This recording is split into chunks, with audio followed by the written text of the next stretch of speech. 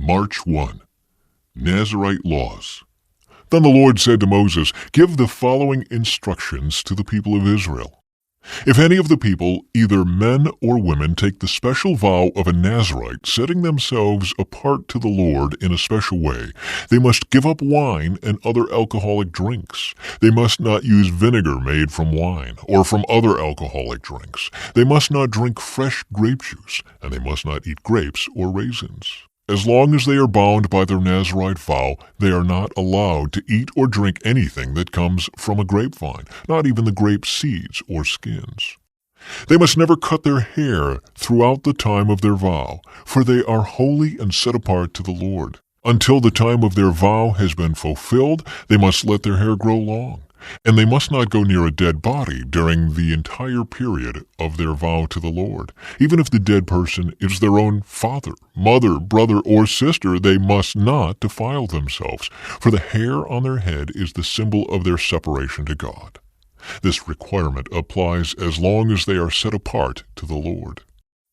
If someone falls dead beside them, the hair they have dedicated will be defiled. They must wait for 7 days and then shave their heads. Then they will be cleansed from their defilement. On the 8th day they must bring 2 turtle doves or 2 young pigeons to the priest at the entrance of the tabernacle.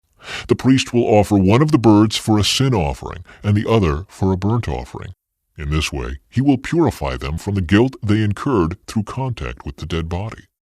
Then they must reaffirm their commitment and let their hair begin to grow again.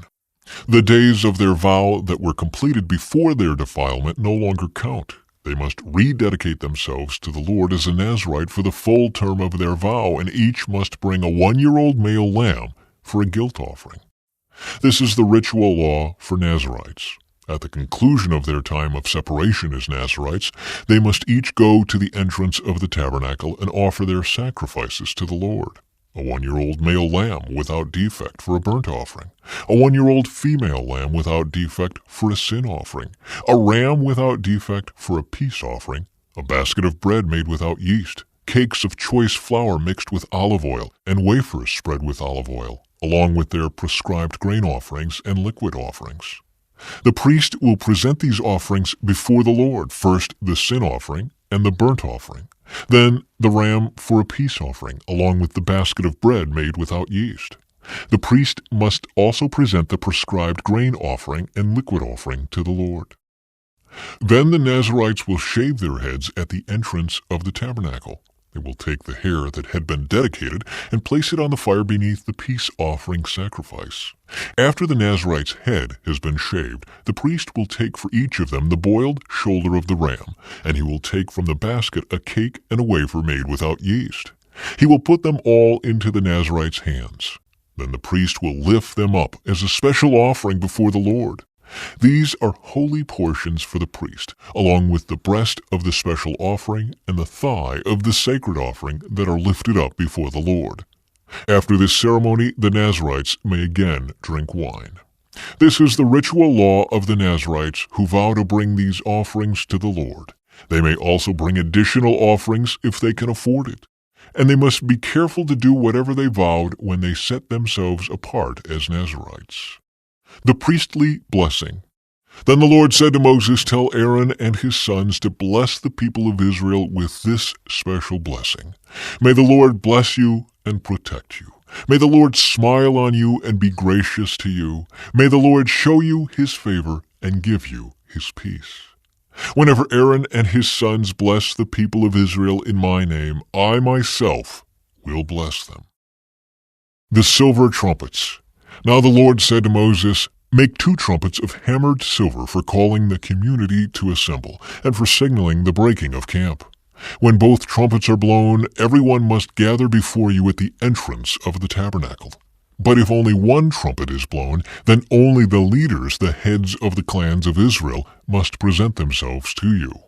When you sound the signal to move on, the tribes camped on the east side of the tabernacle must break camp and move forward. When you sound the signal a second time, the tribes camped on the south will follow. You must sound short blasts as the signal for moving on. But when you call the people to an assembly, blow the trumpets with a different signal. Only the priests, Aaron's descendants, are allowed to blow the trumpets. This is a permanent law for you to be observed from generation to generation. When you arrive in your own land and go to war against your enemies who attack you, sound the alarm with the trumpets. Then the Lord your God will remember you and rescue you from your enemies. Blow the trumpets in times of gladness, too, sounding them at your annual festivals and at the beginning of each month. And blow the trumpets over your burnt offerings and peace offerings. The trumpets will remind the Lord your God of his covenant with you. I am the Lord your God. The Israelites leave Sinai. In the second year after Israel's departure from Egypt, on the 20th day of the second month, the cloud lifted from the tabernacle of the covenant. So the Israelites set out from the wilderness of Sinai and traveled on from place to place until the cloud stopped in the wilderness of Paran. When the people set out for the first time, following the instructions the Lord had given through Moses, Judah's troops led the way. They marched behind their banner, and their leader was Nahshon, son of Amminadab. They were joined by the troops of the tribe of Issachar, led by Nathanael, son of Zur, and the troops of the tribe of Zebulun, led by Eliab, son of Helon. Then the tabernacle was taken down, and the Gershonite and Merarite divisions of the Levites were next in the line of march, carrying the tabernacle with them. Reuben's troops went next, marching behind their banner. Their leader was Eliezer, son of Shader. They were joined by the troops of the tribe of Simeon, led by Shelomiel, son of Zurishaddai, and the troops of the tribe of Gad, led by Eliasaph, son of Duel. Next came the Kohathite division of the Levites carrying the sacred objects from the tabernacle. Before they arrived at the next camp, the tabernacle would already be set up at its new location. Ephraim's troops went next, marching behind their banner. Their leader was Elishama, son of Ammihud. They were joined by the troops of the tribe of Manasseh, led by Gamaliel, son of Pedazur, and the troops of the tribe of Benjamin, led by Abidan, son of Gideoni. Dan's troops went last, marching behind their banner and serving as the rear guard for all the tribal camps. Their leader was Ahiezer, son of Ammishaddai. They were joined by the troops of the tribe of Asher, led by Pagiel, son of Ochran, and the troops of the tribe of Naphtali, led by Ahira, son of Enan. This was the order in which the Israelites marched, division by division. One day Moses said to his brother-in-law, Hobab, son of Reuel the Midianite, "We are on our way to the place the Lord promised us, for he said, 'I will give it to you. Come with us, and we will treat you well, for the Lord has promised wonderful blessings for Israel.' But Hobab replied, 'No, I will not go. I must return to my own land and family.' 'Please don't leave us,' Moses pleaded. 'You know the places in the wilderness where we should camp. Come be our guide. If you do, we'll share with you all the blessings the Lord gives us.' They marched for 3 days after leaving the mountain of the Lord, with the ark of the Lord's covenant moving ahead of them to show them where to stop and rest. As they moved on each day, the cloud of the Lord hovered over them. And whenever the ark set out, Moses would shout, 'Arise, O Lord, and let your enemies be scattered. Let them flee before you.' And when the ark was set down, he would say, 'Return, O Lord, to the countless thousands of Israel.'" March 2. The people complained to Moses. Soon the people began to complain about their hardship, and the Lord heard everything they said. Then the Lord's anger blazed against them, and he set a fire to rage among them, and he destroyed some of the people in the outskirts of the camp. Then the people screamed to Moses for help, and when he prayed to the Lord, the fire stopped. After that, the area was known as Taberah, which means the place of burning, because fire from the Lord had burned among them there. Then the foreign rabble who were traveling with the Israelites began to crave the good things of Egypt, and the people of Israel also began to complain. "Oh, for some meat," they exclaimed. "We remember the fish we used to eat for free in Egypt, and we had all the cucumbers, melons, leeks, onions, and garlic we wanted, but now our appetites are gone. All we ever see is this manna." The manna looked like small coriander seeds, and it was pale yellow like gum resin. The people would go out and gather it from the ground. They made flour by grinding it with hand mills or pounding it in mortars. Then they boiled it in a pot and made it into flat cakes. These cakes tasted like pastries baked with olive oil. The manna came down on the camp with the dew during the night. Moses heard all the family standing in the doorways of their tents whining, and the Lord became extremely angry.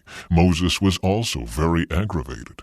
And Moses said to the Lord, "Why are you treating me, your servant, so harshly? Have mercy on me. What did I do to deserve the burden of all these people? Did I give birth to them? Did I bring them into the world? Why did you tell me to carry them in my arms like a mother carries a nursing baby?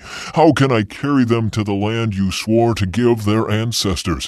Where am I supposed to get meat for all these people? They keep whining to me, saying, 'Give us meat to eat.' I can't carry all these people by myself. The load is far too heavy. If this is how you intend to treat me, just go ahead and kill me. Do me a favor and spare me this misery." Moses chooses 70 leaders. Then the Lord said to Moses, "Gather before me 70 men who are recognized as elders and leaders of Israel. Bring them to the tabernacle to stand there with you. I will come down and talk to you there. I will take some of the Spirit that is upon you, and I will put the Spirit upon them also. They will bear the burden of the people along with you, so you will not have to carry it alone. And say to the people, 'Purify yourselves, for tomorrow you will have meat to eat.' You were whining, and the Lord heard you when you cried, 'Oh, for some meat! We were better off in Egypt.' Now the Lord will give you meat, and you will have to eat it. And it won't be for just a day, or 2, or for 5, or 10, or even 20. You will eat it for a whole month, until you gag and are sick of it. For you have rejected the Lord, who is here among you, and you have whined to him, saying, 'Why did we ever leave Egypt?' But Moses responded to the Lord, 'There are 600,000 foot soldiers here with me, and yet you say, I will give them meat for a whole month? Even if we butchered all our flocks and herds, would that satisfy them? Even if we caught all the fish in the sea, would that be enough?' Then the Lord said to Moses, 'Has my arm lost its power? Now you will see whether or not my word comes true.' So Moses went out and reported the Lord's words to the people. He gathered the 70 elders and stationed them around the tabernacle. And the Lord came down in the cloud and spoke to Moses. Then he gave the 70 elders the same Spirit that was upon Moses. And when the Spirit rested upon them, they prophesied. But this never happened again. 2 men, Eldad and Medad, had stayed behind in the camp. They were listed among the elders, but they had not gone out to the tabernacle. Yet the Spirit rested upon them as well, so they prophesied there in the camp. A young man ran and reported to Moses, 'Eldad and Medad are prophesying in the camp.' Joshua, son of Nun, who had been Moses' assistant since his youth, protested, 'Moses, my master, make them stop.' But Moses replied, 'Are you jealous for my sake? I wish that all the Lord's people were prophets, and that the Lord would put his Spirit upon them all.' Then Moses returned to the camp with the elders of Israel. The Lord sends quail. Now the Lord sent a wind that brought quail from the sea, and let them fall all around the camp. For miles in every direction there were quail, flying about 3 feet above the ground. So the people went out and caught quail all that day and throughout the night and all the next day too. No one gathered less than 50 bushels. They spread the quail all around the camp to dry. But while they were gorging themselves on the meat, while it was still in their mouths, the anger of the Lord blazed against the people, and he struck them with a severe plague. So that place was called Kibroth Hattaavah, which means graves of gluttony, because there they buried the people who had craved meat from Egypt. From Kibroth Hattaavah the Israelites traveled to Hazeroth, where they stayed for some time. The complaints of Miriam and Aaron. While they were at Hazeroth, Miriam and Aaron criticized Moses because he had married a Cushite woman. They said, "Has the Lord spoken only through Moses? Hasn't he spoken through us too?" But the Lord heard them. Now Moses was very humble, more humble than any other person on earth. So immediately the Lord called to Moses, Aaron, and Miriam and said, "Go out to the tabernacle, all 3 of you." So the 3 of them went to the tabernacle. Then the Lord descended in the pillar of cloud and stood at the entrance of the tabernacle. "Aaron and Miriam," he called, and they stepped forward. And the Lord said to them, "Now listen to what I say. If there were prophets among you, I, the Lord, would reveal myself in visions. I would speak to them in dreams. But not with my servant Moses. Of all my house, he is the one I trust. I speak to him face to face, clearly, and not in riddles. He sees the Lord as he is. So why were you not afraid to criticize my servant Moses? The Lord was very angry with them, and he departed. As the cloud moved from above the tabernacle, there stood Miriam, her skin as white as snow from leprosy. When Aaron saw what had happened to her, he cried out to Moses, "Oh, my master, please don't punish us for this sin we have so foolishly committed. Don't let her be like a stillborn baby, already decayed at birth." So Moses cried out to the Lord, "Oh God, I beg you, please heal her." But the Lord said to Moses, "If her father had done nothing more than spit in her face, wouldn't she be defiled for 7 days? So keep her outside the camp for 7 days, and after that she may be accepted back." So Miriam was kept outside the camp for 7 days, and the people waited until she was brought back before they traveled again. Then they left Hazeroth and camped in the wilderness of Paran. 12 scouts explore Canaan. The Lord now said to Moses, "Send out men to explore the land of Canaan, the land I am giving to the Israelites. Send one leader from each of the 12 ancestral tribes." So Moses did as the Lord commanded him. He sent out 12 men, all tribal leaders of Israel, from their camp in the wilderness of Paran. These were the tribes and the names of their leaders: Reuben, Shammua, son of Zachar; Simeon, Shaphat, son of Hori; Judah, Caleb, son of Jephunneh; Issachar, Igal, son of Joseph; Ephraim, Hoshea, son of Nun; Benjamin, Palti, son of Raphu; Zebulun, Gaddiel, son of Sadai; Manasseh, son of Joseph; Gadi, son of Susai; Dan, Amiel, son of Gamali; Asher, Sethur, son of Michael; Naphtali, Nabai, son of Vopsi; Gad, Guel, son of Machi. These are the names of the men Moses sent out to explore the land. Moses called Hoshea, son of Nun, by the name Joshua. Moses gave the men these instructions as he sent them out to explore the land. Go north through the Negev into the hill country. See what the land is like, and find out whether the people living there are strong or weak, few or many. See what kind of land they live in. Is it good or bad? Do their towns have walls, or are they unprotected like open camps? Is the soil fertile or poor? Are there many trees? Do your best to bring back samples of the crops you see. It happened to be the season for harvesting the first ripe grapes. So they went up and explored the land from the wilderness of Zin as far as Rehob near Lebo-Hamath. Going north, they passed through the Negev and arrived at Hebron, where Ahiman, Shishai, and Talmai, all descendants of Anak, lived. The ancient town of Hebron was founded 7 years before the Egyptian city of Zoan. When they came to the valley of Eshcol, they cut down a branch with a single cluster of grapes so large that it took 2 of them to carry it on a pole between them. They also brought back samples of the pomegranates and figs. That place was called the Valley of Eshcol, which means cluster, because of the cluster of grapes the Israelite men cut there. The scouting report. After exploring the land for 40 days, the men returned to Moses, Aaron, and the whole community of Israel at Kadesh in the wilderness of Paran. They reported to the whole community what they had seen and showed them the fruit they had taken from the land. This was their report to Moses. "We entered the land you sent us to explore, and it is indeed a bountiful country, a land flowing with milk and honey. Here is the kind of fruit it produces. But the people living there are powerful, and their towns are large and fortified. We even saw giants there, the descendants of Anak. The Amalekites live in the Negev, and the Hittites, Jebusites, and Amorites live in the hill country. The Canaanites live along the coast of the Mediterranean Sea and along the Jordan Valley." But Caleb tried to quiet the people as they stood before Moses. "Let's go at once to take the land," he said. "We can certainly conquer it."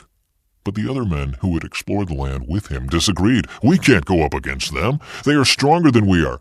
So they spread this bad report about the land among the Israelites. "The land we traveled through and explored will devour anyone who goes to live there. All the people we saw were huge. We even saw giants there, the descendants of Anak. Next to them, we felt like grasshoppers, and that's what they thought too. March 3. The people rebel. Then the whole community began weeping aloud, and they cried all night. Their voices rose in a great chorus of protest against Moses and Aaron. If only we had died in Egypt or even here in the wilderness, they complained. Why is the Lord taking us to this country only to have us die in battle? Our wives and our little ones will be carried off as plunder. Wouldn't it be better for us to return to Egypt? Then they plotted among themselves, let's choose a new leader and go back to Egypt. And Moses and Aaron fell face down on the ground before the whole community of Israel.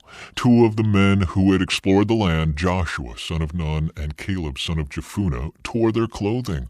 They said to all the people of Israel, the land we traveled through and explored is a wonderful land, and if the Lord is pleased with us, He will bring us safely into that land and give it to us. It is a rich land flowing with milk and honey. Do not rebel against the Lord, and don't be afraid of the people of the land. They are only helpless prey to us. They have no protection, but the Lord is with us. Don't be afraid of them. But the whole community began to talk about stoning Joshua and Caleb. Then the glorious presence of the Lord appeared to all the Israelites at the tabernacle. And the Lord said to Moses, how long will these people treat me with contempt? Will they never believe me, even after all the miraculous signs I have done among them? I will disown them and destroy them with a plague. Then I will make you into a nation greater and mightier than they are. Moses intercedes for the people. But Moses objected. What will the Egyptians think when they hear about it? He asked the Lord. They know full well the power you displayed in rescuing your people from Egypt. Now, if you destroy them, the Egyptians will send a report to the inhabitants of this land, who have already heard that you live among your people. They know, Lord, that you have appeared to your people face to face, and that your pillar of cloud hovers over them. They know that you go before them in the pillar of cloud by day, and the pillar of fire by night.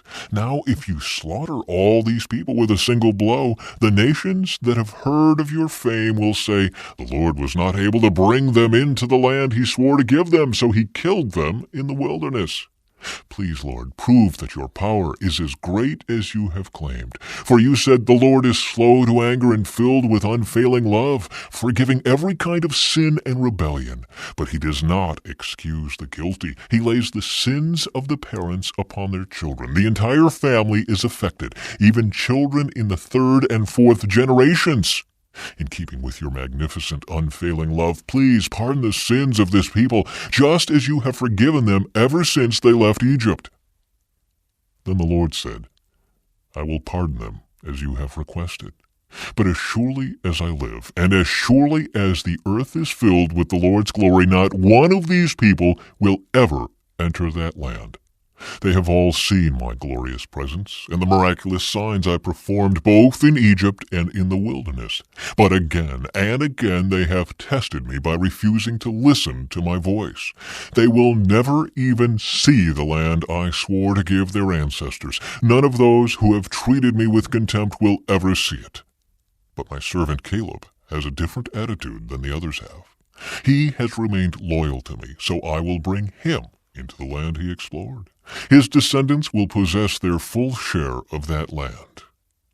Now, turn around, and don't go on toward the land where the Amalekites and Canaanites live.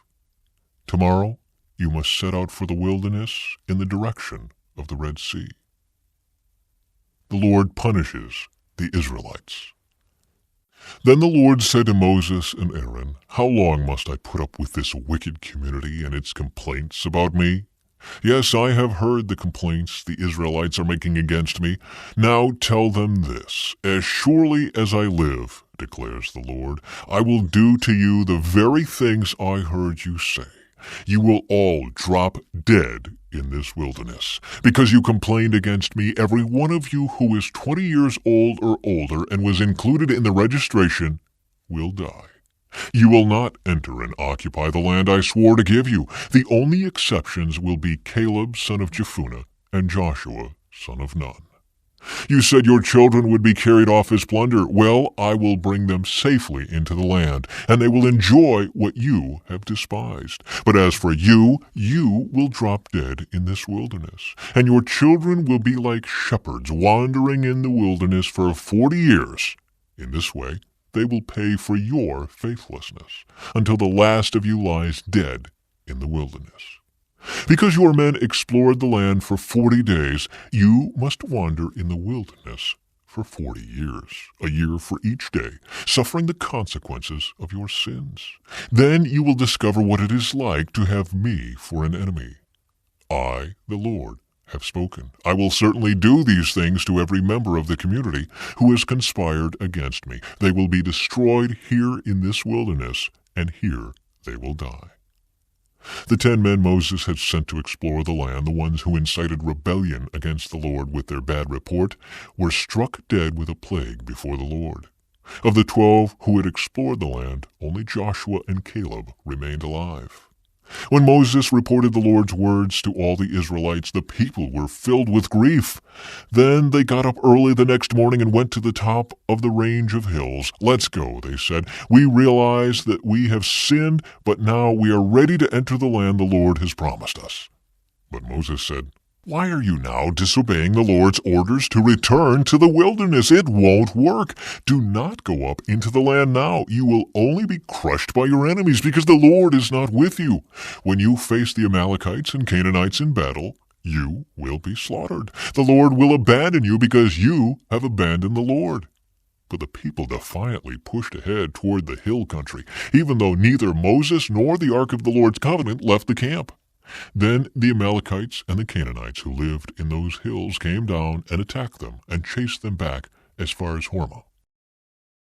Laws concerning offerings. Then the Lord told Moses, "Give the following instructions to the people of Israel. When you finally settle in the land I am giving you, you will offer special gifts as a pleasing aroma to the Lord. These gifts may take the form of a burnt offering, a sacrifice to fulfill a vow, a voluntary offering, or an offering at any of your annual festivals, and they may be taken from your herds of cattle or your flocks of sheep and goats.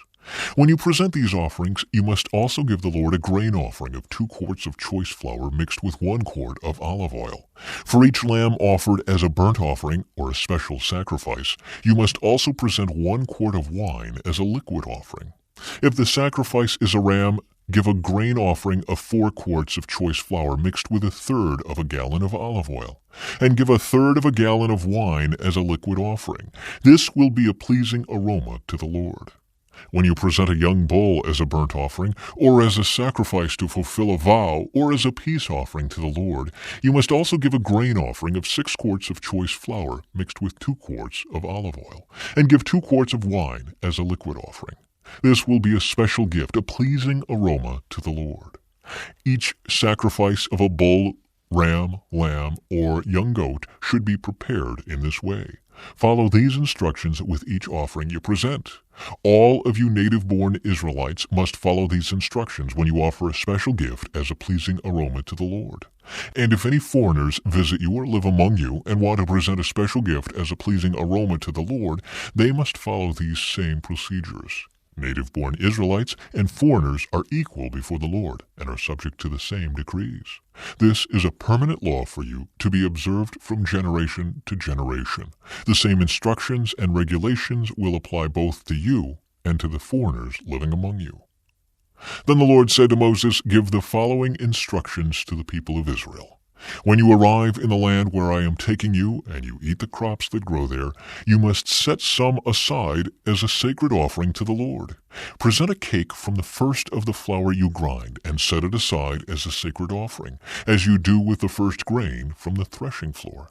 Throughout the generations to come, you are to present a sacred offering to the Lord each year from the first of your ground flour.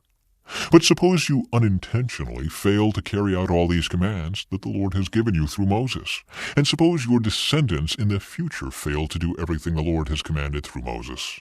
If the mistake was made unintentionally and the community was unaware of it, the whole community must present a young bull for a burnt offering as a pleasing aroma to the Lord.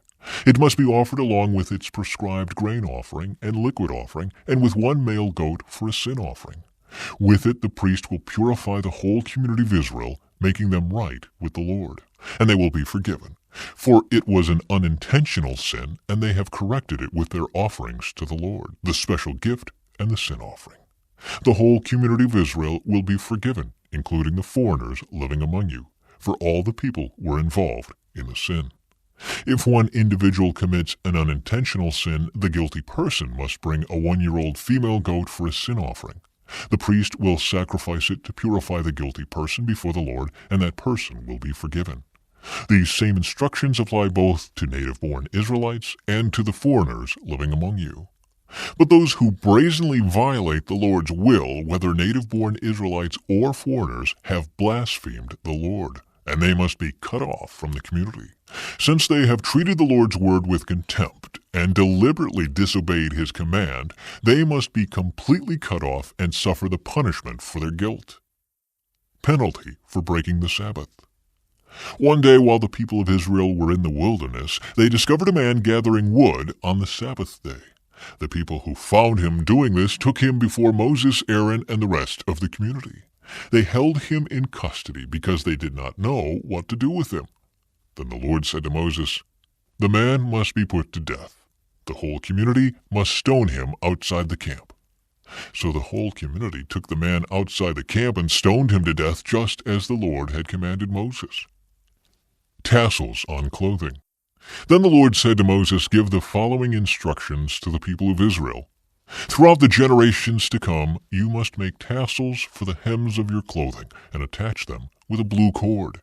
When you see the tassels, you will remember and obey all the commands of the Lord instead of following your own desires and defiling yourselves as you are prone to do. The tassels will help you remember that you must obey all my commands and be holy to your God.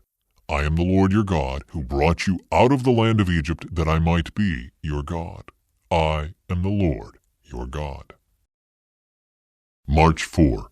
Korah's Rebellion. One day Korah, son of Izhar, a descendant of Kohath, son of Levi, conspired with Dathan and Abiram, the sons of Eliab, and On, son of Peleth, from the tribe of Reuben. They incited a rebellion against Moses, along with 250 other leaders of the community, all prominent members of the assembly. They united against Moses and Aaron and said, "You have gone too far. The whole community of Israel has been set apart by the Lord, and he is with all of us. What right do you have to act as though you are greater than the rest of the Lord's people?" When Moses heard what they were saying, he fell face down on the ground. Then he said to Korah and his followers, "Tomorrow morning the Lord will show us who belongs to him and who is holy. The Lord will allow only those whom he selects to enter his own presence. Korah, you and all your followers must prepare your incense burners, light fires in them tomorrow, and burn incense before the Lord. Then we will see whom the Lord chooses as his Holy One. You Levites are the ones who have gone too far." Then Moses spoke again to Korah, "Now listen, you Levites. Does it seem insignificant to you that the God of Israel has chosen you from among all the community of Israel to be near him, so you can serve in the Lord's tabernacle and stand before the people to minister to them? Korah, he has already given this special ministry to you and your fellow Levites. Are you now demanding the priesthood as well? The Lord is the one you and your followers are really revolting against. For who is Aaron that you are complaining about him?" Then Moses summoned Dathan and Abiram, the sons of Eliab. But they replied, "We refuse to come before you. Isn't it enough that you brought us out of Egypt, a land flowing with milk and honey, to kill us here in this wilderness, and that you now treat us like your subjects?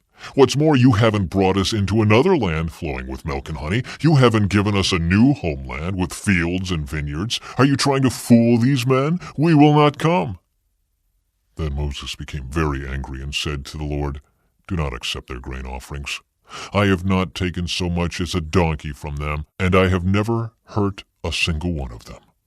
And Moses said to Korah, "You and all your followers must come here tomorrow and present yourselves before the Lord. Aaron will also be here. You and each of your 250 followers must prepare an incense burner and put incense on it, so you can all present them before the Lord. Aaron will also bring his incense burner." So each of these men prepared an incense burner, lit the fire, and placed incense on it. Then they all stood at the entrance of the tabernacle with Moses and Aaron. Meanwhile, Korah had stirred up the entire community against Moses and Aaron, and they all gathered at the tabernacle entrance. Then the glorious presence of the Lord appeared to the whole community. And the Lord said to Moses and Aaron, "Get away from all these people so that I may instantly destroy them." But Moses and Aaron fell face down on the ground. "O God," they pleaded, "you are the God who gives breath to all creatures. Must you be angry with all the people when only one man sins?" And the Lord said to Moses, "Then tell all the people to get away from the tents of Korah, Dathan, and Abiram." So Moses got up and rushed over to the tents of Dathan and Abiram, followed by the elders of Israel. "Quick," he told the people, "get away from the tents of these wicked men and don't touch anything that belongs to them. If you do, you will be destroyed for their sins." So all the people stood back from the tents of Korah, Dathan, and Abiram. Then Dathan and Abiram came out and stood at the entrances of their tents, together with their wives and children and little ones. And Moses said, "This is how you will know that the Lord has sent me to do all these things that I have done, for I have not done them on my own. If these men die a natural death, or if nothing unusual happens, then the Lord has not sent me. But if the Lord does something entirely new, and the ground opens its mouth and swallows them and all their belongings, and they go down alive into the grave, then you will know that these men have shown contempt for the Lord." He had hardly finished speaking the words when the ground suddenly split open beneath them. The earth opened its mouth and swallowed the men, along with their households and all their followers who were standing with them, and everything they owned. So they went down alive into the grave along with all their belongings. The earth closed over them, and they all vanished from among the people of Israel. All the people around them fled when they heard their screams. "The earth will swallow us too," they cried. Then fire blazed forth from the Lord and burned up the 250 men who were offering incense. And the Lord said to Moses, "Tell Eleazar son of Aaron the priest to pull all the incense burners from the fire, for they are holy. Also tell him to scatter the burning coals. Take the incense burners of these men who have sinned at the cost of their lives, and hammer the metal into a thin sheet to overlay the altar.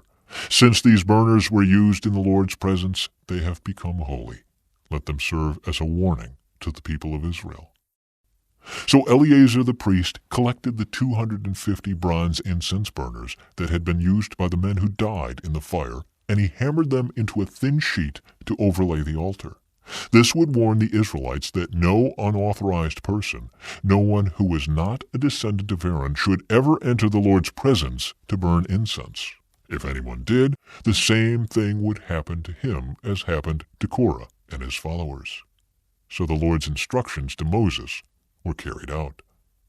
But the very next morning, the whole community of Israel began muttering again against Moses and Aaron, saying, "You have killed the Lord's people." As the community gathered to protest against Moses and Aaron, they turned toward the tabernacle and saw that the cloud had covered it, and the glorious presence of the Lord appeared.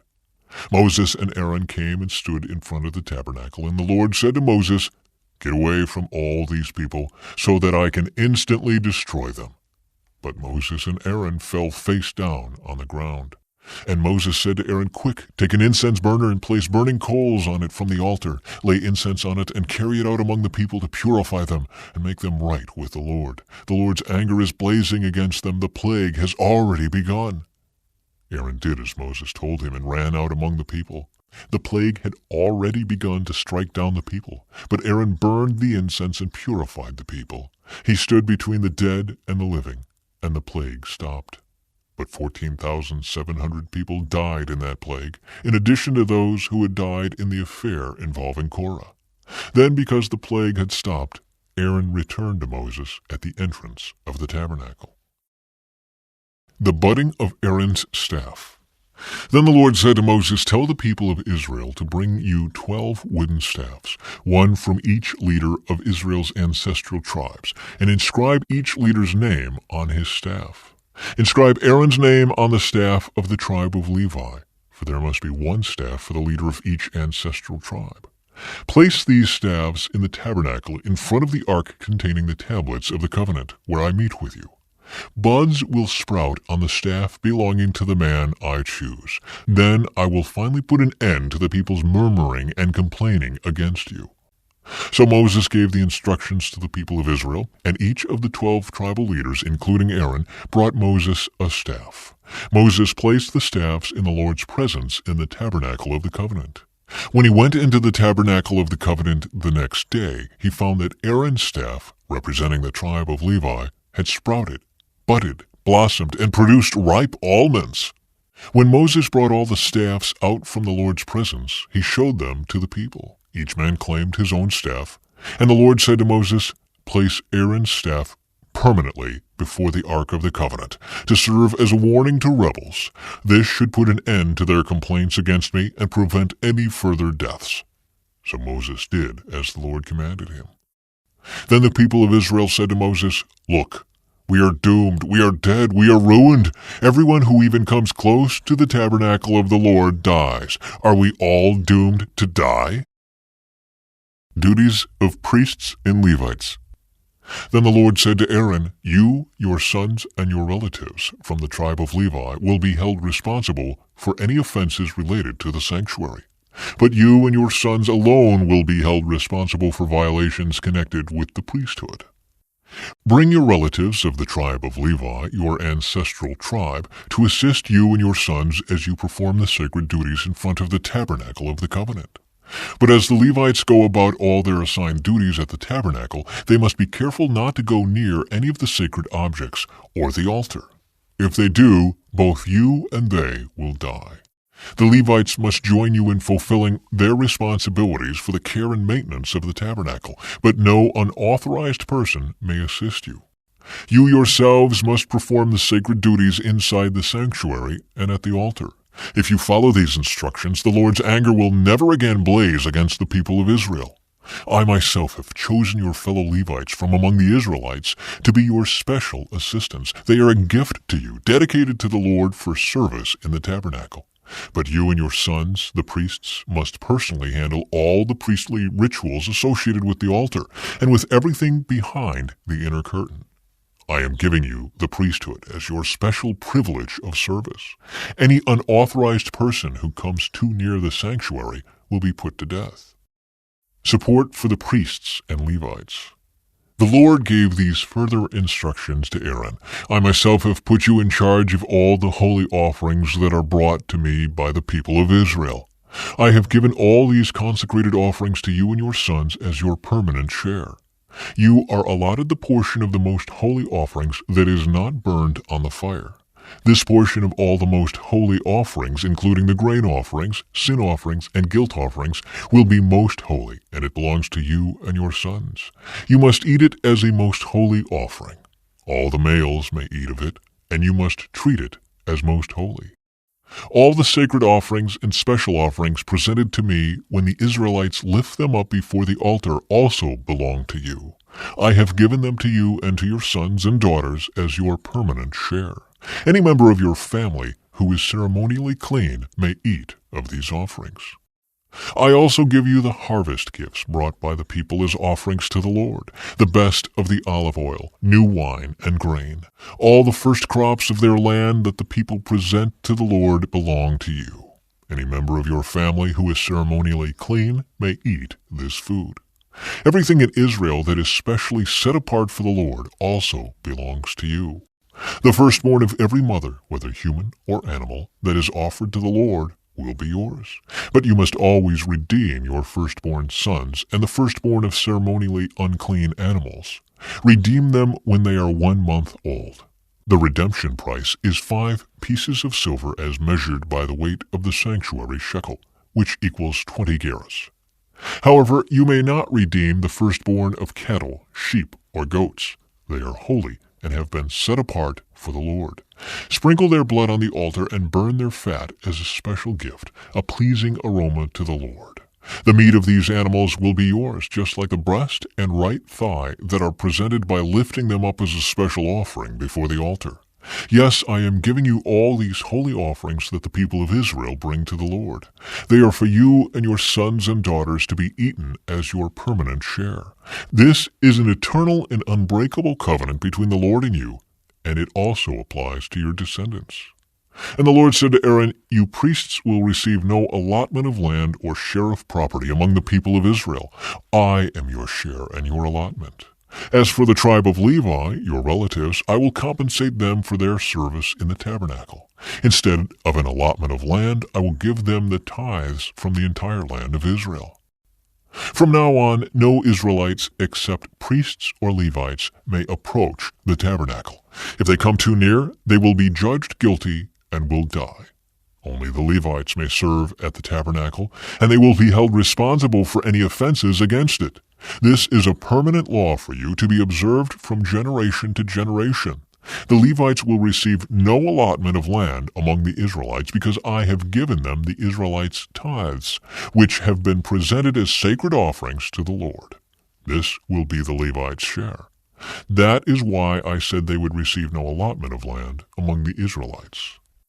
The Lord also told Moses, Give these instructions to the Levites. When you receive from the people of Israel the tithes I have assigned as your allotment, give a tenth of the tithes you receive, a tithe of the tithe, to the Lord as a sacred offering. The Lord will consider this offering to be your harvest offering, as though it were the first grain from your own threshing floor, or wine from your own winepress. You must present 1/10 of the tithe received from the Israelites as a sacred offering to the Lord. This is the Lord's sacred portion, and you must present it to Aaron the priest. Be sure to give to the Lord the best portions of the gifts given to you. Also, give these instructions to the Levites. When you present the best part as your offering, it will be considered as though it came from your own threshing floor or winepress. You Levites and your families may eat this food anywhere you wish, for it is your compensation for serving in the tabernacle. You will not be considered guilty for accepting the Lord's tithes if you give the best portion to the priests. But be careful not to treat the holy gifts of the people of Israel as though they were common. If you do, you will die. March 5. The water of purification. The Lord said to Moses and Aaron, Here is another legal requirement commanded by the Lord. Tell the people of Israel to bring you a red heifer, a perfect animal that has no defects and has never been yoked to a plow. Give it to Eleazar the priest, and it will be taken outside the camp and slaughtered in his presence. Eleazar will take some of its blood on his finger and sprinkle it 7 times toward the front of the tabernacle. As Eleazar watches, the heifer must be burned, its hide, meat, blood, and dung. Eleazar the priest must then take a stick of cedar, a hyssop branch, and some scarlet yarn and throw them into the fire where the heifer is burning. Then the priest must wash his clothes and bathe himself in water. Afterward he may return to the camp, though he will remain ceremonially unclean until evening. The man who burns the animal must also wash his clothes and bathe himself in water, and he too will remain unclean until evening. Then someone who is ceremonially clean will gather up the ashes of the heifer and deposit them in a purified place outside the camp. They will be kept there for the community of Israel to use in the water for the purification ceremony. This ceremony is performed for the removal of sin. The man who gathers up the ashes of the heifer must also wash his clothes, and he will remain ceremonially unclean until evening. This is a permanent law for the people of Israel and any foreigners who live among them. All those who touch a dead human body will be ceremonially unclean for 7 days. They must purify themselves on the 3rd and 7th days with the water of purification. Then they will be purified. But if they do not do this on the 3rd and 7th days, they will continue to be unclean even after the 7th day. All those who touch a dead body and do not purify themselves in the proper way defile the Lord's tabernacle, and they will be cut off from the community of Israel. Since the water of purification was not sprinkled on them, their defilement continues. This is the ritual law that applies when someone dies inside a tent. All those who enter that tent and those who were inside when the death occurred will be ceremonially unclean for 7 days. Any open container in the tent that was not covered with a lid is also defiled.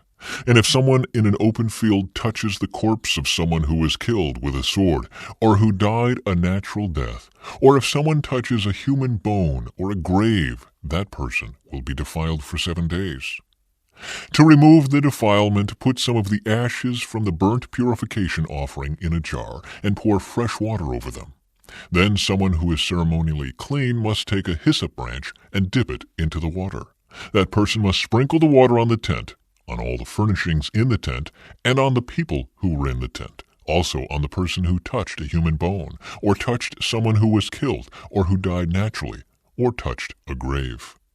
On the 3rd and 7th days, the person who is ceremonially clean must sprinkle the water on those who are defiled. Then on the 7th day, the people being cleansed must wash their clothes and bathe themselves, and that evening they will be cleansed of their defilement. But those who become defiled and do not purify themselves will be cut off from the community, for they have defiled the sanctuary of the Lord. Since the water of purification has not been sprinkled on them, they remain defiled. This is a permanent law for the people. Those who sprinkle the water of purification must afterward wash their clothes, and anyone who then touches the water used for purification will remain defiled until evening. Anything and anyone that a defiled person touches will be ceremonially unclean until evening. Moses strikes the rock. In the 1st month of the year, the whole community of Israel arrived in the wilderness of Zin and camped at Kadesh. While they were there, Miriam died and was buried. There was no water for the people to drink at that place, so they rebelled against Moses and Aaron. The people blamed Moses and said, "If only we had died in the Lord's presence with our brothers. Why have you brought the congregation of the Lord's people into this wilderness to die, along with all our livestock? Why did you make us leave Egypt and bring us here to this terrible place? This land has no grain, no figs, no grapes, no pomegranates, and no water to drink." Moses and Aaron turned away from the people and went to the entrance of the tabernacle, where they fell face down on the ground. Then the glorious presence of the Lord appeared to them, and the Lord said to Moses, "You and Aaron must take the staff and assemble the entire community. As the people watch, speak to the rock over there, and it will pour out its water. You will provide enough water from the rock to satisfy the whole community and their livestock." So Moses did as he was told. He took the staff from the place where it was kept before the Lord. Then he and Aaron summoned the people to come and gather at the rock. "Listen, you rebels," he shouted. "Must we bring you water from this rock?" Then Moses raised his hand and struck the rock twice with the staff, and water gushed out. So the entire community and their livestock drank their fill. But the Lord said to Moses and Aaron, "Because you did not trust me enough to demonstrate my holiness to the people of Israel, you will not lead them into the land I am giving them." This place was known as the waters of Meribah, which means arguing, because there the people of Israel argued with the Lord, and there he demonstrated his holiness among them. Edom refuses Israel passage. While Moses was at Kadesh, he sent ambassadors to the king of Edom with this message: "This is what your relatives, the people of Israel, say. You know all the hardships we have been through. Our ancestors went down to Egypt, and we lived there a long time, and we and our ancestors were brutally mistreated by the Egyptians. But when we cried out to the Lord, he heard us and sent an angel who brought us out of Egypt. Now we are camped at Kadesh, a town on the border of your land. Please let us travel through your land. We will be careful not to go through your fields and vineyards. We won't even drink water from your wells. We will stay on the king's road and never leave it until we have passed through your territory." But the king of Edom said, "Stay out of my land, or I will meet you with an army." The Israelites answered, "We will stay on the main road. If our livestock drink your water, we will pay for it. Just let us pass through your country. That's all we ask." But the king of Edom replied, "Stay out. You may not pass through our land." With that, he mobilized his army and marched out against them with an imposing force. Because Edom refused to allow Israel to pass through their country, Israel was forced to turn around. The death of Aaron. The whole community of Israel left Kadesh and arrived at Mount Hor. There, on the border of the land of Edom, the Lord said to Moses and Aaron, "The time has come for Aaron to join his ancestors in death. He will not enter the land I am giving the people of Israel, because the two of you rebelled against my instructions concerning the water at Meribah. Now take Aaron and his son Eleazar up Mount Hor. There you will remove Aaron's priestly garments and put them on Eleazar his son. Aaron will die there and join his ancestors." So Moses did as the Lord commanded. The three of them went up Mount Hor together as the whole community watched. At the summit, Moses removed the priestly garments from Aaron and put them on Eleazar, Aaron's son. Then Aaron died there on top of the mountain, and Moses and Eleazar went back down. When the people realized that Aaron had died, all Israel mourned for him 30 days. Victory over the Canaanites. The Canaanite king of Arad, who lived in the Negev, heard that the Israelites were approaching on the road through Atharim. So he attacked the Israelites and took some of them as prisoners. Then the people of Israel made this vow to the Lord: "If you will hand these people over to us, we will completely destroy all their towns." The Lord heard the Israelites' request and gave them victory over the Canaanites. The Israelites completely destroyed them and their towns, and the place has been called Hormah ever since. The bronze snake. Then the people of Israel set out from Mount Hor, taking the road to the Red Sea, to go around the land of Edom. But the people grew impatient with the long journey, and they began to speak against God and Moses. "Why have you brought us out of Egypt to die here in the wilderness?" they complained. "There is nothing to eat here and nothing to drink, and we hate this horrible manna." So the Lord sent poisonous snakes among the people, and many were bitten and died. Then the people came to Moses and cried out, "We have sinned by speaking against the Lord and against you. Pray that the Lord will take away the snakes." So Moses prayed for the people. Then the Lord told him, "Make a replica of a poisonous snake and attach it to a pole. All who are bitten will live if they simply look at it." So Moses made a snake out of bronze and attached it to a pole. Then anyone who was bitten by a snake could look at the bronze snake and be healed. Israel's journey to Moab. The Israelites traveled next to Oboth and camped there. Then they went on to Abiram in the wilderness on the eastern border of Moab. From there they traveled to the valley of Zered Brook and set up camp. Then they moved out and camped on the far side of the Arnon River in the wilderness adjacent to the territory of the Amorites. The Arnon is the boundary line between the Moabites and the Amorites. For this reason, the Book of the Wars of the Lord speaks of the town of Wahab in the area of Supa and the ravines of the Arnon River, and the ravines that extend as far as the settlement of Ar on the border of Moab. From there, the Israelites traveled to Beer, which is the well where the Lord said to Moses, "Assemble the people, and I will give them water." There the Israelites sang this song: "Spring up, O well, yes, sing its praises. Sing of this well which princes dug, which great leaders hollowed out with their scepters and staffs." Then the Israelites left the wilderness and proceeded on through Mattanah, Nahaliel, and Bamoth. After that, they went to the valley in Moab where Pisgah Peak overlooks the wasteland. Victory over Sihon and Og. The Israelites sent ambassadors to King Sihon of the Amorites with this message: "Let us travel through your land. We will be careful not to go through your fields and vineyards. We won't even drink water from your wells. We will stay on the king's road until we have passed through your territory." But King Sihon refused to let them cross his territory. Instead, he mobilized his entire army and attacked Israel in the wilderness, engaging them in battle at Jahaz. But the Israelites slaughtered them with their swords and occupied their land from the Arnon River to the Jabbok River. They went only as far as the Ammonite border because the boundary of the Ammonites was fortified. So Israel captured all the towns of the Amorites and settled in them, including the city of Heshbon and its surrounding villages. Heshbon had been the capital of King Sihon of the Amorites. He had defeated a former Moabite king and seized all his land as far as the Arnon River. Therefore the ancient poets wrote this about him: "Come to Heshbon and let it be rebuilt. Let the city of Sihon be restored. A fire flamed forth from Heshbon, a blaze from the city of Sihon. It burned the city of Ar in Moab. It destroyed the rulers of the Arnon heights. What sorrow awaits you, O people of Moab? You are finished, O worshippers of Chemosh. Chemosh has left his sons as refugees, his daughters as captives of Sihon the Amorite king.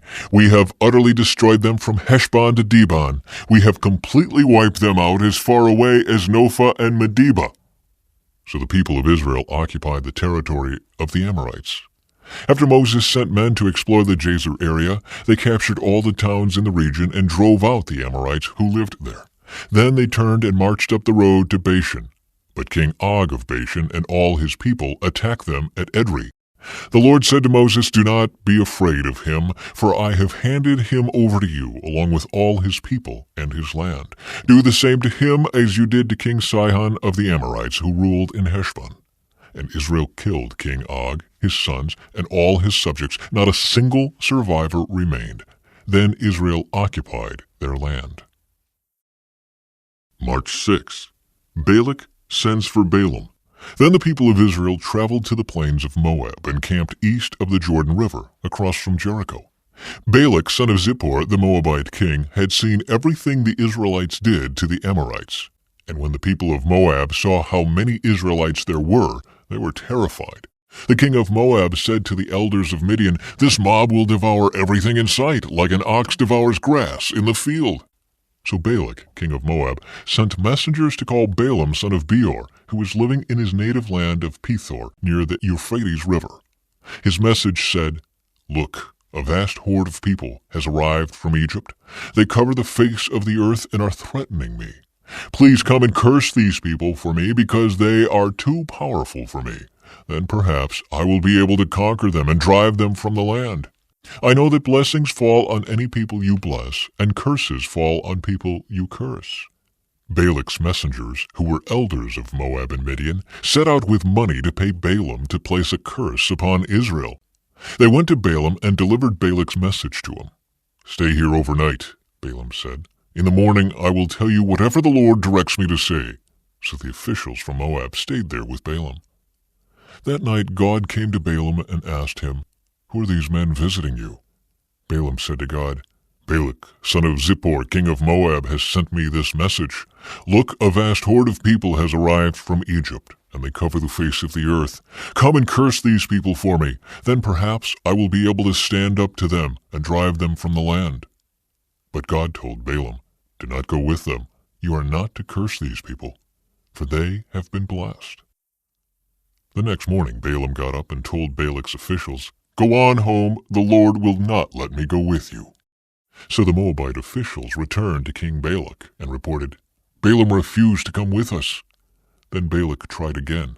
This time he sent a larger number of even more distinguished officials than those he had sent the first time.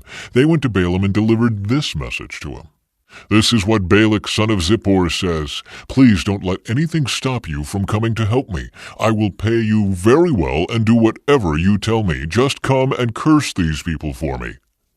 But Balaam responded to Balak's messengers, "Even if Balak were to give me his palace filled with silver and gold, I would be powerless to do anything against the will of the Lord my God. But stay here one more night, and I will see if the Lord has anything else to say to me." That night God came to Balaam and told him, "Since these men have come for you, get up and go with them, but do only what I tell you to do." Balaam and his donkey. So the next morning Balaam got up, saddled his donkey, and started off with the Moabite officials. But God was angry that Balaam was going, so he sent the angel of the Lord to stand in the road to block his way. As Balaam and 2 servants were riding along, Balaam's donkey saw the angel of the Lord standing in the road with a drawn sword in his hand. The donkey bolted off the road into a field, but Balaam beat it and turned it back onto the road. Then the angel of the Lord stood at a place where the road narrowed between 2 vineyard walls. When the donkey saw the angel of the Lord, it tried to squeeze by and crushed Balaam's foot against the wall. So Balaam beat the donkey again. Then the angel of the Lord moved farther down the road and stood in a place too narrow for the donkey to get by at all. This time when the donkey saw the angel, it lay down under Balaam. In a fit of rage, Balaam beat the animal again with his staff. Then the Lord gave the donkey the ability to speak. "What have I done to you that deserves your beating me 3 times?" it asked Balaam. "You have made me look like a fool," Balaam shouted. "If I had a sword with me, I would kill you." "But I am the same donkey you have ridden all your life," the donkey answered. "Have I ever done anything like this before?" "No," Balaam admitted. Then the Lord opened Balaam's eyes, and he saw the angel of the Lord standing in the roadway with a drawn sword in his hand. Balaam bowed his head and fell face down on the ground before him. "Why did you beat your donkey those 3 times?" the angel of the Lord demanded. "Look, I have come to block your way because you are stubbornly resisting me. 3 times the donkey saw me and shied away. Otherwise, I would certainly have killed you by now and spared the donkey." Then Balaam confessed to the angel of the Lord, "I have sinned. I didn't realize you were standing in the road to block my way. I will return home if you are against my going." But the angel of the Lord told Balaam, "Go with these men, but say only what I tell you to say." So Balaam went on with Balak's officials. When King Balak heard that Balaam was on the way, he went out to meet him at a Moabite town on the Arnon River at the farthest border of his land. "Didn't I send you an urgent invitation? Why didn't you come right away?" Balak asked Balaam. "Didn't you believe me when I said I would reward you richly?" Balaam replied, "Look, now I have come, but I have no power to say whatever I want. I will speak only the message that God puts in my mouth." Then Balaam accompanied Balak to Kiriath-Huzoth, where the king sacrificed cattle and sheep.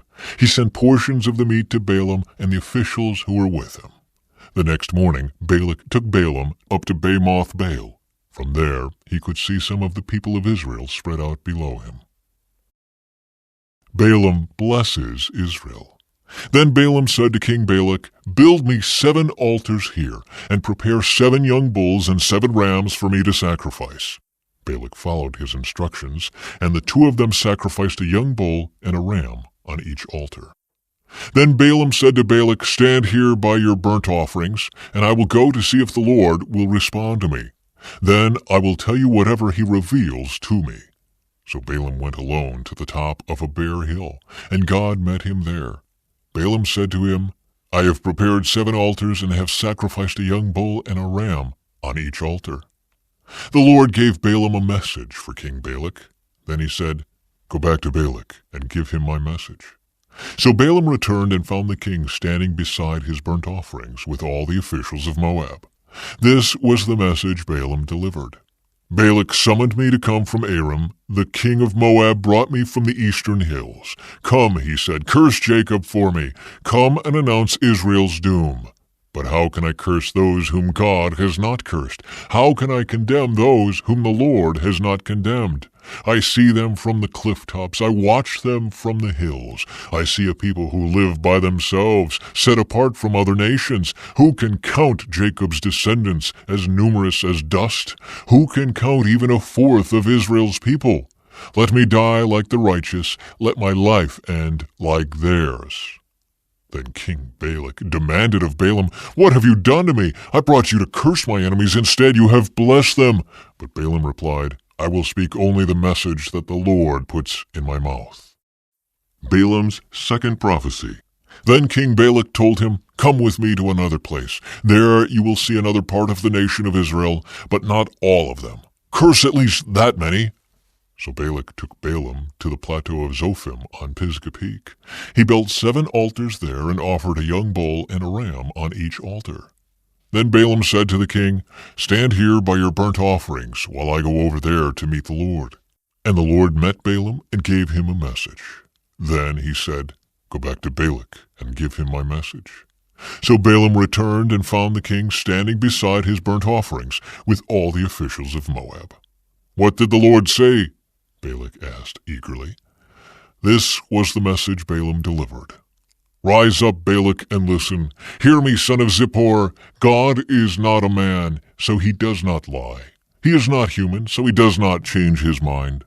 Has he ever spoken and failed to act? Has he ever promised and not carried it through? Listen, I received a command to bless. God has blessed, and I cannot reverse it.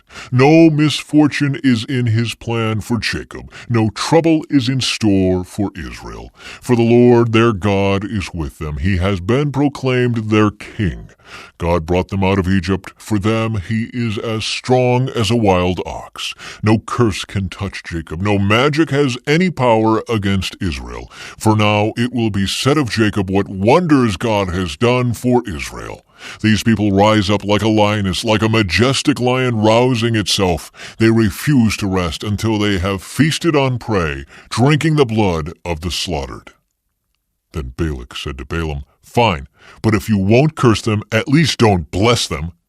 But Balaam replied to Balak, "Didn't I tell you that I can do only what the Lord tells me?" Balaam's third prophecy.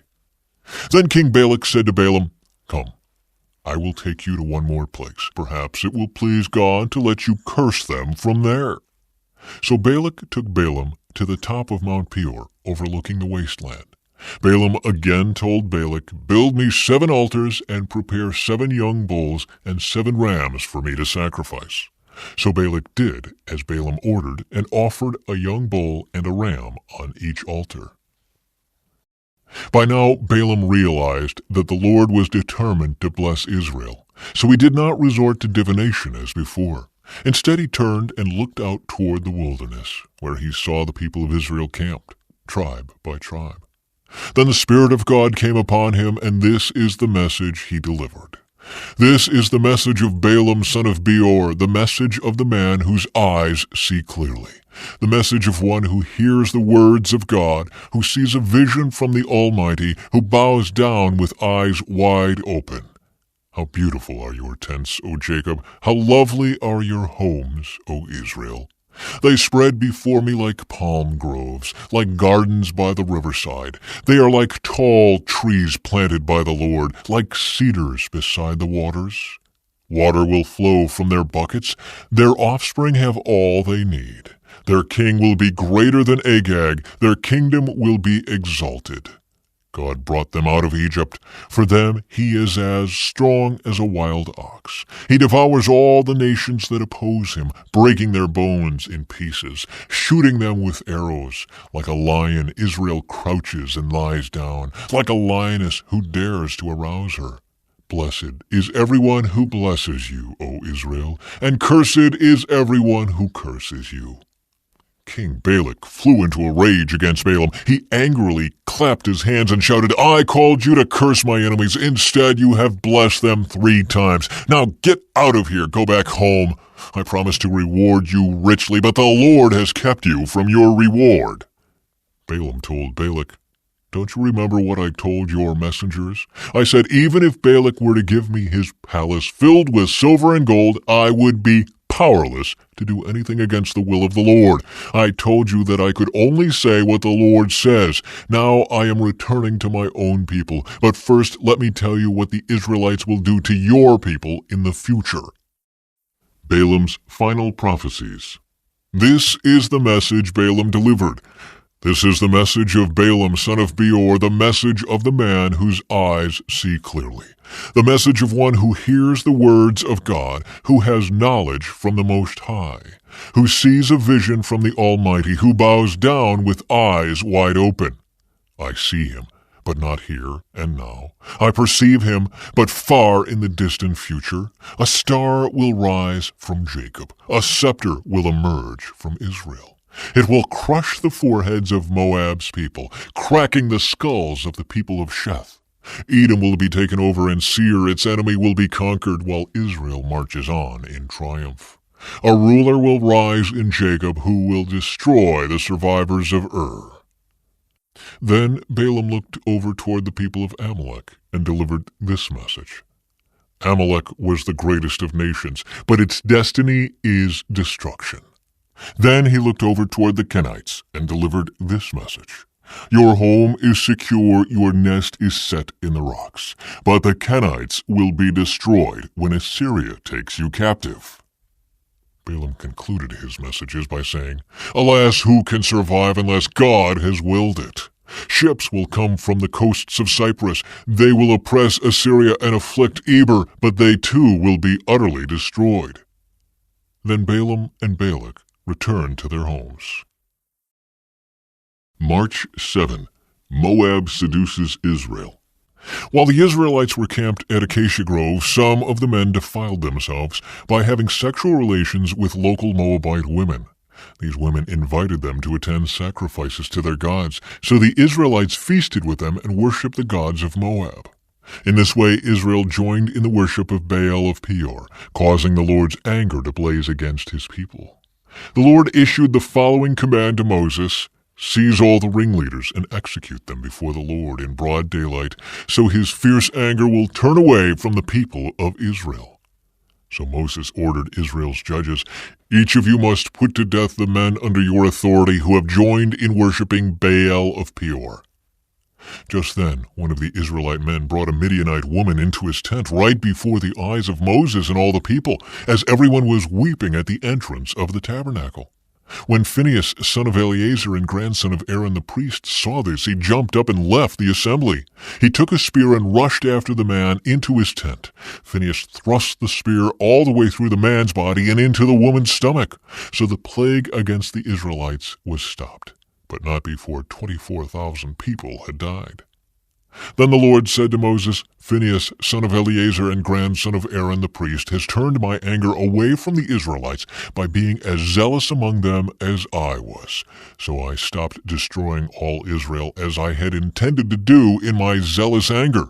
Now tell him that I am making my special covenant of peace with him. In this covenant I give him and his descendants a permanent right to the priesthood, for in his zeal for me, his God, he purified the people of Israel, making them right with me. The Israelite man killed with the Midianite woman was named Zimri, son of Salu, the leader of a family from the tribe of Simeon. The woman's name was Cosbi. She was the daughter of Zur, the leader of a Midianite clan. Then the Lord said to Moses, Attack the Midianites and destroy them, because they assaulted you with deceit and tricked you into worshiping Baal of Peor, and because of Cosbi, the daughter of a Midianite leader, who was killed at the time of the plague because of what happened at Peor. Israel's second census. After the plague had ended, the Lord said to Moses and to Eleazar, son of Aaron the priest, From the whole community of Israel, record the names of all the warriors by their families. List all the men 20 years old or older who are able to go to war. So there, on the plains of Moab, beside the Jordan River, across from Jericho, Moses and Eleazar the priest issued these instructions to the leaders of Israel. List all the men of Israel 20 years old and older, just as the Lord commanded Moses. This is the record of all the descendants of Israel who came out of Egypt. The tribe of Reuben. These were the clans descended from the sons of Reuben, Jacob's oldest son. The Hanachite clan, named after their ancestor Hanok. The Paluite clan, named after their ancestor Palu. The Hezronite clan, named after their ancestor Hezron. The Carmite clan, named after their ancestor Carmi.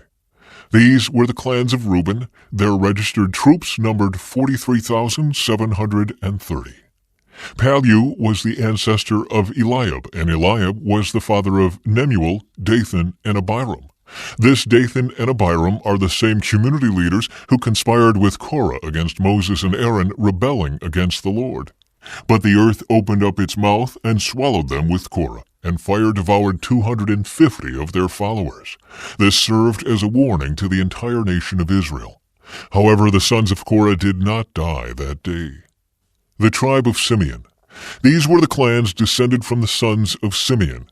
The Jemuelite clan, named after their ancestor Jemuel. The Jaminite clan, named after their ancestor Jamin. The Jachinite clan, named after their ancestor Jachin. The Zoharite clan, named after their ancestor Zohar. The Shaulite clan, named after their ancestor Shaul. These were the clans of Simeon. Their registered troops numbered 22,200. The tribe of Gad. These were the clans descended from the sons of Gad. The Zephonite clan, named after their ancestor Zephon. The Haggite clan, named after their ancestor Haggai. The Shunite clan, named after their ancestor Shunai. The Oznite clan, named after their ancestor Ozni. The Erite clan, named after their ancestor Eri. The Erodite clan, named after their ancestor Erodai. The Erelite clan, named after their ancestor Ereli. These were the clans of Gad. Their registered troops numbered 40,500. The tribe of Judah. Judah had two sons, and Onan, who had died in the land of Canaan. These were the clans descended from Judah's surviving sons. The Shelonite clan, named after their ancestor Shelah. The Perizzite clan, named after their ancestor Perez. The Zerahite clan, named after their ancestor Zerah. These were the subclans descended from the Perizzites. The Hezronites, named after their ancestor Hezron. The Hamalites, named after their ancestor Hamel. These were the clans of Judah. Their registered troops numbered 76,500. The tribe of Issachar. These were the clans descended from the sons of Issachar. The Tolaite clan, named after their ancestor Tola. The Puite clan, named after their ancestor Pua. The Jashubite clan, named after their ancestor Jashub. The Shimronite clan, named after their ancestor Shimron. These were the clans of Issachar. Their registered troops numbered 64,300. The tribe of Zebulun. These were the clans descended from the sons of Zebulun. The Seredite clan, named after their ancestor Sered. The Elonite clan, named after their ancestor Elon. The Jaleelite clan, named after their ancestor Jaleel. These were the clans of Zebulun. Their registered troops numbered 60,500. The tribe of Manasseh. Two clans were descended from Joseph through Manasseh and Ephraim. These were the clans descended from Manasseh. The Machirite clan, named after their ancestor Machir. The Gileadite clan, named after their ancestor Gilead, Machir's son. These were the subclans descended from the Gileadites.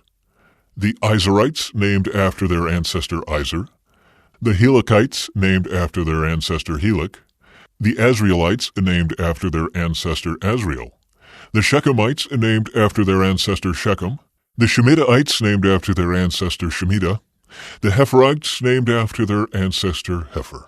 One of Hefer's descendants, Zelophehad, had no sons, but his daughters' names were Mahlah, Noah, Hoglah, Milcah, and Tirzah. These were the clans of Manasseh. Their registered troops numbered 52,700. The tribe of Ephraim. These were the clans descended from the sons of Ephraim. The Shuthelahite clan, named after their ancestor Shuthelah. The Becherite clan, named after their ancestor Becher.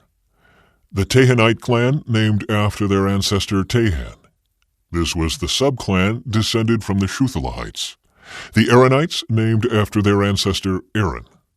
These were the clans of Ephraim. Their registered troops numbered 32,500. These clans of Manasseh and Ephraim were all descendants of Joseph. The tribe of Benjamin.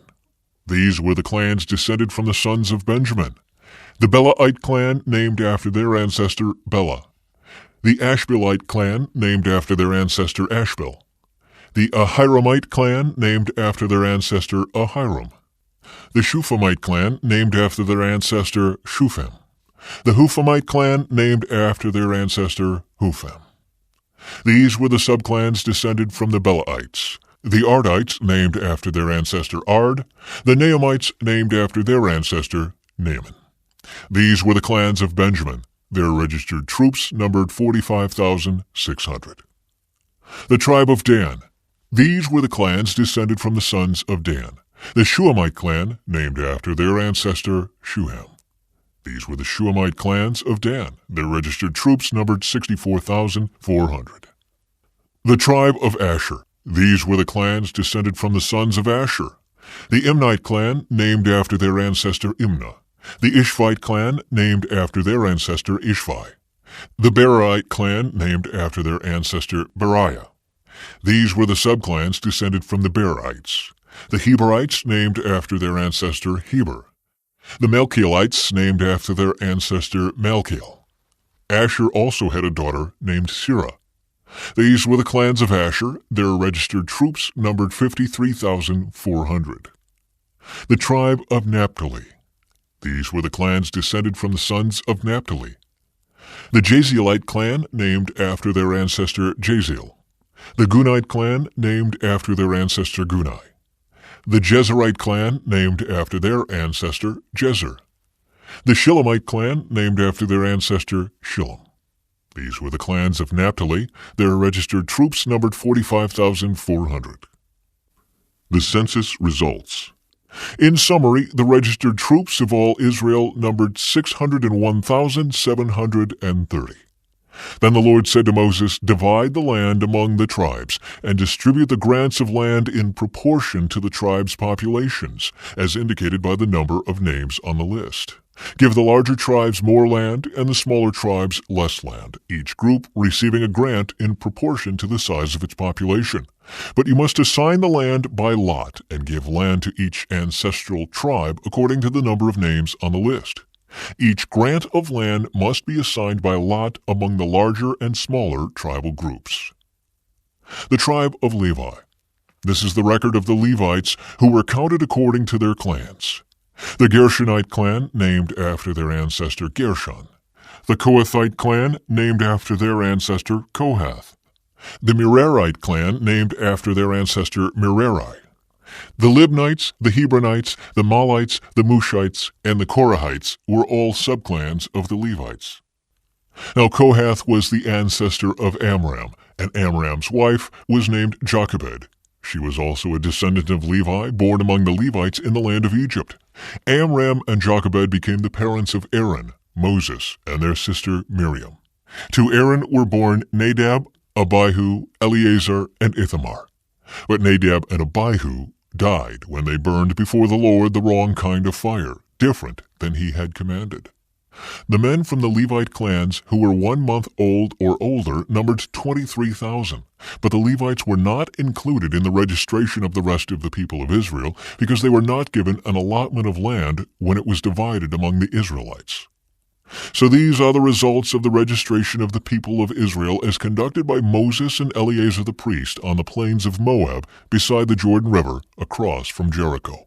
Not one person on this list had been among those listed in the previous registration taken by Moses and Aaron in the wilderness of Sinai. For the Lord had said of them, "They will all die in the wilderness." Not one of them survived except Caleb, son of Jephunneh, and Joshua, son of Nun. March 8. The daughters of Zelophehad. One day a petition was presented by the daughters of Zelophehad, Mahlah, Noah, Hoglah, Milcah, and Tirzah. Their father, Zelophehad, was a descendant of Hefer, son of Gilead, son of Machir, son of Manasseh, son of Joseph. These women stood before Moses, Eleazar the priest, the tribal leaders, and the entire community at the entrance of the tabernacle. "Our father died in the wilderness," they said. "He was not among Korah's followers who rebelled against the Lord. He died because of his own sin. But he had no sons. Why should the name of our father disappear from his clan just because he had no sons? Give us property along with the rest of our relatives." So Moses brought their case before the Lord. And the Lord replied to Moses, "The claim of the daughters of Zelophehad is legitimate. You must give them a grant of land along with their father's relatives. Assign them the property that would have been given to their father. And give the following instructions to the people of Israel. If a man dies and has no son, then give his inheritance to his daughters.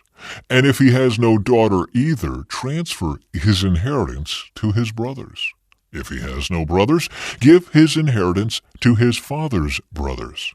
But if his father has no brothers, give his inheritance to the nearest relative in his clan. This is a legal requirement for the people of Israel, just as the Lord commanded Moses."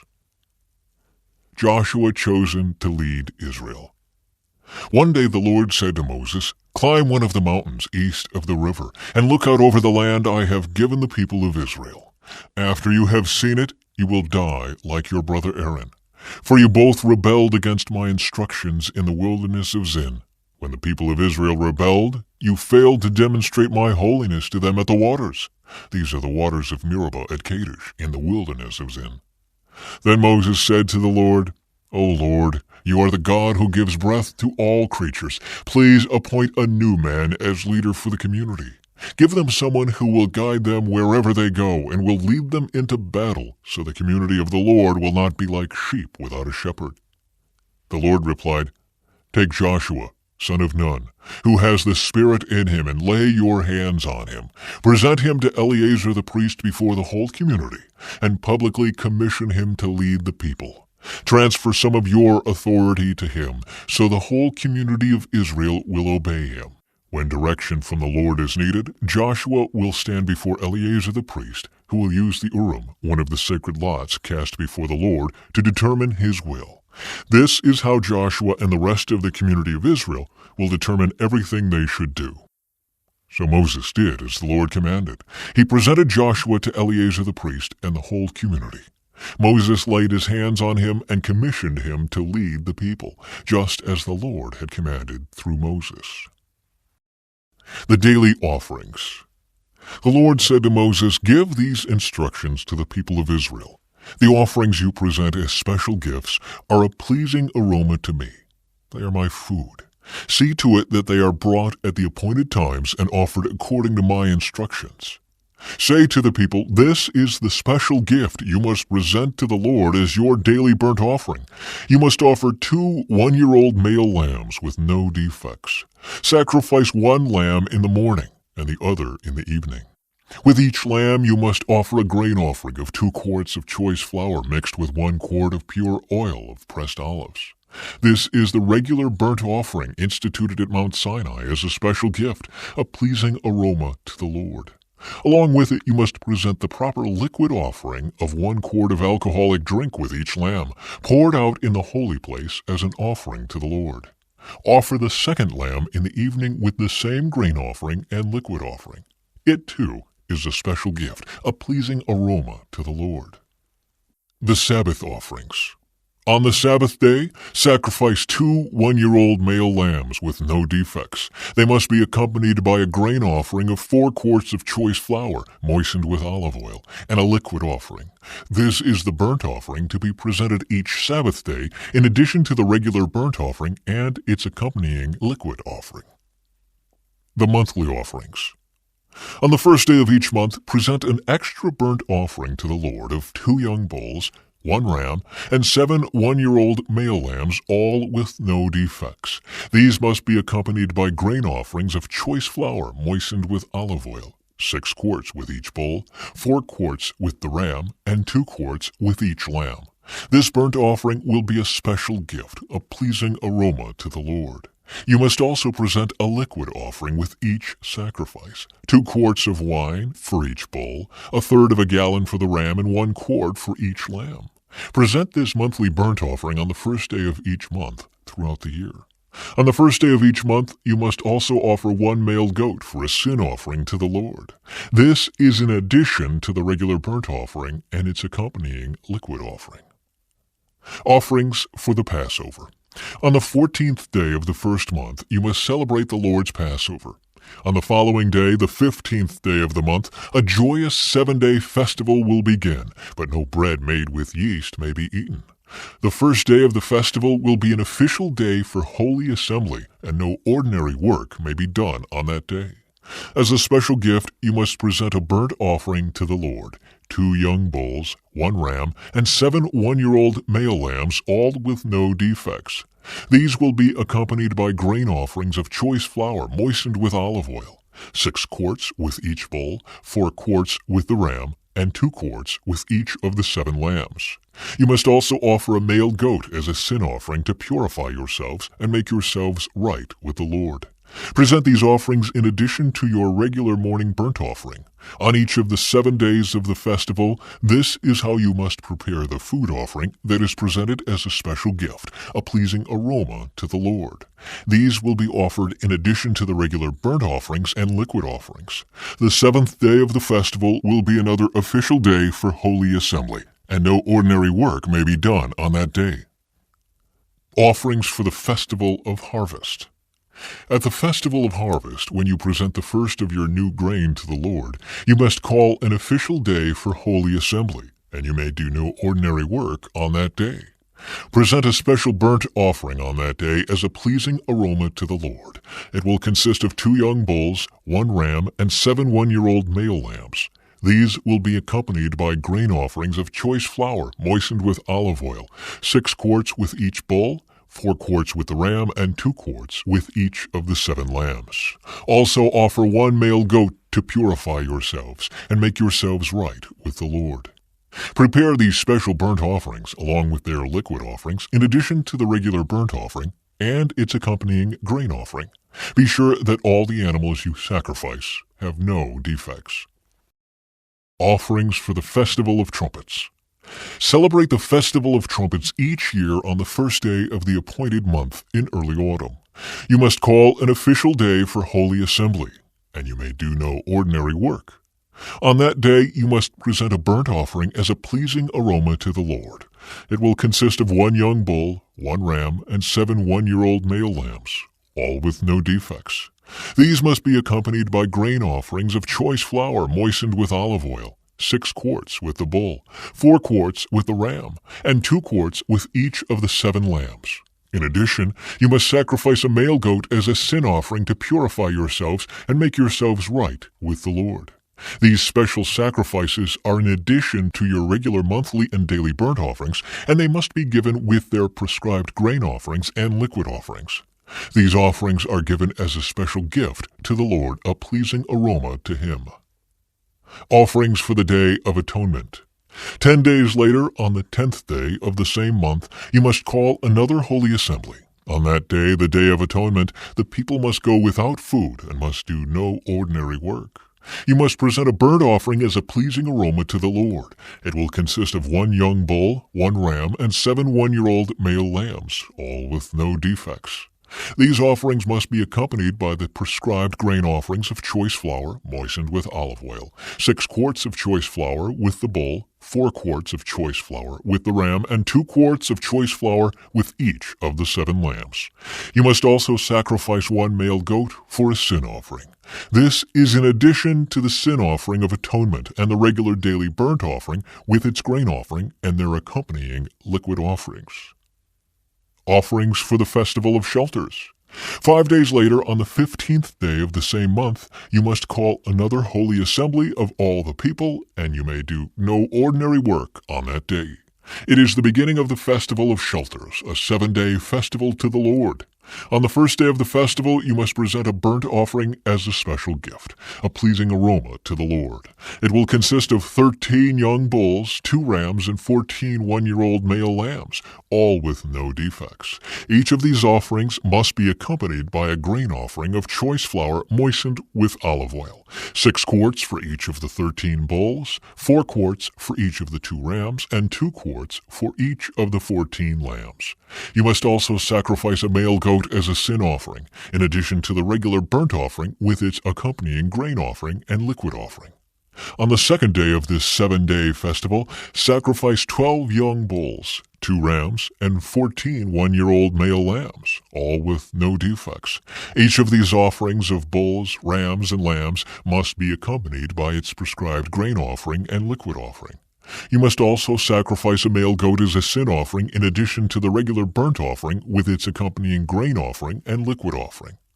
On the third day of the festival, sacrifice 11 young bulls, 2 rams, and 14 one-year-old male lambs, all with no defects. Each of these offerings of bulls, rams, and lambs must be accompanied by its prescribed grain offering and liquid offering.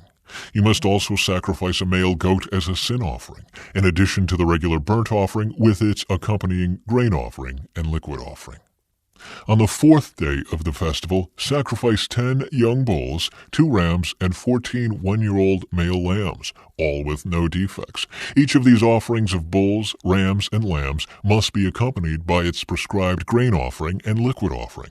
You must also sacrifice a male goat as a sin offering, in addition to the regular burnt offering with its accompanying grain offering and liquid offering. On the 5th day of the festival, sacrifice 9 young bulls, 2 rams, and 14 one-year-old male lambs, all with no defects. Each of these offerings of bulls, rams, and lambs must be accompanied by its prescribed grain offering and liquid offering. You must also sacrifice a male goat as a sin offering in addition to the regular burnt offering with its accompanying grain offering and liquid offering. On the 6th day of the festival, sacrifice 8 young bulls, 2 rams, and 14 one-year-old male lambs, all with no defects. Each of these offerings of bulls, rams, and lambs must be accompanied by its prescribed grain offering and liquid offering. You must also sacrifice a male goat as a sin offering in addition to the regular burnt offering with its accompanying grain offering and liquid offering. On the 7th day of the festival, sacrifice 7 young bulls, 2 rams, and 14 one-year-old male lambs, all with no defects. Each of these offerings of bulls, rams, and lambs must be accompanied by its prescribed grain offering and liquid offering. You must also sacrifice 1 male goat as a sin offering in addition to the regular burnt offering with its accompanying grain offering and liquid offering.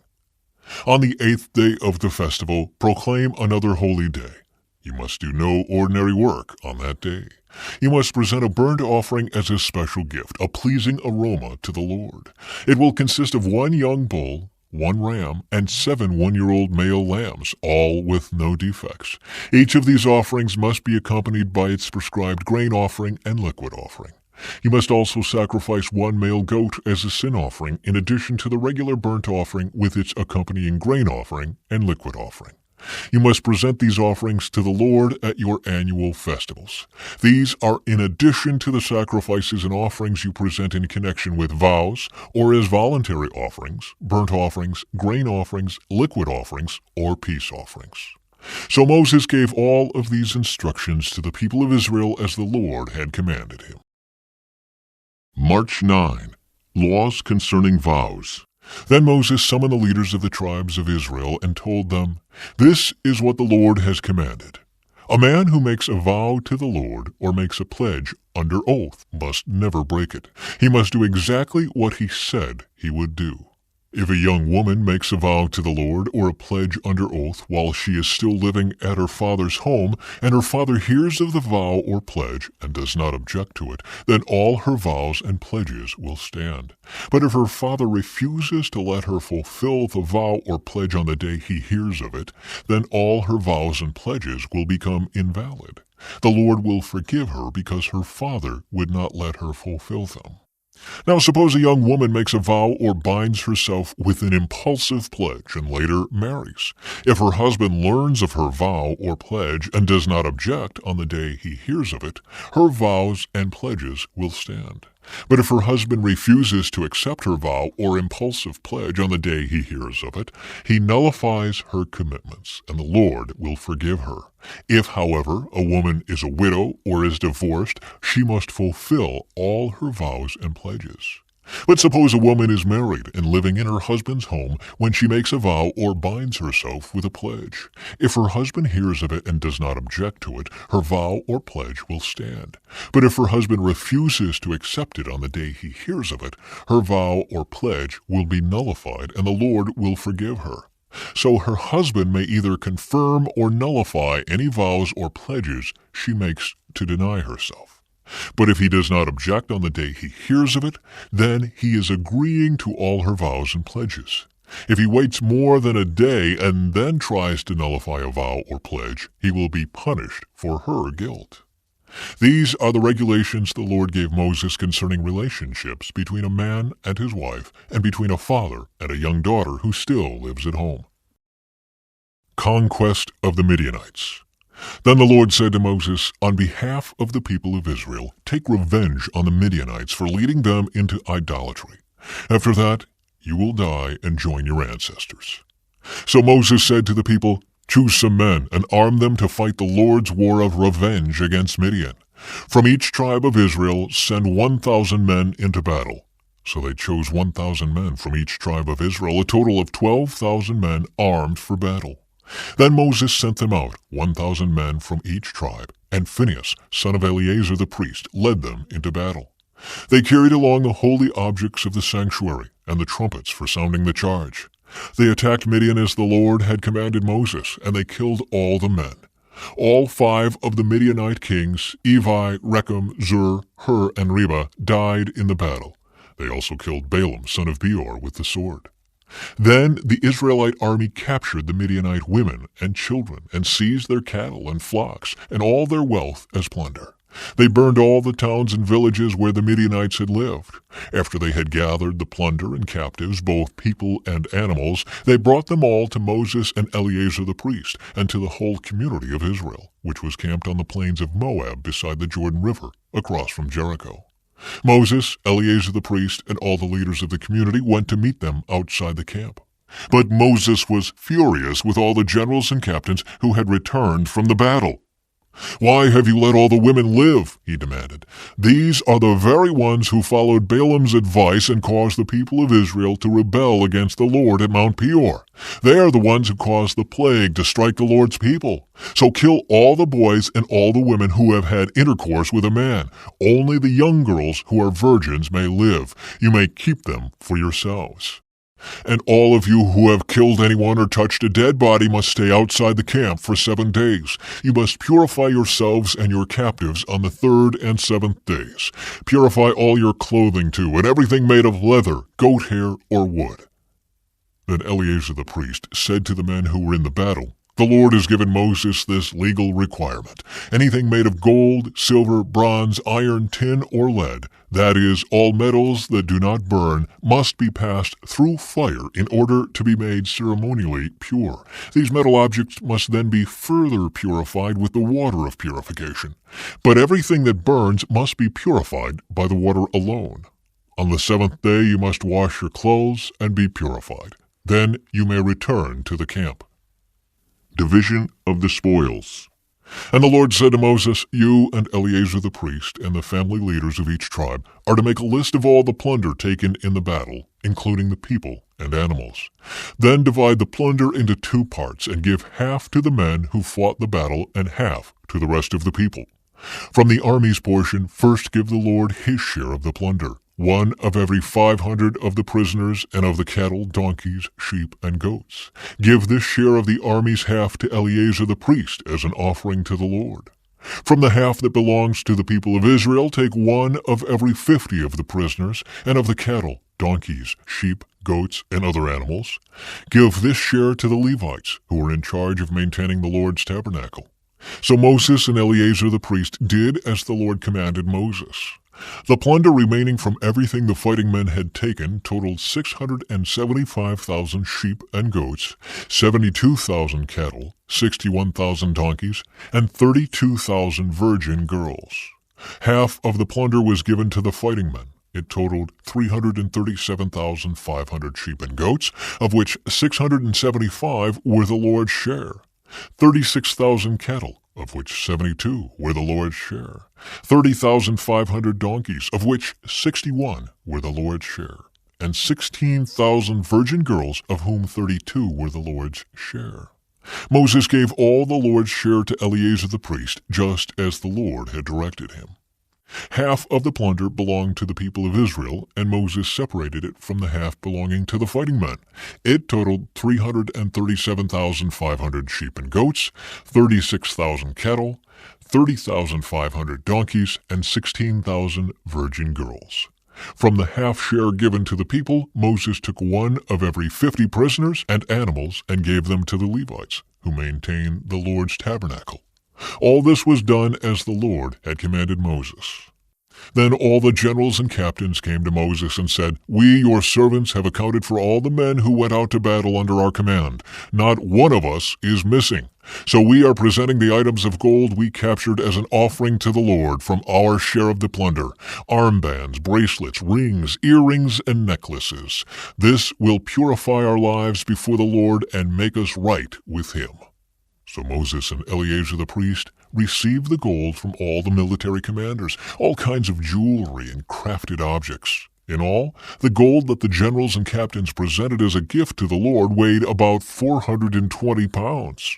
All the fighting men had taken some of the plunder for themselves. So Moses and Eleazar the priest accepted the gifts from the generals and captains and brought the gold to the tabernacle as a reminder to the Lord that the people of Israel belonged to him. March 10. The tribes east of the Jordan. The tribes of Reuben and Gad owned vast numbers of livestock. So when they saw that the lands of Jazer and Gilead were ideally suited for their flocks and herds, they came to Moses, Eleazar the priest, and the other leaders of the community. They said, "Notice the towns of Adaroth, Dibon, Jazer, Nimrah, Heshbon, Elealeh, Sibmah, Nebo, and Beon. The Lord has conquered this whole area for the community of Israel, and it is ideally suited for all our livestock. If we have found favor with you, please let us have this land as our property, instead of giving us land across the Jordan River." "Do you intend to stay here while your brothers go across and do all the fighting?" Moses asked the men of Gad and Reuben. "Why do you want to discourage the rest of the people of Israel from going across to the land the Lord has given them? Your ancestors did the same thing when I sent them from Kadesh Barnea to explore the land. After they went up to the valley of Eshcol and explored the land, they discouraged the people of Israel from entering the land the Lord was giving them.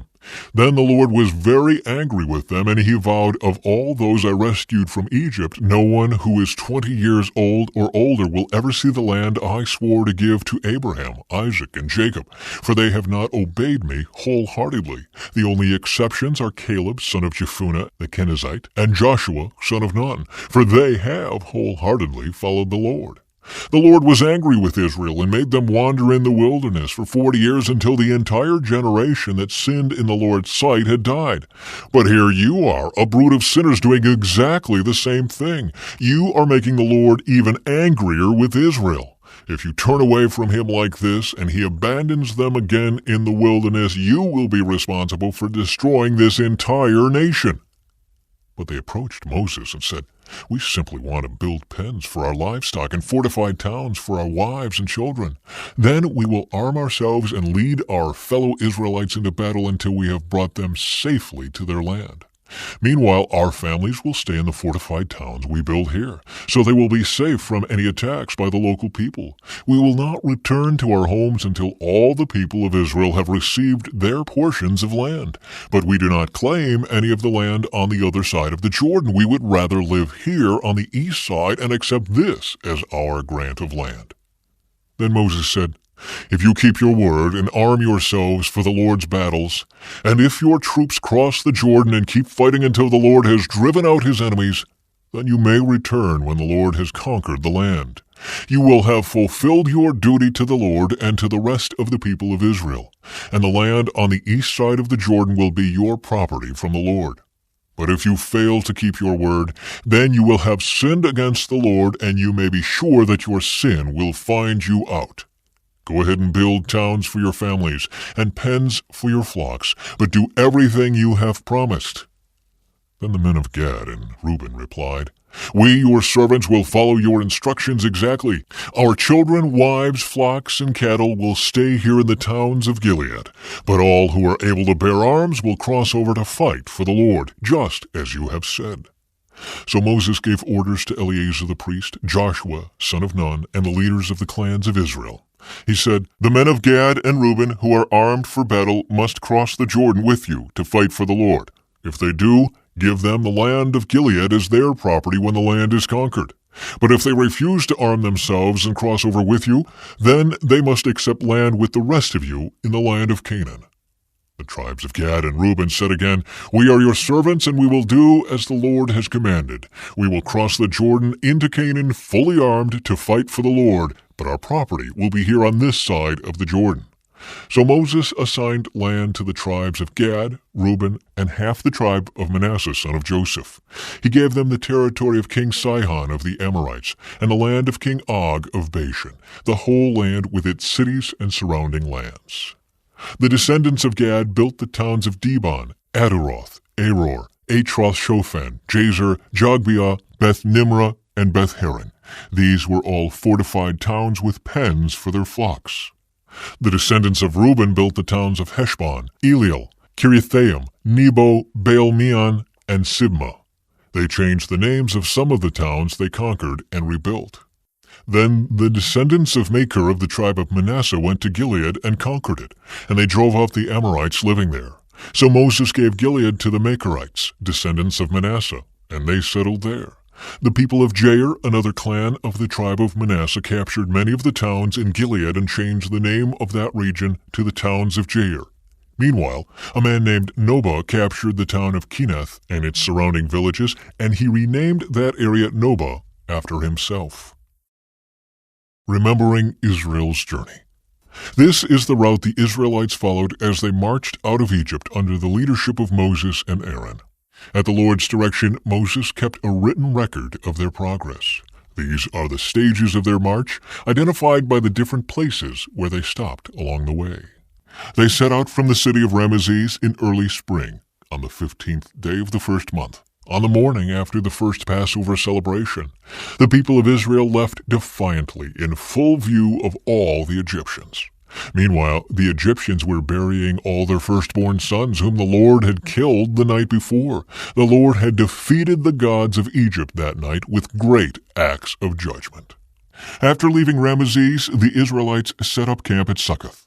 Then they left Succoth and camped at Etham on the edge of the wilderness.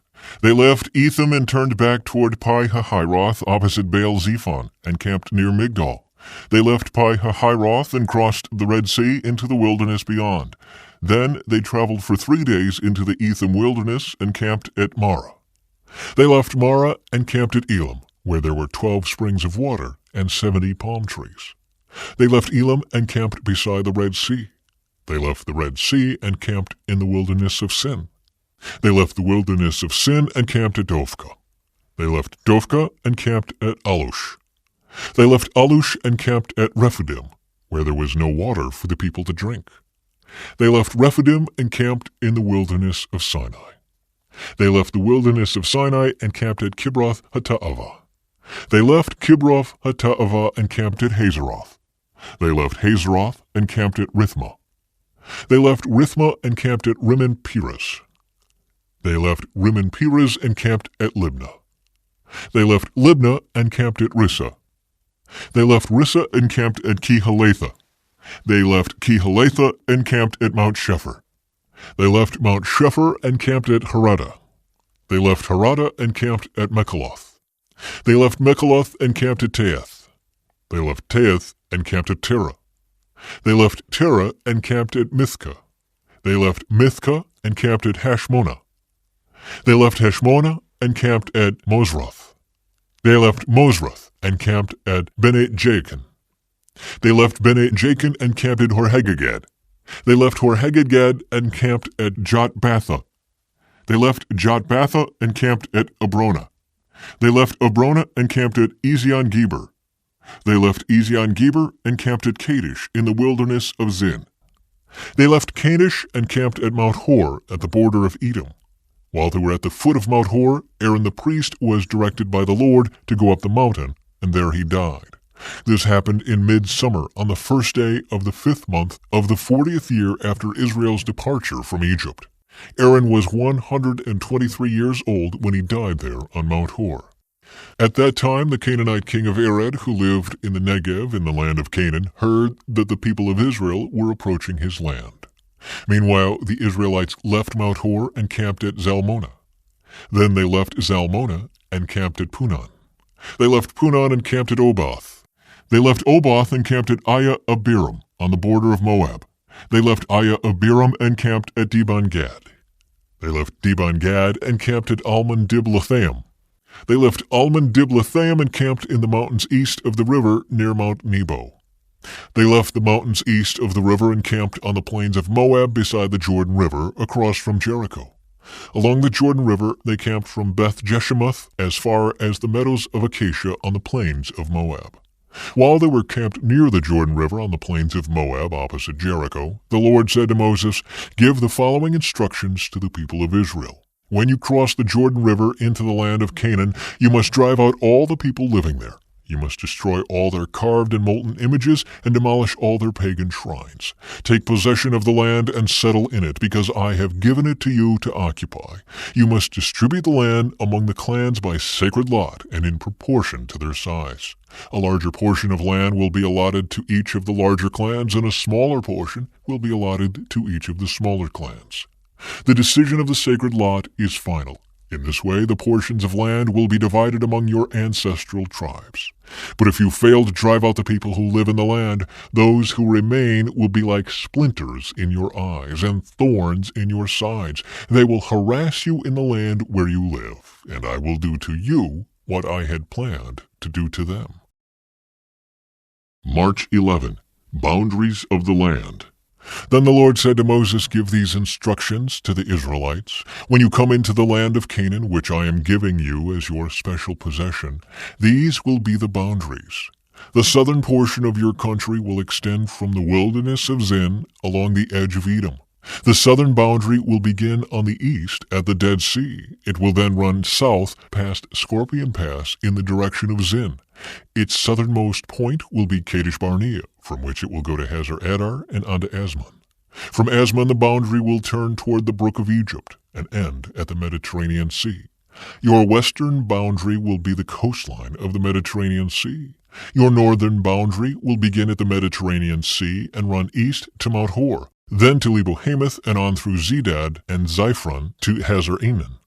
This will be your northern boundary. The eastern boundary will start at Hazar-Enan and run south to Shephem, then down to Riblah on the east side of Ain. From there, the boundary will run down along the eastern edge of the Sea of Galilee, and then along the Jordan River to the Dead Sea. These are the boundaries of your land. Then Moses told the Israelites, this territory is the homeland you are to divide among yourselves by sacred lot. The Lord has commanded that the land be divided among the 9.5 remaining tribes. The families of the tribes of Reuben, Gad, and half the tribe of Manasseh have already received their grants of land on the east side of the Jordan River, across from Jericho toward the sunrise. Leaders to divide the land. And the Lord said to Moses, Eleazar the priest and Joshua son of Nun are the men designated to divide the grants of land among the people. Enlist one leader from each tribe to help them with the task. These are the tribes and the names of the leaders. Judah, Caleb, son of Jephunneh. Simeon, Shemuel, son of Ammihud. Benjamin, Eladad, son of Kislon. Dan, Bukai, son of Joglai. Manasseh, son of Joseph. Haniel, son of Ephod. Ephraim, son of Joseph. Kemuel, son of Shiftan. Zebulun, Elizaphan, son of Parnak. Issachar, Paltiel, son of Azan. Asher, Ahihud, son of Shelemai. Naphtali, Pedahil, son of Ammihud. These are the men the Lord has appointed to divide the grants of land in Canaan among the Israelites. Towns for the Levites. While Israel was camped beside the Jordan on the plains of Moab across from Jericho, the Lord said to Moses, command the people of Israel to give to the Levites from their property certain towns to live in, along with the surrounding pasture lands. These towns will be for the Levites to live in, and the surrounding lands will provide pasture for their cattle, flocks, and other livestock. The pasture land assigned to the Levites around these towns will extend 1,500 feet from the town walls in every direction. Measure off 3,000 feet outside the town walls in every direction, east, south, west, north, with the town at the center. This area will serve as the larger pasture land for the towns. 6 of the towns you give the Levites will be cities of refuge, where a person who has accidentally killed someone can flee for safety. In addition, give them 42 other towns. In all, 48 towns with the surrounding pasture land will be given to the Levites. These towns will come from the property of the people of Israel. The larger tribes will give more towns to the Levites, while the smaller tribes will give fewer. Each tribe will give property in proportion to the size of its land. Cities of refuge. The Lord said to Moses, give the following instructions to the people of Israel. When you cross the Jordan into the land of Canaan, designate cities of refuge to which people can flee if they have killed someone accidentally. These cities will be places of protection from a dead person's relatives who want to avenge the death. The slayer must not be put to death before being tried by the community. Designate 6 cities of refuge for yourselves, 3 on the east side of the Jordan River and 3 on the west in the land of Canaan. These cities are for the protection of Israelites, foreigners living among you, and traveling merchants. Anyone who accidentally kills someone may flee there for safety. But if someone strikes and kills another person with a piece of iron, it is murder, and the murderer must be executed. Or if someone with a stone in his hand strikes and kills another person, it is murder, and the murderer must be put to death. Or if someone strikes and kills another person with a wooden object, it is murder, and the murderer must be put to death. The victim's nearest relative is responsible for putting the murderer to death. When they meet, the avenger must put the murderer to death. So if someone hates another person and pushes him or throws a dangerous object at him and he dies, it is murder. Or if someone hates another person and hits him with a fist and he dies, it is murder. In such cases, the avenger must put the murderer to death when they meet. But suppose someone pushes another person without having shown previous hostility, or throws something that unintentionally hits another person, or accidentally drops a huge stone on someone, though they were not enemies, and the person dies. If this should happen, the community must follow these regulations in making a judgment between the slayer and the avenger, the victim's nearest relative. The community must protect the slayer from the avenger and must escort the slayer back to live in the city of refuge to which he fled. There he must remain until the death of the high priest, who was anointed with the sacred oil. But if the slayer ever leaves the limits of the city of refuge, and the avenger finds him outside the city and kills him, it will not be considered murder. The slayer should have stayed inside the city of refuge until the death of the high priest. But after the death of the high priest, the slayer may return to his own property. These are legal requirements for you to observe from generation to generation, wherever you may live. All murderers must be put to death, but only if evidence is presented by more than one witness. No one may be put to death on the testimony of only one witness. Also, you must never accept a ransom payment for the life of someone judged guilty of murder and subject to execution. Murderers must always be put to death. And never accept a ransom payment from someone who has fled to a city of refuge, allowing a slayer to return to his property before the death of the high priest. This will ensure that the land where you live will not be polluted, for murder pollutes the land. And no sacrifice except the execution of the murderer can purify the land from murder. You must not defile the land where you live, for I live there myself. I am the Lord who lives among the people of Israel. Women who inherit property. Then the heads of the clans of Gilead, descendants of Machir, son of Manasseh, son of Joseph, came to Moses and the family leaders of Israel with a petition. They said, "Sir, the Lord instructed you to divide the land by sacred lot among the people of Israel. You were told by the Lord to give the grant of land owned by our brother Zelophehad to his daughters. But if they marry men from another tribe, their grants of land will go with them to the tribe into which they marry.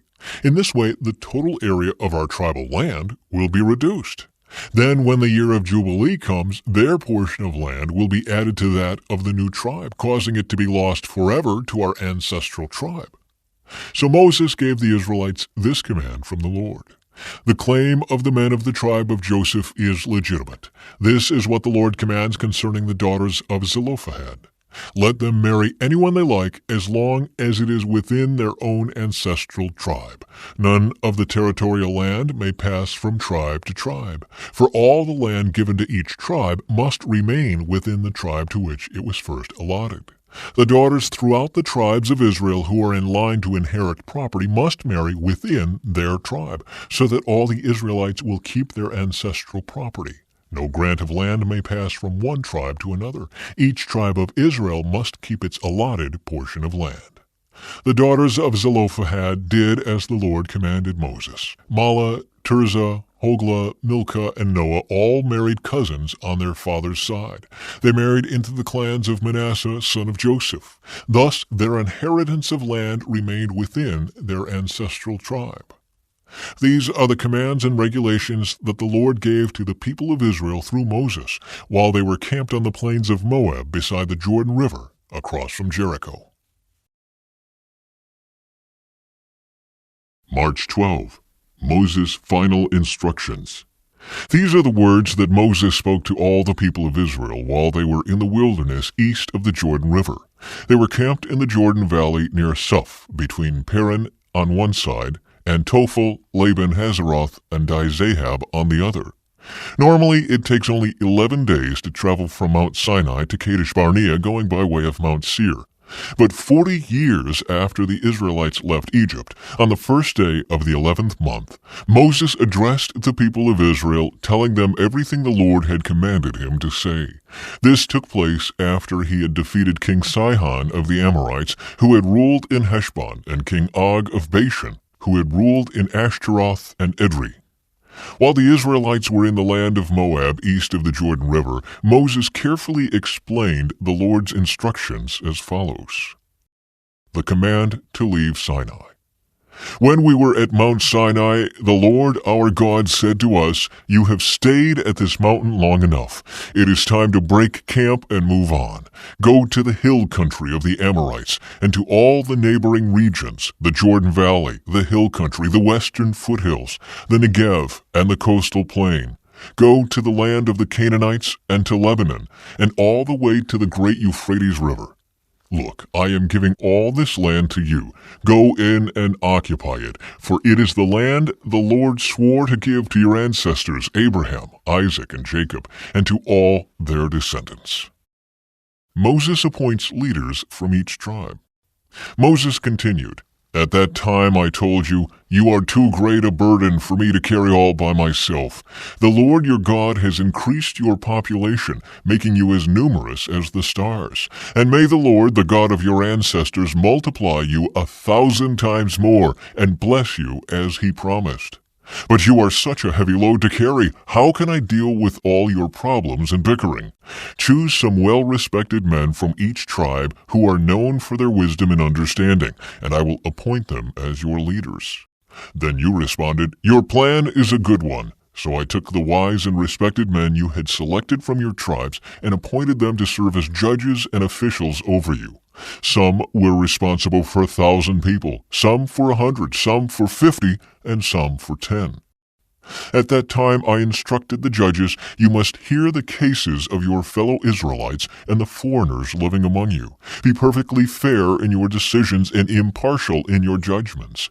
Hear the cases of those who are poor as well as those who are rich. Don't be afraid of anyone's anger, for the decision you make is God's decision.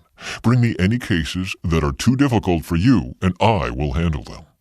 At that time I gave you instructions about everything you were to do. Scouts explore the land. Then, just as the Lord our God commanded us, we left Mount Sinai and traveled through the great and terrifying wilderness, as you yourselves remember, and headed toward the hill country of the Amorites. When we arrived at Kadesh Barnea, I said to you, "You have now reached the hill country of the Amorites that the Lord our God is giving us. Look, he has placed the land in front of you. Go and occupy it, as the Lord, the God of your ancestors, has promised you. Don't be afraid. Don't be discouraged." But you all came to me and said, "First, let's send out scouts to explore the land for us. They will advise us on the best route to take and which towns we should enter." This seemed like a good idea to me, so I chose 12 scouts, one from each of your tribes. They headed for the hill country and came to the valley of Eshcol and explored it. They picked some of its fruit and brought it back to us, and they reported, "The land the Lord our God has given us is indeed a good land." Israel rebels against the Lord. But you rebelled against the command of the Lord your God and refused to go in. You complained in your tents and said, "The Lord must hate us. That's why he has brought us here from Egypt, to hand us over to the Amorites to be slaughtered. Where can we go? Our brothers have demoralized us with their report. They tell us the people of the land are taller and more powerful than we are, and their towns are large, with walls rising high into the sky. We even saw giants there, the descendants of Anak." But I said to you, "Don't be shocked or afraid of them. The Lord your God is going ahead of you. He will fight for you, just as you saw him do in Egypt. And you saw how the Lord your God cared for you all along the way as you traveled through the wilderness, just as a father cares for his child. Now he has brought you to this place. But even after all he did, you refused to trust the Lord your God, who goes before you, looking for the best places to camp, guiding you with a pillar of fire by night and a pillar of cloud by day. When the Lord heard your complaining, he became very angry, so he solemnly swore, "Not one of you from this wicked generation will live to see the good land I swore to give your ancestors, except Caleb son of Jephunneh. He will see this land because he has followed the Lord completely. I will give to him and his descendants some of the very land he explored during his scouting mission." And the Lord was also angry with me because of you. He said to me, "Moses, not even you will enter the promised land. Instead, your assistant, Joshua, son of Nun, will lead the people into the land. Encourage him, for he will lead Israel as they take possession of it. I will give the land to your little ones, your innocent children. You were afraid they would be captured, but they will be the ones who occupy it. As for you, turn around now and go on back through the wilderness toward the Red Sea." Then you confessed, "We have sinned against the Lord. We will go into the land and fight for it, as the Lord our God has commanded us." So your men strapped on their weapons, thinking it would be easy to attack the hill country. But the Lord told me to tell you, "Do not attack, for I am not with you. If you go ahead on your own, you will be crushed by your enemies." This is what I told you, but you would not listen. Instead, you again rebelled against the Lord's command and arrogantly went into the hill country to fight. But the Amorites who lived there came out against you like a swarm of bees. They chased and battered you all the way from Seir to Hormah. Then you returned and wept before the Lord, but he refused to listen. So you stayed there at Kadesh for a long time. Remembering Israel's wanderings. Then we turned around and headed back across the wilderness toward the Red Sea, just as the Lord had instructed me. And we wandered around in the region of Mount Seir for a long time. Then at last the Lord said to me, "You have been wandering around in this hill country long enough. Turn to the north. Give these orders to the people. You will pass through the country belonging to your relatives the Edomites, the descendants of Esau, who live in Seir. The Edomites will feel threatened, so be careful. Do not bother them, for I have given them all the hill country around Mount Seir as their property, and I will not give you even 1 square foot of their land. If you need food to eat or water to drink, pay them for it. For the Lord your God has blessed you in everything you have done. He has watched your every step through this great wilderness. During these 40 years, the Lord your God has been with you, and you have lacked nothing." So we bypassed the territory of our relatives, the descendants of Esau, who live in Seir. We avoided the road through the Arabah valley that comes up from Elath and Ezion-Geber. Then, as we turned north along the desert route through Moab, the Lord warned us, "Do not bother the Moabites, the descendants of Lot, or start a war with them. I have given them Ar as their property, and I will not give you any of their land." A race of giants called the Emites had once lived in the area of Ar. They were as strong and numerous and tall as the Anakites, another race of giants. Both the Emites and the Anakites are also known as the Rephaites, though the Moabites call them Emites. In earlier times, the Horites had lived in Seir, but they were driven out and displaced by the descendants of Esau, just as Israel drove out the people of Canaan when the Lord gave Israel their land. Moses continued, "Then the Lord said to us, 'Get moving, cross the Zered brook.' So we crossed the brook. 38 years passed from the time we first left Kadesh Barnea until we finally crossed the Zered brook. By then all the men old enough to fight in battle had died in the wilderness, as the Lord had vowed would happen. The Lord struck them down until they had all been eliminated from the community. When all the men of fighting age had died, the Lord said to me, 'Today you will cross the border of Moab at Ar, and enter the land of the Ammonites, the descendants of Lot. But do not bother them or start a war with them. I have given the land of Ammon to them as their property, and I will not give you any of their land.' That area was once considered the land of the Rephaites who had lived there, though the Ammonites called them Zamzumites. They were also as strong and numerous and tall as the Anakites. But the Lord destroyed them, so the Ammonites could occupy their land. He had done the same for the descendants of Esau who lived in Seir, for he destroyed the Horites so they could settle there in their place. The descendants of Esau live there to this day. A similar thing happened when the Caphtorites from Crete invaded and destroyed the Avites, who had lived in villages in the area of Gaza. Moses continued, "Then the Lord said, 'Now get moving, cross the Arnon Gorge. Look, I will hand over to you Sihon the Amorite, king of Heshbon, and I will give you his land. Attack him and begin to occupy the land. Beginning today, I will make people throughout the earth terrified because of you. When they hear reports about you, they will tremble with dread and fear.'" Victory over Sihon of Heshbon. Moses continued, "From the wilderness of Kedemoth I sent ambassadors to King Sihon of Heshbon with this proposal of peace.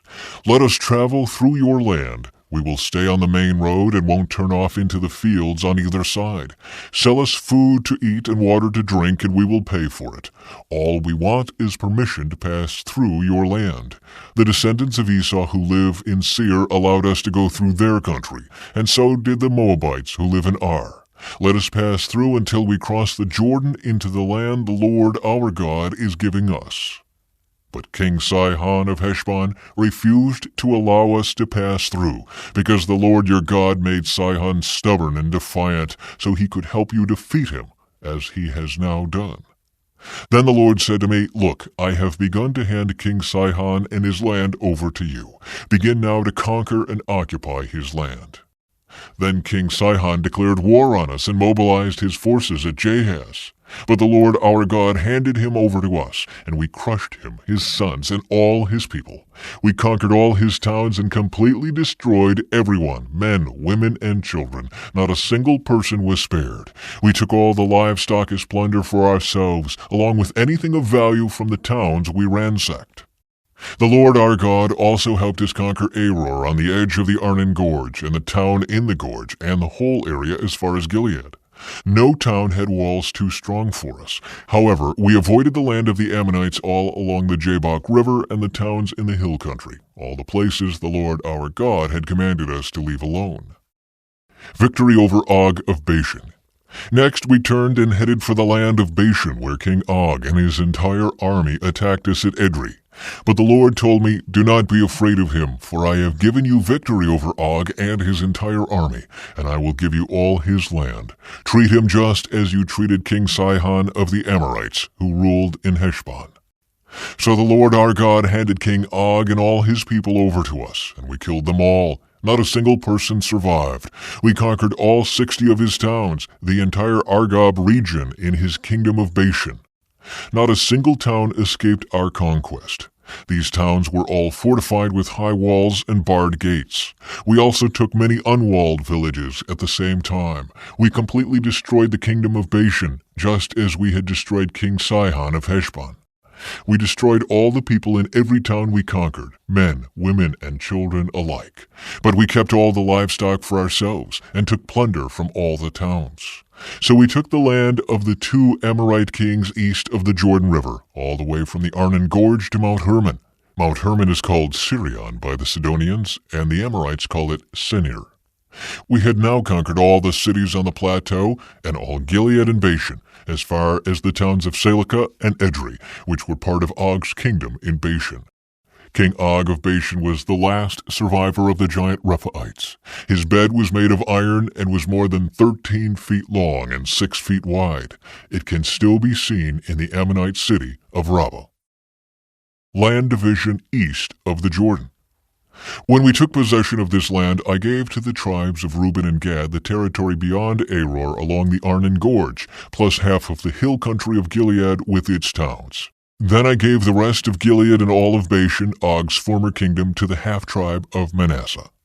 This entire Argob region of Bashan used to be known as the land of the Rephaites. Jair, a leader from the tribe of Manasseh, conquered the whole Argob region in Bashan, all the way to the border of the Geshurites and Maacathites. Jair renamed this region after himself, calling it the Towns of Jair, as it is still known today. I gave Gilead to the clan of Machir, but I also gave part of Gilead to the tribes of Reuben and Gad. The area I gave them extended from the middle of the Arnon Gorge in the south to the Jabbok River on the Ammonite frontier. They also received the Jordan Valley, all the way from the Sea of Galilee down to the Dead Sea, with the Jordan River serving as the western boundary. To the east were the slopes of Pisgah. At that time I gave this command to the tribes that would live east of the Jordan. Although the Lord your God has given you this land as your property, all your fighting men must cross the Jordan ahead of your Israelite relatives, armed and ready to assist them. Your wives, children, and numerous livestock, however, may stay behind in the towns I have given you. When the Lord has given security to the rest of the Israelites as he has to you, and when they occupy the land the Lord your God is giving them across the Jordan River, then you may all return here to the land I have given you.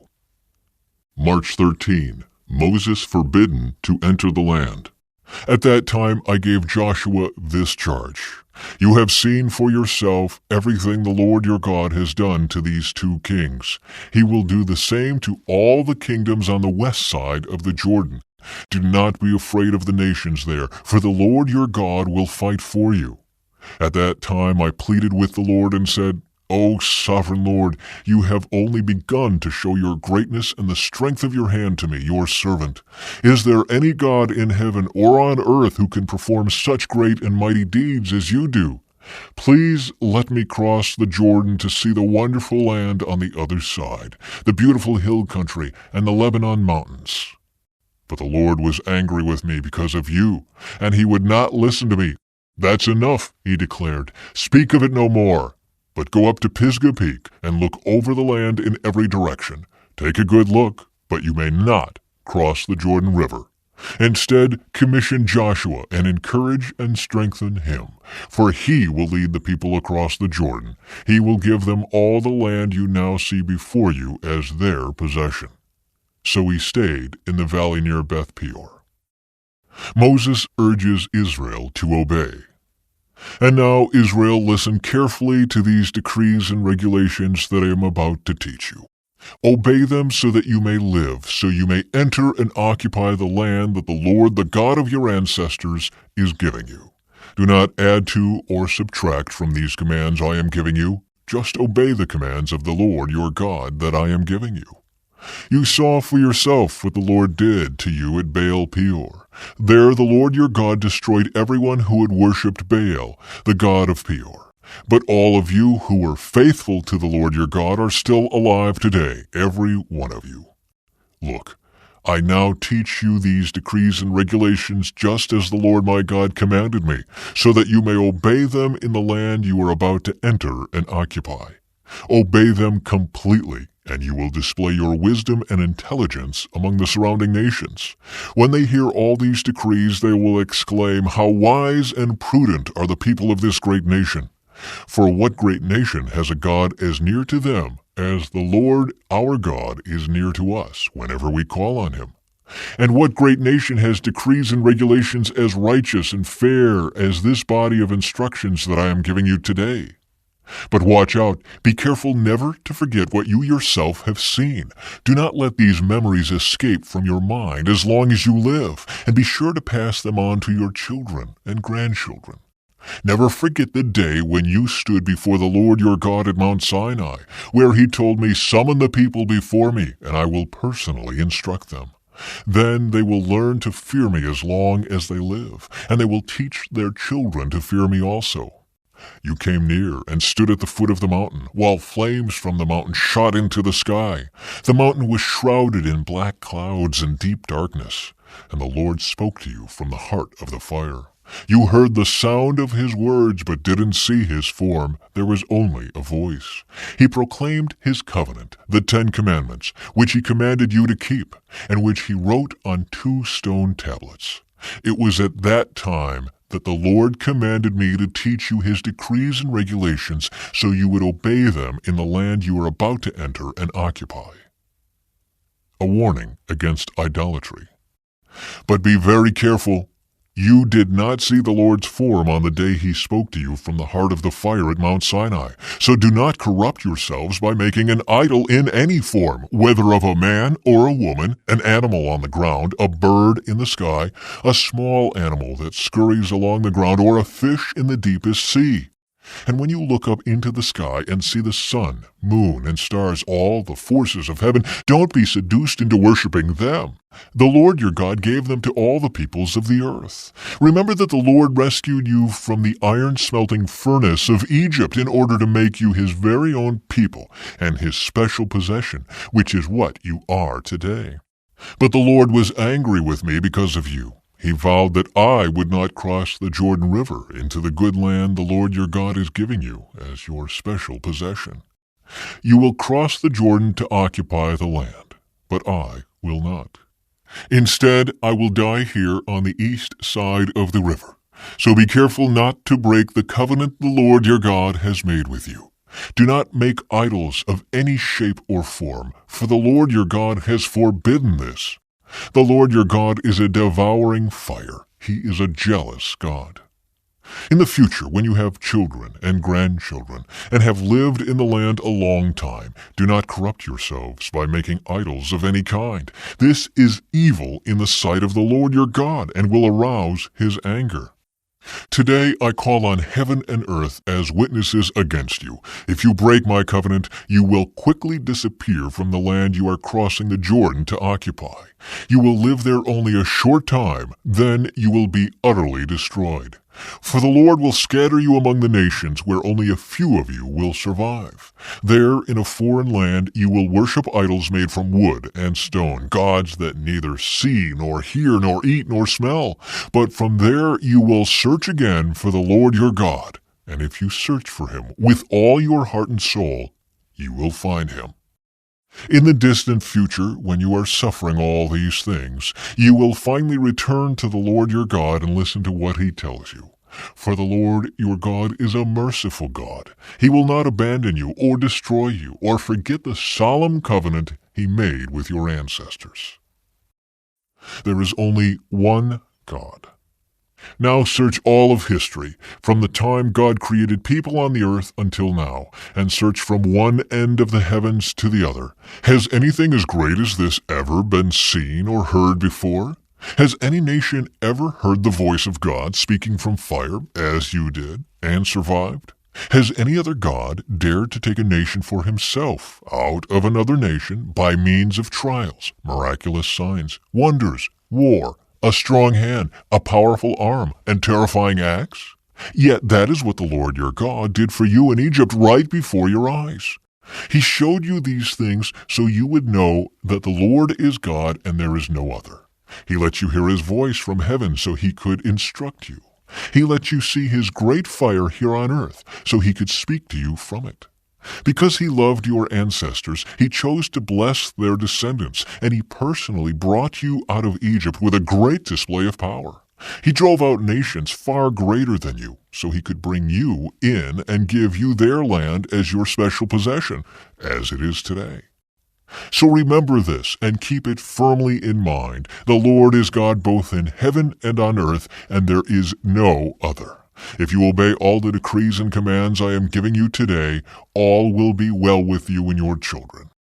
I am giving you these instructions so you will enjoy a long life in the land the Lord your God is giving you for all time. Eastern Cities of Refuge. Then Moses set apart 3 cities of refuge east of the Jordan River. Anyone who killed another person unintentionally without previous hostility could flee there to live in safety. These were the cities: Bezer on the wilderness plateau for the tribe of Reuben, Ramoth in Gilead for the tribe of Gad, Golan in Bashan for the tribe of Manasseh. Introduction to the Law. This is the body of instruction that Moses presented to the Israelites. These are the laws, decrees, and regulations that Moses gave to the people of Israel when they left Egypt, and as they camped in the valley near Beth Peor east of the Jordan River.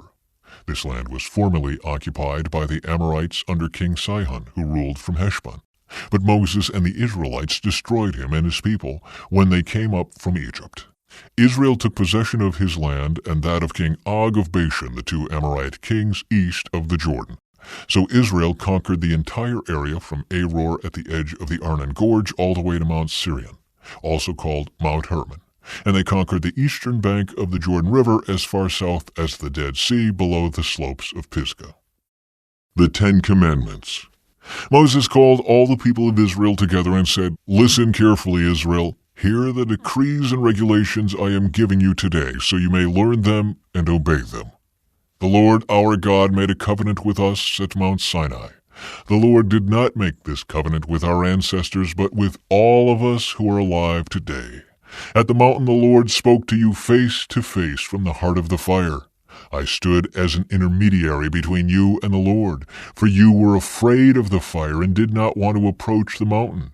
He spoke to me, and I passed his words on to you. This is what he said.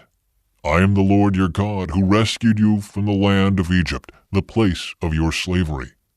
You must not have any other god but me. You must not make for yourself an idol of any kind, or an image of anything in the heavens, or on the earth, or in the sea. You must not bow down to them or worship them, for I, the Lord your God, am a jealous God who will not tolerate your affection for any other gods. I lay the sins of the parents upon their children. The entire family is affected, even children in the third and fourth generations of those who reject me. But I lavish unfailing love for 1,000 generations on those who love me and obey my commands. You must not misuse the name of the Lord your God. The Lord will not let you go unpunished if you misuse his name. Observe the Sabbath day by keeping it holy, as the Lord your God has commanded you. You have 6 days each week for your ordinary work, but the seventh day is a Sabbath day of rest, dedicated to the Lord your God. On that day, no one in your household may do any work. This includes you, your sons and daughters, your male and female servants, your oxen and donkeys, and other livestock, and any foreigners living among you. All your male and female servants must rest as you do. Remember that you were once slaves in Egypt, but the Lord your God brought you out with his strong hand and powerful arm. That is why the Lord your God has commanded you to rest on the Sabbath day. Honor your father and mother, as the Lord your God commanded you. Then you will live a long, full life in the land the Lord your God is giving you. You must not murder. You must not commit adultery. You must not steal. You must not testify falsely against your neighbor. You must not covet your neighbor's wife. You must not covet your neighbor's house or land, male or female servant, ox or donkey, or anything else that belongs to your neighbor. The Lord spoke these words to all of you assembled there at the foot of the mountain. He spoke with a loud voice from the heart of the fire, surrounded by clouds and deep darkness. This was all he said at that time, and he wrote his words on 2 stone tablets and gave them to me. But when you heard the voice from the heart of the darkness, while the mountain was blazing with fire, all your tribal leaders and elders came to me. They said, "Look, the Lord our God has shown us his glory and greatness, and we have heard his voice from the heart of the fire. Today we have seen that God can speak to us humans, and yet we live. But now, why should we risk death again? If the Lord our God speaks to us again, we will certainly die and be consumed by this awesome fire. Can any living thing hear the voice of the living God from the heart of the fire as we did and yet survive? Go yourself and listen to what the Lord our God says. Then come and tell us everything he tells you, and we will listen and obey." The Lord heard the request you made to me, and he said, "I have heard what the people said to you, and they are right. Oh, that they would always have hearts like this, that they might fear me and obey all my commands. If they did, they and their descendants would prosper forever.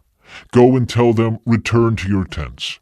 But you stand here with me, so I can give you all my commands, decrees, and regulations. You must teach them to the people so they can obey them in the land I am giving them as their possession." So Moses told the people, "You must be careful to obey all the commands of the Lord your God, following his instructions in every detail. Stay on the path that the Lord your God has commanded you to follow. Then you will live long and prosperous lives in the land you are about to enter and occupy." March 14. A call for wholehearted commitment. These are the commands, decrees, and regulations that the Lord your God commanded me to teach you. You must obey them in the land you are about to enter and occupy, and you and your children and grandchildren must fear the Lord your God as long as you live. If you obey all his decrees and commands, you will enjoy a long life. Listen closely, Israel, and be careful to obey. Then all will go well with you, and you will have many children in the land flowing with milk and honey, just as the Lord, the God of your ancestors, promised you. Listen, O Israel, the Lord is our God, the Lord alone. And you must love the Lord your God with all your heart, all your soul, and all your strength. And you must commit yourselves wholeheartedly to these commands that I am giving you today. Repeat them again and again to your children. Talk about them when you are at home, and when you are on the road, when you are going to bed, and when you are getting up. Tie them to your hands and wear them on your forehead as reminders. Write them on the doorposts of your house and on your gates. The Lord your God will soon bring you into the land he swore to give you when he made a vow to your ancestors Abraham, Isaac, and Jacob. It is a land with large, prosperous cities that you did not build. The houses will be richly stocked with goods you did not produce. You will draw water from cisterns you did not dig, and you will eat from vineyards and olive trees you did not plant. When you have eaten your fill in this land, be careful not to forget the Lord who rescued you from slavery in the land of Egypt. You must fear the Lord your God and serve him. When you take an oath, you must use only his name. You must not worship any of the gods of neighboring nations, for the Lord your God who lives among you is a jealous God. His anger will flare up against you, and he will wipe you from the face of the earth. You must not test the Lord your God, as you did when you complained at Massah. You must diligently obey the commands of the Lord your God, all the laws and decrees he has given you. Do what is right and good in the Lord's sight, so all will go well with you. Then you will enter and occupy the good land that the Lord swore to give your ancestors. You will drive out all the enemies living in the land, just as the Lord said you would. In the future, your children will ask you, what is the meaning of these laws, decrees, and regulations that the Lord our God has commanded us to obey? Then you must tell them, we were Pharaoh's slaves in Egypt, but the Lord brought us out of Egypt with his strong hand. The Lord did miraculous signs and wonders before our eyes, dealing terrifying blows against Egypt and Pharaoh and all his people. He brought us out of Egypt so he could give us this land he had sworn to give our ancestors. And the Lord our God commanded us to obey all these decrees and to fear him, so he can continue to bless us and preserve our lives, as he has done to this day. For we will be counted as righteous when we obey all the commands the Lord our God has given us. The privilege of holiness. When the Lord your God brings you into the land you are about to enter and occupy, he will clear away many nations ahead of you, the Hittites, Girgashites, Amorites, Canaanites, Perizzites, Hivites, and Jebusites. These 7 nations are greater and more numerous than you. When the Lord your God hands these nations over to you and you conquer them, you must completely destroy them. Make no treaties with them and show them no mercy. You must not intermarry with them. Do not let your daughters and sons marry their sons and daughters, for they will lead your children away from me to worship other gods. Then the anger of the Lord will burn against you, and he will quickly destroy you. This is what you must do. You must break down their pagan altars and shatter their sacred pillars, cut down their Asherah poles and burn their idols. For you are a holy people who belong to the Lord your God. Of all the people on earth, the Lord your God has chosen you to be his own special treasure. The Lord did not set his heart on you and choose you because you were more numerous than other nations, for you were the smallest of all nations. Rather, it was simply that the Lord loves you, and he was keeping the oath he had sworn to your ancestors. That is why the Lord rescued you with such a strong hand from your slavery and from the oppressive hand of Pharaoh, king of Egypt. Understand, therefore, that the Lord your God is indeed God. He is the faithful God who keeps his covenant for 1,000 generations and lavishes his unfailing love on those who love him and obey his commands. But he does not hesitate to punish and destroy those who reject him. Therefore, you must obey all these commands, decrees, and regulations I am giving you today. If you listen to these regulations and faithfully obey them, the Lord your God will keep his covenant of unfailing love with you, as he promised with an oath to your ancestors. He will love you and bless you, and he will give you many children. He will give fertility to your land and your animals. When you arrive in the land he swore to give your ancestors, you will have large harvests of grain, new wine and olive oil, and great herds of cattle, sheep, and goats. You will be blessed above all the nations of the earth. None of your men or women will be childless, and all your livestock will bear young. And the Lord will protect you from all sickness. He will not let you suffer from the terrible diseases you knew in Egypt, but he will inflict them on all your enemies. You must destroy all the nations the Lord your God hands over to you. Show them no mercy, and do not worship their gods, or they will trap you. Perhaps you will think to yourselves, how can we ever conquer these nations that are so much more powerful than we are? But don't be afraid of them. Just remember what the Lord your God did to Pharaoh and to all the land of Egypt. Remember the great terrors the Lord your God sent against them. You saw it all with your own eyes. And remember the miraculous signs and wonders and the strong hand and powerful arm with which he brought you out of Egypt. The Lord your God will use this same power against all the people you fear. And then the Lord your God will send terror to drive out the few survivors still hiding from you. No, do not be afraid of those nations, for the Lord your God is among you, and he is a great and awesome God. The Lord your God will drive those nations out ahead of you little by little. You will not clear them away all at once, otherwise the wild animals would multiply too quickly for you. But the Lord your God will hand them over to you. He will throw them into complete confusion until they are destroyed. He will put their kings in your power, and you will erase their names from the face of the earth. No one will be able to stand against you, and you will destroy them all. You must burn their idols in fire, and you must not covet the silver or gold that covers them. You must not take it, or it will become a trap to you, for it is detestable to the Lord your God. Do not bring any detestable objects into your home, for then you will be destroyed, just like them. You must utterly detest such things, for they are set apart for destruction.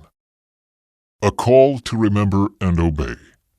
Be careful to obey all the commands I am giving you today. Then you will live and multiply, and you will enter and occupy the land the Lord swore to give your ancestors. Remember how the Lord your God led you through the wilderness for these 40 years, humbling you and testing you to prove your character and to find out whether or not you would obey his commands. Yes, he humbled you by letting you go hungry and then feeding you with manna, a food previously unknown to you and your ancestors. He did it to teach you that people do not live by bread alone. Rather, we live by every word that comes from the mouth of the Lord. For all these 40 years, your clothes didn't wear out, and your feet didn't blister or swell. Think about it. Just as a parent disciplines a child, the Lord your God disciplines you for your own good. So obey the commands of the Lord your God by walking in his ways and fearing him. For the Lord your God is bringing you into a good land of flowing streams and pools of water, with fountains and springs that gush out in the valleys and hills. It is a land of wheat and barley, of grapevines, fig trees, and pomegranates, of olive oil and honey. It is a land where food is plentiful and nothing is lacking. It is a land where iron is as common as stone, and copper is abundant in the hills. When you have eaten your fill, be sure to praise the Lord your God for the good land he has given you. But that is the time to be careful. Beware that in your plenty you do not forget the Lord your God and disobey his commands, regulations, and decrees that I am giving you today. For when you have become full and prosperous and have built fine homes to live in, and when your flocks and herds have become very large, and your silver and gold have multiplied along with everything else, be careful. Do not become proud at that time and forget the Lord your God, who rescued you from slavery in the land of Egypt. Do not forget that he led you through the great and terrifying wilderness with its poisonous snakes and scorpions, where it was so hot and dry. He gave you water from the rock. He fed you with manna in the wilderness, a food unknown to your ancestors. He did this to humble you and test you for your own good. He did all this so you would never say to yourself, I have achieved this wealth with my own strength and energy. Remember the Lord your God. He is the one who gives you power to be successful in order to fulfill the covenant he confirmed to your ancestors with an oath. But I assure you of this, if you ever forget the Lord your God and follow other gods, worshiping and bowing down to them, you will certainly be destroyed. Just as the Lord has destroyed other nations in your path, you also will be destroyed if you refuse to obey the Lord your God. Victory by God's grace. Listen, O Israel. Today you are about to cross the Jordan River to take over the land belonging to nations much greater and more powerful than you. They live in cities with walls that reach to the sky. The people are strong and tall, descendants of the famous Anakite giants. You've heard the saying, "Who can stand up to the Anakites?" But recognize today that the Lord your God is the one who will cross over ahead of you like a devouring fire to destroy them. He will subdue them so that you will quickly conquer them and drive them out just as the Lord has promised. After the Lord your God has done this for you, don't say in your hearts, "The Lord has given us this land because we are such good people." No, it is because of the wickedness of the other nations that he is pushing them out of your way. It is not because you are so good or have such integrity that you are about to occupy their land. The Lord your God will drive these nations out ahead of you only because of their wickedness, and to fulfill the oath he swore to your ancestors Abraham, Isaac, and Jacob. You must recognize that the Lord your God is not giving you this good land because you are good, for you are not. You are a stubborn people. Remembering the gold calf. Remember and never forget how angry you made the Lord your God out in the wilderness. From the day you left Egypt until now, you have been constantly rebelling against him. Even at Mount Sinai, you made the Lord so angry he was ready to destroy you. This happened when I was on the mountain receiving the tablets of stone inscribed with the words of the covenant that the Lord had made with you. I was there for 40 days and 40 nights, and all that time I ate no food and drank no water. The Lord gave me the 2 tablets on which God had written with his own finger all the words he had spoken to you from the heart of the fire when you were assembled at the mountain. At the end of the 40 days and nights, the Lord handed me the 2 stone tablets inscribed with the words of the covenant. Then the Lord said to me, "Get up, go down immediately, for the people you brought out of Egypt have corrupted themselves. How quickly they have turned away from the way I commanded them to live. They have melted gold and made an idol for themselves." The Lord also said to me, "I have seen how stubborn and rebellious these people are. Leave me alone so I may destroy them and erase their name from under heaven. Then I will make a mighty nation of your descendants, a nation larger and more powerful than they are." So while the mountain was blazing with fire, I turned and came down, holding in my hands the 2 stone tablets inscribed with the terms of the covenant. There below me I could see that you had sinned against the Lord your God. You had melted gold and made a calf idol for yourselves. How quickly you had turned away from the path the Lord had commanded you to follow. So I took the stone tablets and threw them to the ground, smashing them before your eyes. Then, as before, I threw myself down before the Lord for 40 days and nights. I ate no bread and drank no water because of the great sin you had committed by doing what the Lord hated, provoking him to anger. I feared that the furious anger of the Lord, which turned him against you, would drive him to destroy you. But again, he listened to me. The Lord was so angry with Aaron that he wanted to destroy him too. But I prayed for Aaron, and the Lord spared him. I took your sin, the calf you had made, and I melted it down in the fire and ground it into fine dust. Then I threw the dust into the stream that flows down the mountain. You also made the Lord angry at Taberah, Massa, and Kibroth-Hattaavah. And at Kadesh Barnea the Lord sent you out with this command, "Go up and take over the land I have given you." But you rebelled against the command of the Lord your God and refused to put your trust in him or obey him. Yes, you have been rebelling against the Lord as long as I have known you. That is why I threw myself down before the Lord for 40 days and nights. For the Lord said he would destroy you. I prayed to the Lord and said, O sovereign Lord, do not destroy them. They are your own people. They are your special possession, whom you redeemed from Egypt by your mighty power and your strong hand. Please overlook the stubbornness and the awful sin of these people, and remember instead your servants Abraham, Isaac, and Jacob. If you destroy these people, the Egyptians will say, the Israelites died because the Lord wasn't able to bring them to the land he had promised to give them. Or they might say, he destroyed them because he hated them. He deliberately took them into the wilderness to slaughter them. But they are your people and your special possession, whom you brought out of Egypt by your great strength and powerful arm. March 15. New tablets of stone. At that time the Lord said to me, chisel out 2 stone tablets like the first ones. Also make a wooden ark, a sacred chest to store them in.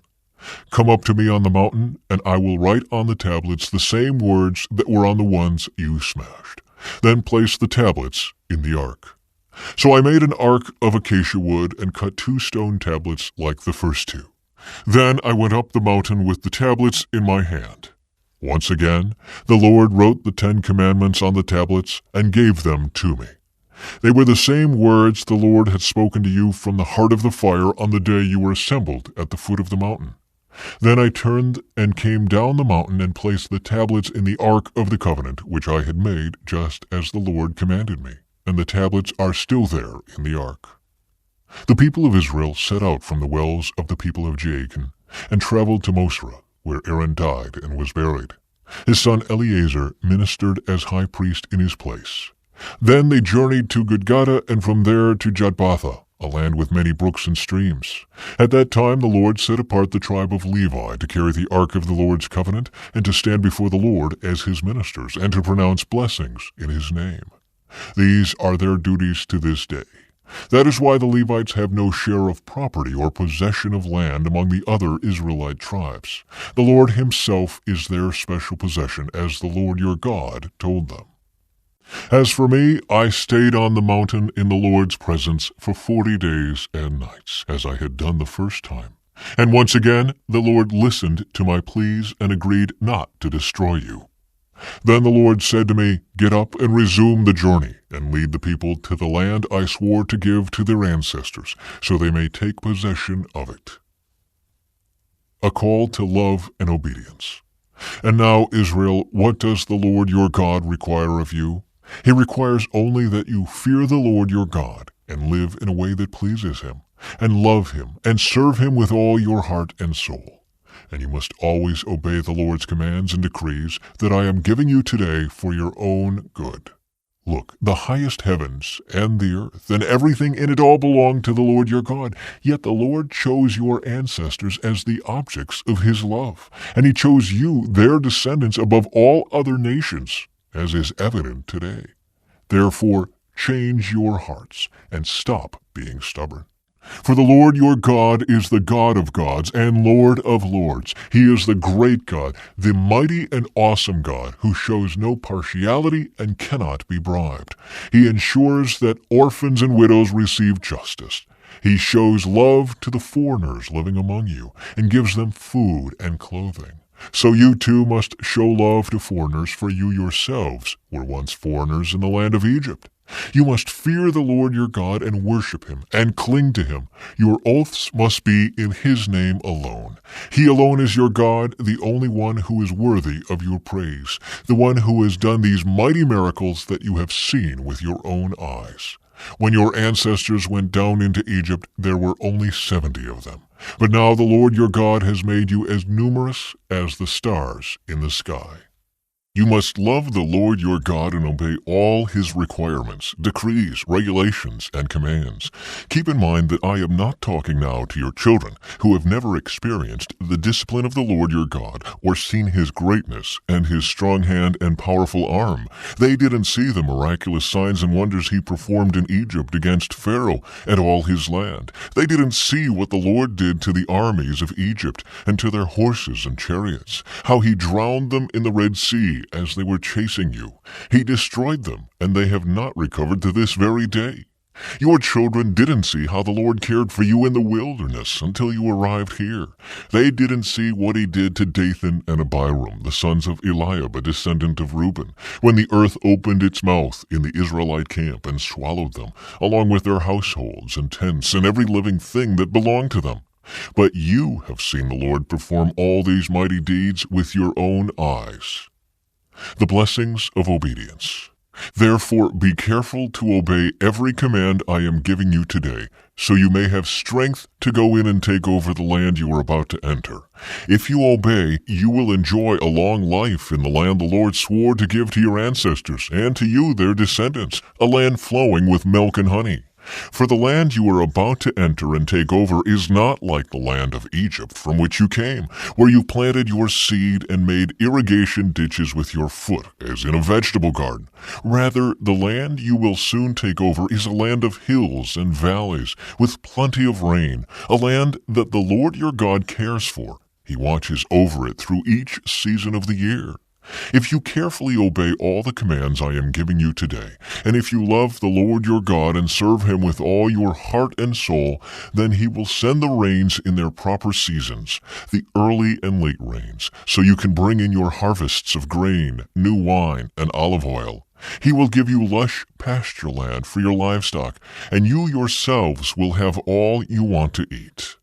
But be careful. Don't let your heart be deceived, so that you turn away from the Lord and serve and worship other gods. If you do, the Lord's anger will burn against you. He will shut up the sky and hold back the rain, and the ground will fail to produce its harvests. Then you will quickly die in that good land the Lord is giving you. So commit yourselves wholeheartedly to these words of mine. Tie them to your hands and wear them on your forehead as reminders. Teach them to your children. Talk about them when you are at home and when you are on the road, when you are going to bed and when you are getting up. Write them on the doorposts of your house and on your gates, so that as long as the sky remains above the earth, you and your children may flourish in the land the Lord swore to give your ancestors. Be careful to obey all these commands I am giving you. Show love to the Lord your God by walking in his ways and holding tightly to him. Then the Lord will drive out all the nations ahead of you, though they are much greater and stronger than you, and you will take over their land. Wherever you set foot, that land will be yours. Your frontiers will stretch from the wilderness in the south to Lebanon in the north, and from the Euphrates River in the east to the Mediterranean Sea in the west. No one will be able to stand against you, for the Lord your God will cause the people to fear and dread you, as he promised, wherever you go in the whole land. Look, today I am giving you the choice between a blessing and a curse. You will be blessed if you obey the commands of the Lord your God that I am giving you today. But you will be cursed if you reject the commands of the Lord your God and turn away from him and worship gods you have not known before. When the Lord your God brings you into the land and helps you take possession of it, you must pronounce the blessing at Mount Gerizim and the curse at Mount Ebal. These two mountains are west of the Jordan River in the land of the Canaanites who live in the Jordan Valley, near the town of Gilgal, not far from the oaks of Moreh. For you are about to cross the Jordan River to take over the land the Lord your God is giving you. When you take that land and are living in it, you must be careful to obey all the decrees and regulations I am giving you today. The Lord's chosen place for worship. These are the decrees and regulations you must be careful to obey when you live in the land that the Lord, the God of your ancestors, is giving you. You must obey them as long as you live.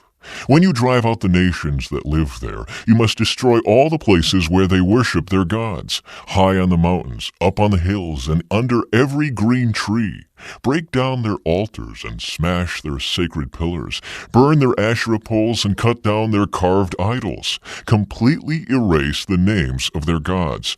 Do not worship the Lord your God in the way these pagan peoples worship their gods.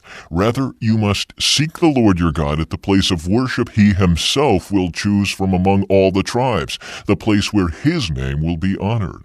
There you will bring your burnt offerings, your sacrifices, your tithes, your sacred offerings, your offerings to fulfill a vow, your voluntary offerings, and your offerings of the firstborn animals of your herds and flocks. There you and your families will feast in the presence of the Lord your God, and you will rejoice in all you have accomplished, because the Lord your God has blessed you. Your pattern of worship will change. Today all of you are doing as you please, because you have not yet arrived at the place of rest, the land the Lord your God is giving you as your special possession. But you will soon cross the Jordan River and live in the land the Lord your God is giving you. When he gives you rest from all your enemies and you're living safely in the land, you must bring everything I command you, your burnt offerings, your sacrifices, your tithes, your sacred offerings, and your offerings to fulfill a vow, to the designated place of worship, the place the Lord your God chooses for his name to be honored. You must celebrate there in the presence of the Lord your God with your sons and daughters and all your servants. And remember to include the Levites who live in your towns, for they will receive no allotment of land among you. Be careful not to sacrifice your burnt offerings just anywhere you like. You may do so only at the place the Lord will choose within one of your tribal territories. There you must offer your burnt offerings and do everything I command you. But you may butcher your animals and eat their meat in any town whenever you want. You may freely eat the animals with which the Lord your God blesses you. All of you, whether ceremonially clean or unclean, may eat that meat, just as you now eat gazelle and deer. But you must not eat the blood. You must pour it out on the ground like water. But you may not eat your offerings in your hometown. Neither the tithe of your grain and new wine and olive oil, nor the firstborn of your flocks and herds, nor any offering to fulfill a vow, nor your voluntary offerings, nor your sacred offerings. You must eat these in the presence of the Lord your God at the place he will choose. Eat them there with your children, your servants, and the Levites who live in your towns, celebrating in the presence of the Lord your God in all you do. And be very careful never to neglect the Levites as long as you live in your land. When the Lord your God expands your territory as he has promised, and you have the urge to eat meat, you may freely eat meat whenever you want. It might happen that the designated place of worship, the place the Lord your God chooses for his name to be honored, is a long way from your home. If so, you may butcher any of the cattle, sheep, or goats the Lord has given you, and you may freely eat the meat in your hometown, as I have commanded you. Anyone, whether ceremonially clean or unclean, may eat that meat, just as you do now with gazelle and deer. But never eat the blood, for the blood is the life, and you must not eat the lifeblood with the meat. Instead, pour out the blood on the ground like water. Do not eat the blood, so that all may go well with you and your children after you, because you will be doing what pleases the Lord. Take your sacred gifts and your offerings given to fulfill a vow to the place the Lord chooses. You must offer the meat and blood of your burnt offerings on the altar of the Lord your God. The blood of your other sacrifices must be poured out on the altar of the Lord your God, but you may eat the meat. Be careful to obey all my commands, so that all will go well with you and your children after you, because you will be doing what is good and pleasing to the Lord your God. When the Lord your God goes ahead of you and destroys the nations, and you drive them out and live in their land, do not fall into the trap of following their customs and worshiping their gods. Do not inquire about their gods, saying, "How do these nations worship their gods? I want to follow their example." You must not worship the Lord your God the way the other nations worship their gods, for they perform for their gods every detestable act that the Lord hates. They even burn their sons and daughters as sacrifices to their gods. So be careful to obey all the commands I give you. You must not add anything to them or subtract anything from them. March 16. A warning against idolatry. Suppose there are prophets among you, or those who dream dreams about the future, and they promise you signs or miracles, and the predicted signs or miracles occur. If they then say, "Come, let us worship other gods, gods you have not known before," do not listen to them. The Lord your God is testing you to see if you truly love him with all your heart and soul. Serve only the Lord your God and fear him alone. Obey his commands, listen to his voice, and cling to him. The false prophets or visionaries who try to lead you astray must be put to death, for they encourage rebellion against the Lord your God, who redeemed you from slavery and brought you out of the land of Egypt. Since they try to lead you astray from the way the Lord your God commanded you to live, you must put them to death. In this way you will purge the evil from among you. Suppose someone secretly entices you, even your brother, your son or daughter, your beloved wife, or your closest friend, and says, "Let us go worship other gods, gods that neither you nor your ancestors have known." They might suggest that you worship the gods of peoples who live nearby, or who come from the ends of the earth. But do not give in or listen. Have no pity, and do not spare or protect them. You must put them to death. Strike the first blow yourself, and then all the people must join in. Stone the guilty ones to death, because they have tried to draw you away from the Lord your God, who rescued you from the land of Egypt, the place of slavery. Then all Israel will hear about it and be afraid, and no one will act so wickedly again. When you begin living in the towns the Lord your God is giving you, you may hear that scoundrels among you are leading their fellow citizens astray by saying, "Let us go worship other gods, gods you have not known before." In such cases, you must examine the facts carefully. If you find that the report is true and such a detestable act has been committed among you, you must attack that town and completely destroy all its inhabitants as well as all the livestock. Then you must pile all the plunder in the middle of the open square and burn it. Burn the entire town as a burnt offering to the Lord your God. That town must remain a ruin forever. It may never be rebuilt. Keep none of the plunder that has been set apart for destruction. Then the Lord will turn from his fierce anger and be merciful to you. He will have compassion on you and make you a large nation, just as he swore to your ancestors.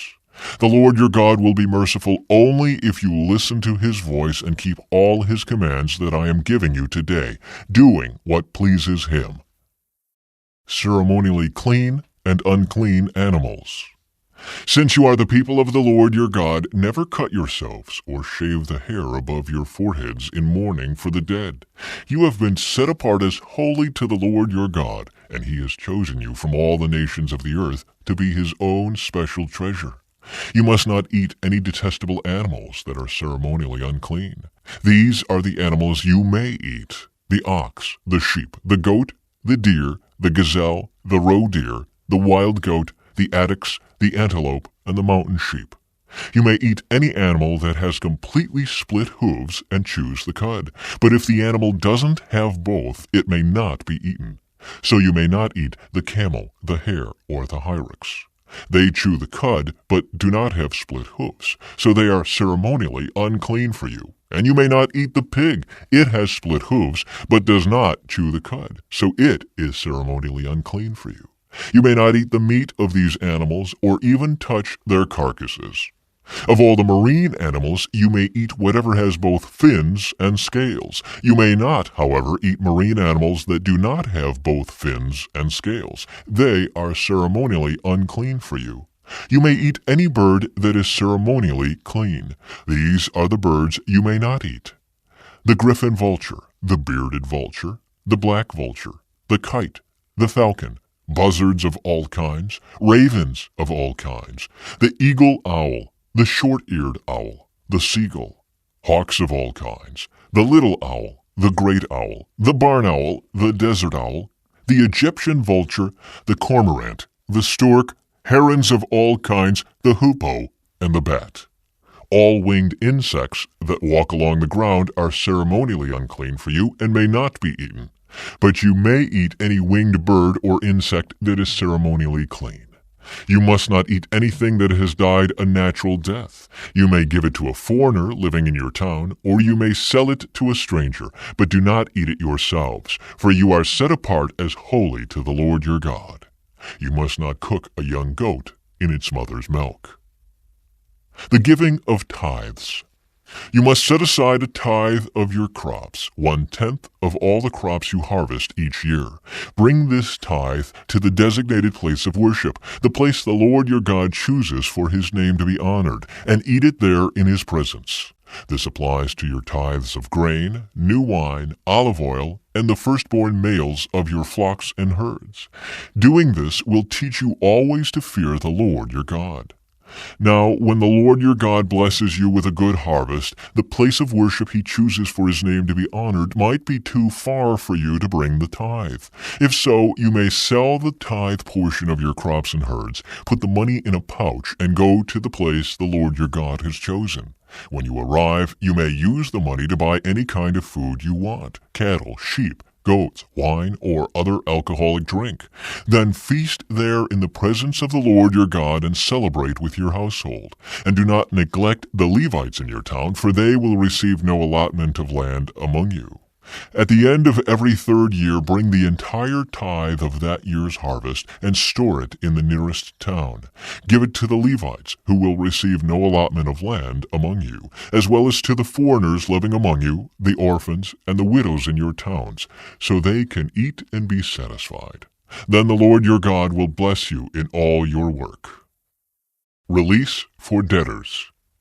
At the end of every 7th year, you must cancel the debts of everyone who owes you money. This is how it must be done. Everyone must cancel the loans they have made to their fellow Israelites. They must not demand payment from their neighbors or relatives, for the Lord's time of release has arrived. This release from debt, however, applies only to your fellow Israelites, not to the foreigners living among you. There should be no poor among you, for the Lord your God will greatly bless you in the land he is giving you as a special possession. You will receive this blessing if you are careful to obey all the commands of the Lord your God that I am giving you today. The Lord your God will bless you as he has promised. You will lend money to many nations, but will never need to borrow. You will rule many nations, but they will not rule over you. But if there are any poor Israelites in your towns when you arrive in the land the Lord your God is giving you, do not be hard-hearted or tight-fisted toward them.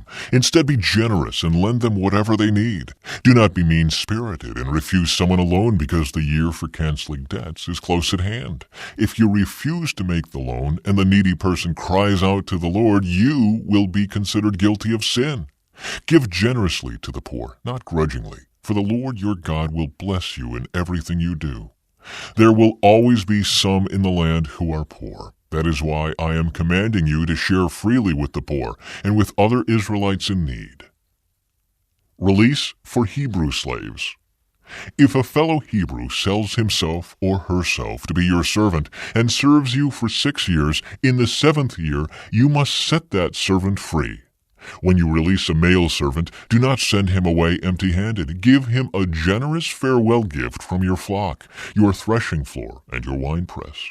Share with him some of the bounty with which the Lord your God has blessed you. Remember that you were once slaves in the land of Egypt, and the Lord your God redeemed you.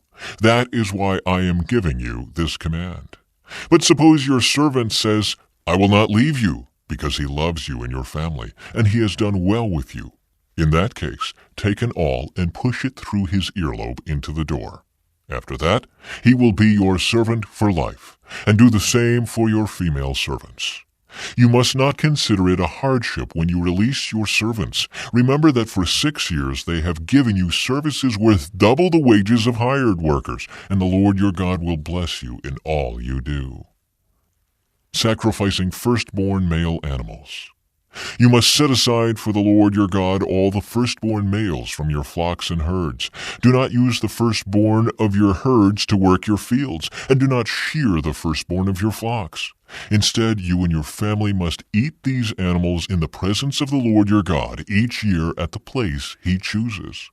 But if this firstborn animal has any defect, such as lameness or blindness, or if anything else is wrong with it, you must not sacrifice it to the Lord your God. Instead, use it for food for your family in your hometown.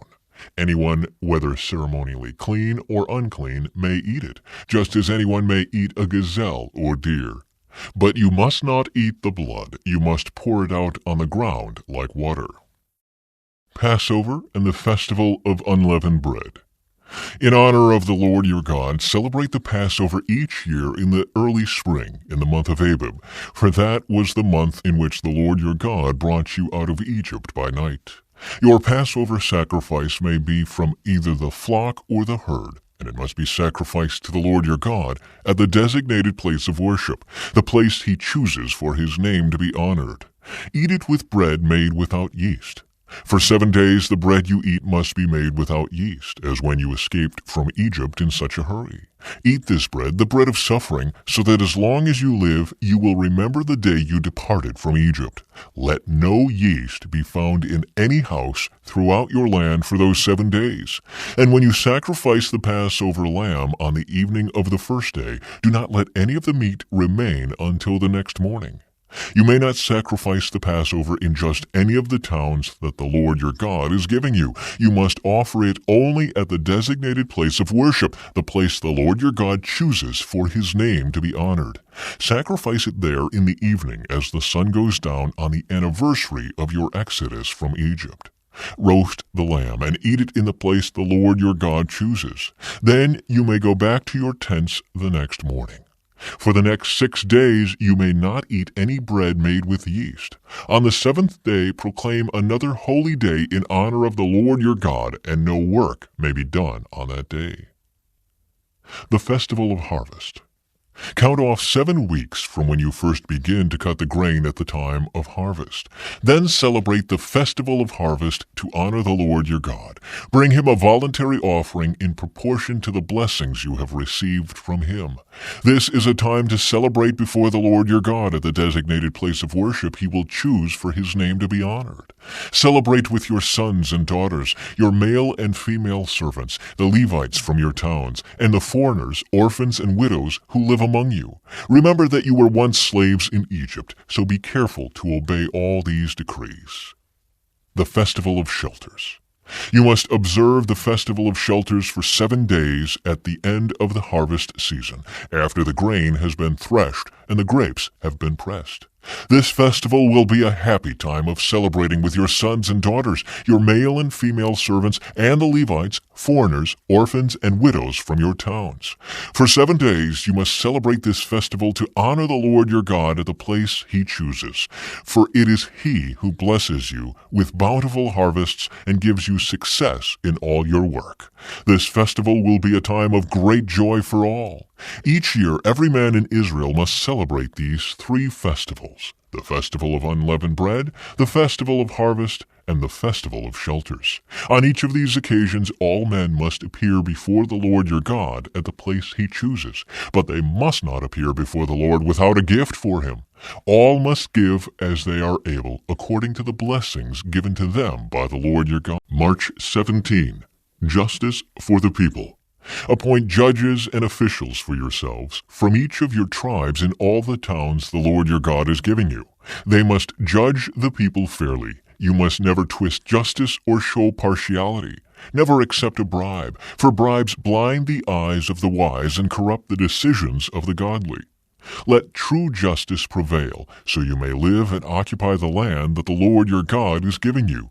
You must never set up a wooden Asherah pole beside the altar you build for the Lord your God, and never set up sacred pillars for worship, for the Lord your God hates them. Never sacrifice sick or defective cattle, sheep, or goats to the Lord your God, for he detests such gifts.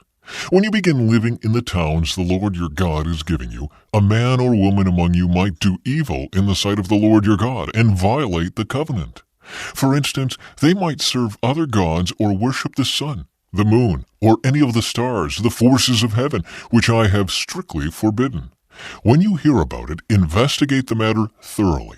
If it is true that this detestable thing has been done in Israel, then the man or woman who has committed such an evil act must be taken to the gates of the town and stoned to death. But never put a person to death on the testimony of only one witness. There must always be 2 or 3 witnesses.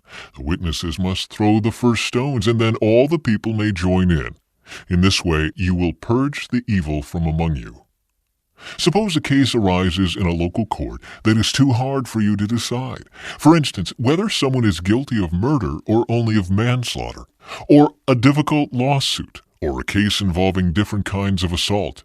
Take such legal cases to the place the Lord your God will choose, and present them to the Levitical priests or the judge on duty at that time. They will hear the case and declare the verdict. You must carry out the verdict they announce and the sentence they prescribe at the place the Lord chooses. You must do exactly what they say. After they have interpreted the law and declared their verdict, the sentence they impose must be fully executed. Do not modify it in any way. Anyone arrogant enough to reject the verdict of the judge or of the priest who represents the Lord your God must die. In this way you will purge the evil from Israel. Then everyone else will hear about it and be afraid to act so arrogantly. Guidelines for a king. You are about to enter the land the Lord your God is giving you. When you take it over and settle there, you may think we should select a king to rule over us like the other nations around us. If this happens, be sure to select as king the man the Lord your God chooses. You must appoint a fellow Israelite. He may not be a foreigner. The king must not build up a large stable of horses for himself or send his people to Egypt to buy horses, for the Lord has told you, you must never return to Egypt. The king must not take many wives for himself, because they will turn his heart away from the Lord. And he must not accumulate large amounts of wealth in silver and gold for himself. When he sits on the throne as king, he must copy for himself this body of instruction on a scroll in the presence of the Levitical priests. He must always keep that copy with him and read it daily as long as he lives. That way he will learn to fear the Lord his God by obeying all the terms of these instructions and decrees. This regular reading will prevent him from becoming proud and acting as if he is above his fellow citizens. It will also prevent him from turning away from these commands in the smallest way. And it will ensure that he and his descendants will reign for many generations in Israel. Gifts for the priests and Levites. Remember that the Levitical priests, that is, the whole of the tribe of Levi, will receive no allotment of land among the other tribes in Israel. Instead, the priests and Levites will eat from the special gifts given to the Lord, for that is their share. They will have no land of their own among the Israelites. The Lord himself is their special possession, just as he promised them. These are the parts the priests may claim as their share from the cattle, sheep, and goats that the people bring as offerings: the shoulder, the cheeks, and the stomach. You must also give to the priests the first share of the grain, the new wine, the olive oil, and the wool at shearing time. For the Lord your God chose the tribe of Levi out of all your tribes to minister in the Lord's name forever. Suppose a Levite chooses to move from his town in Israel, wherever he is living, to the place the Lord chooses for worship. He may minister there in the name of the Lord his God, just like all his fellow Levites who are serving the Lord there. He may eat his share of the sacrifices and offerings, even if he also receives support from his family. A call to holy living. When you enter the land the Lord your God is giving you, be very careful not to imitate the detestable customs of the nations living there. For example, never sacrifice your son or daughter as a burnt offering, and do not let your people practice fortune-telling, or use sorcery, or interpret omens, or engage in witchcraft, or cast spells, or function as mediums or psychics, or call forth the spirits of the dead. Anyone who does these things is detestable to the Lord. It is because the other nations have done these detestable things that the Lord your God will drive them out ahead of you. But you must be blameless before the Lord your God. The nations you are about to displace consult sorcerers and fortune-tellers, but the Lord your God forbids you to do such things. True and false prophets. Moses continued, The Lord your God will raise up for you a prophet like me from among your fellow Israelites. You must listen to him, for this is what you yourselves requested of the Lord your God when you were assembled at Mount Sinai. You said, Don't let us hear the voice of the Lord our God any more, or see this blazing fire, for we will die.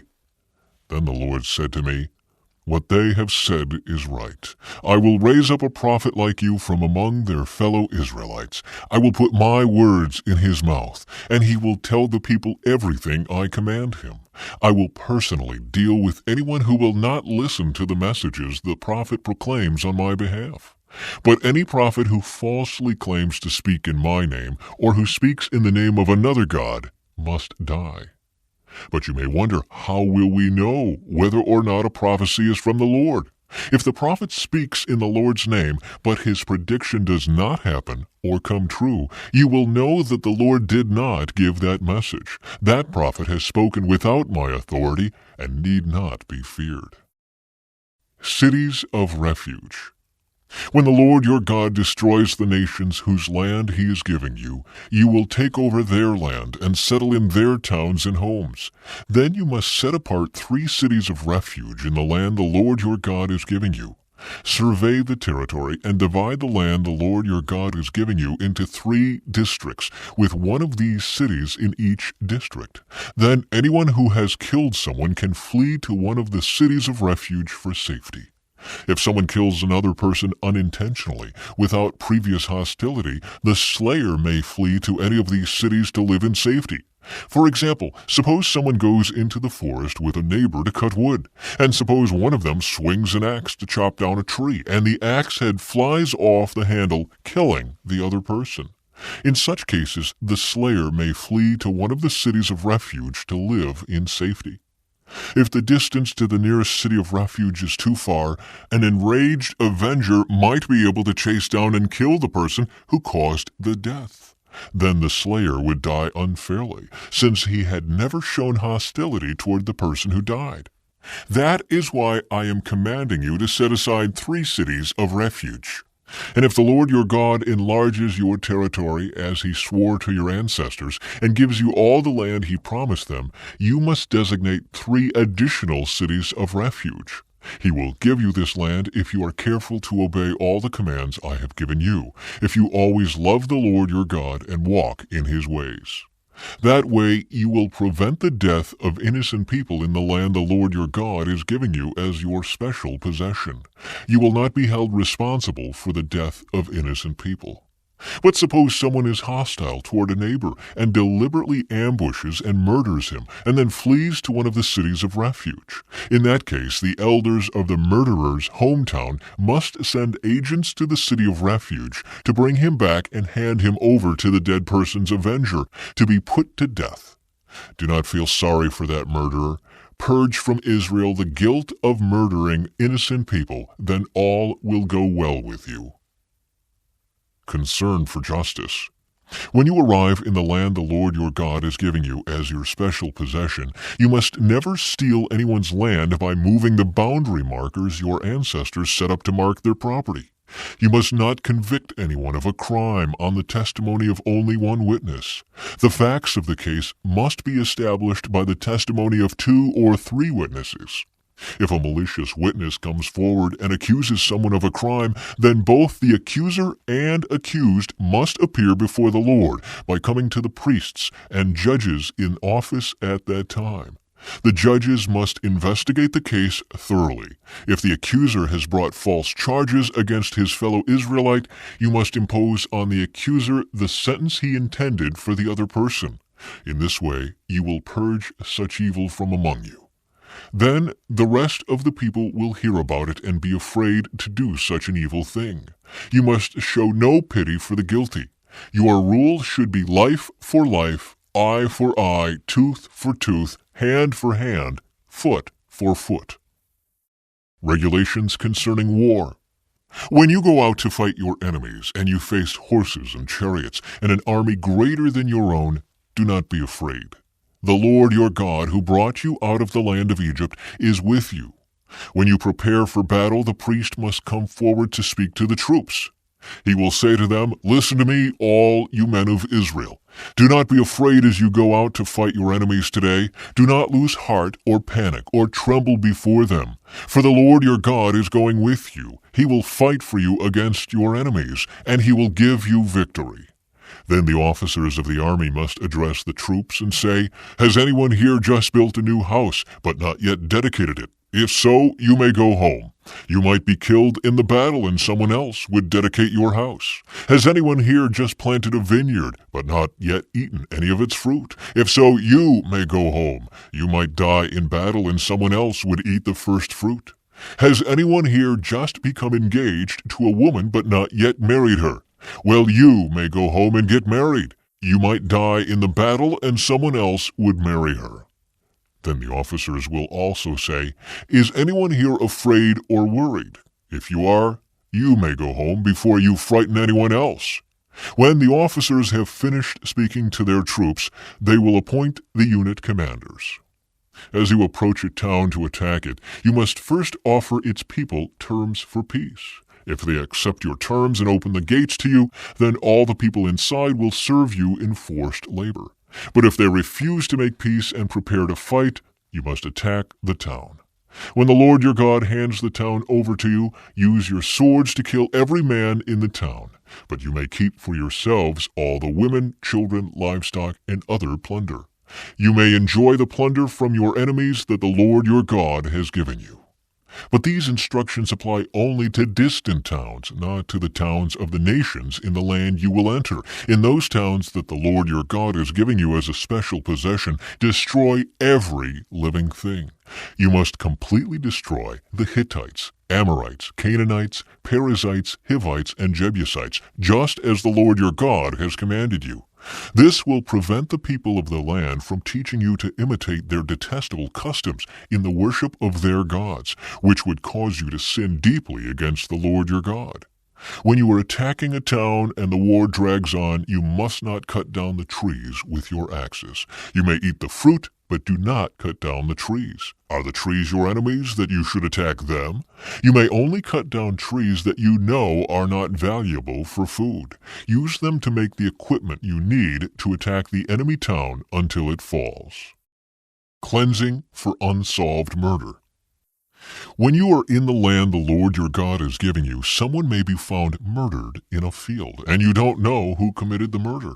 In such a case, your elders and judges must measure the distance from the site of the crime to the nearby towns. When the nearest town has been determined, that town's elders must select from the herd a young cow that has never been trained or yoked to a plow.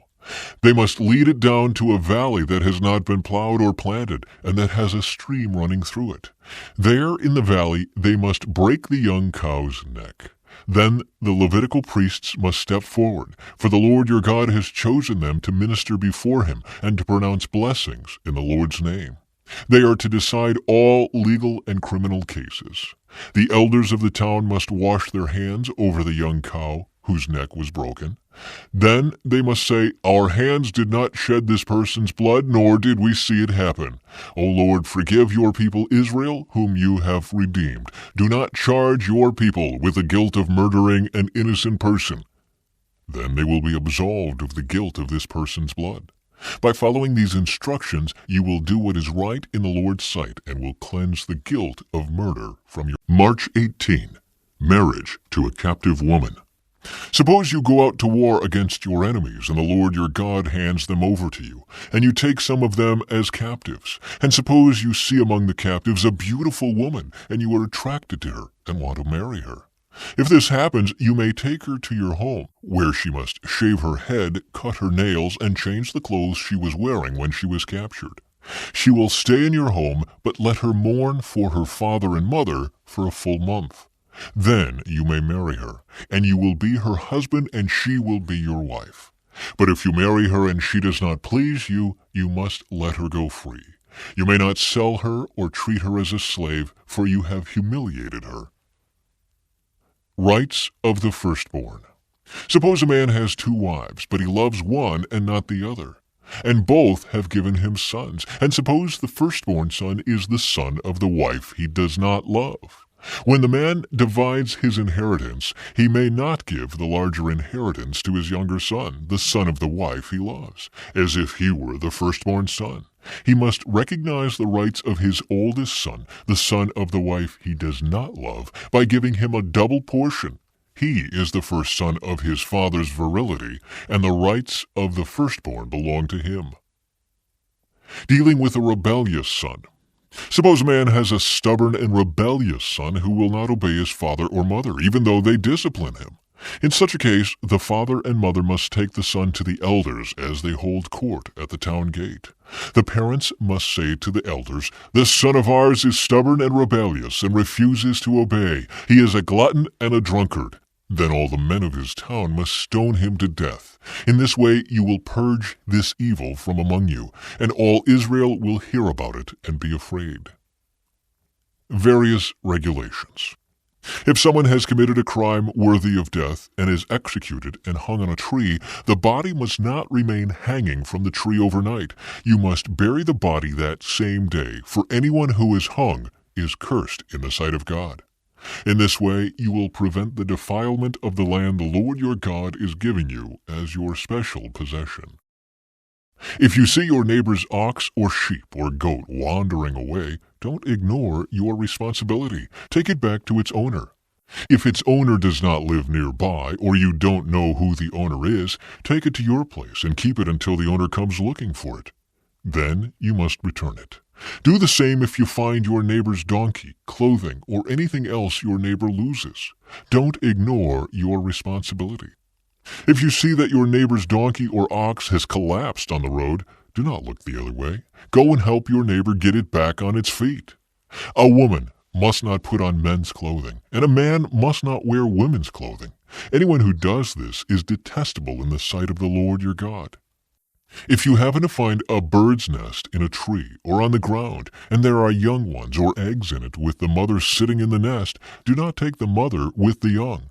You may take the young, but let the mother go, so that you may prosper and enjoy a long life. When you build a new house, you must build a railing around the edge of its flat roof. That way you will not be considered guilty of murder if someone falls from the roof. You must not plant any other crop between the rows of your vineyard. If you do, you are forbidden to use either the grapes from the vineyard or the other crop. You must not plow with an ox and a donkey harnessed together. You must not wear clothing made of wool and linen woven together. You must put 4 tassels on the hem of the cloak with which you cover yourself, on the front, back, and sides. Regulations for sexual purity. Suppose a man marries a woman, but after sleeping with her, he turns against her and publicly accuses her of shameful conduct, saying, "When I married this woman, I discovered she was not a virgin." Then the woman's father and mother must bring the proof of her virginity to the elders as they hold court at the town gate.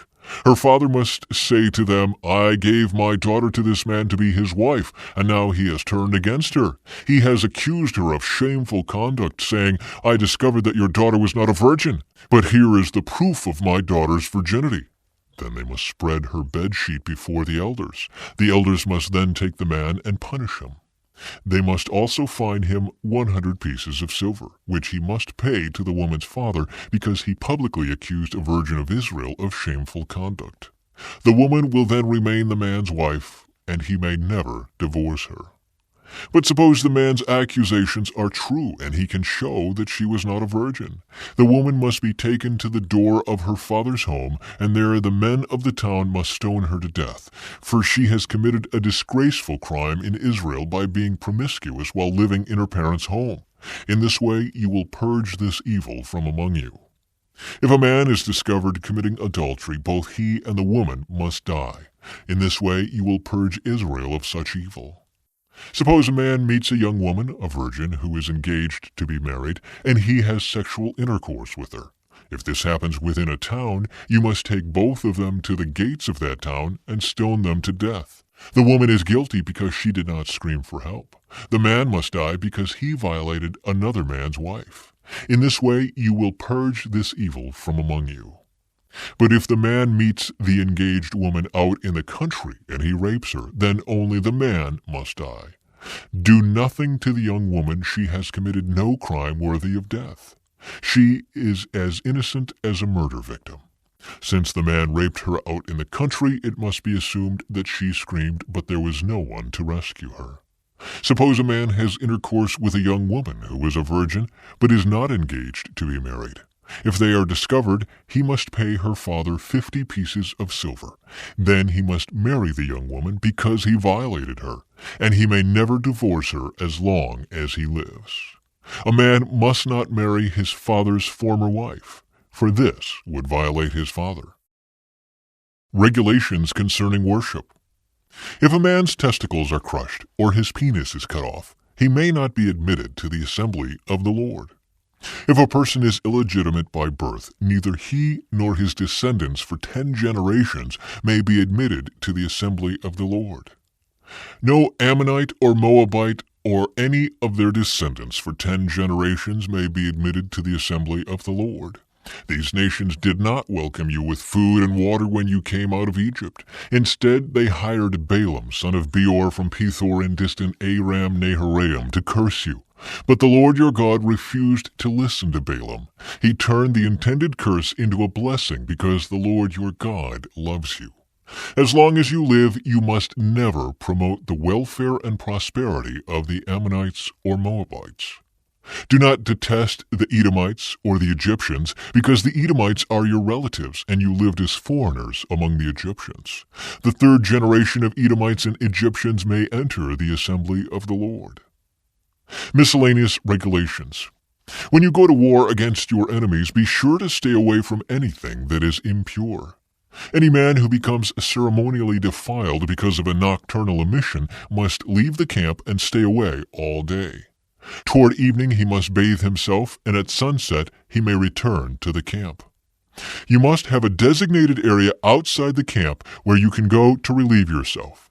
Each of you must have a spade as part of your equipment.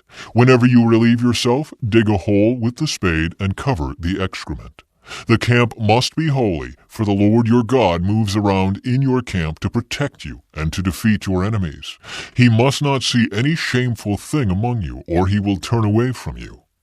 If slaves should escape from their masters and take refuge with you, you must not hand them over to their masters. Let them live among you in any town they choose, and do not oppress them. No Israelite, whether man or woman, may become a temple prostitute. When you are bringing an offering to fulfill a vow, you must not bring to the house of the Lord your God any offering from the earnings of a prostitute, whether a man or a woman, for both are detestable to the Lord your God. Do not charge interest on the loans you make to a fellow Israelite, whether you loan money or food or anything else. You may charge interest to foreigners, but you may not charge interest to Israelites, so that the Lord your God may bless you in everything you do in the land you are about to enter and occupy. When you make a vow to the Lord your God, be prompt in fulfilling whatever you promised him. For the Lord your God demands that you promptly fulfill all your vows, or you will be guilty of sin. However, it is not a sin to refrain from making a vow. But once you have voluntarily made a vow, be careful to fulfill your promise to the Lord your God. When you enter your neighbor's vineyard, you may eat your fill of grapes, but you must not carry any away in a basket. And when you enter your neighbor's field of grain, you may pluck the heads of grain with your hand, but you must not harvest it with a sickle. Suppose a man marries a woman, but she does not please him.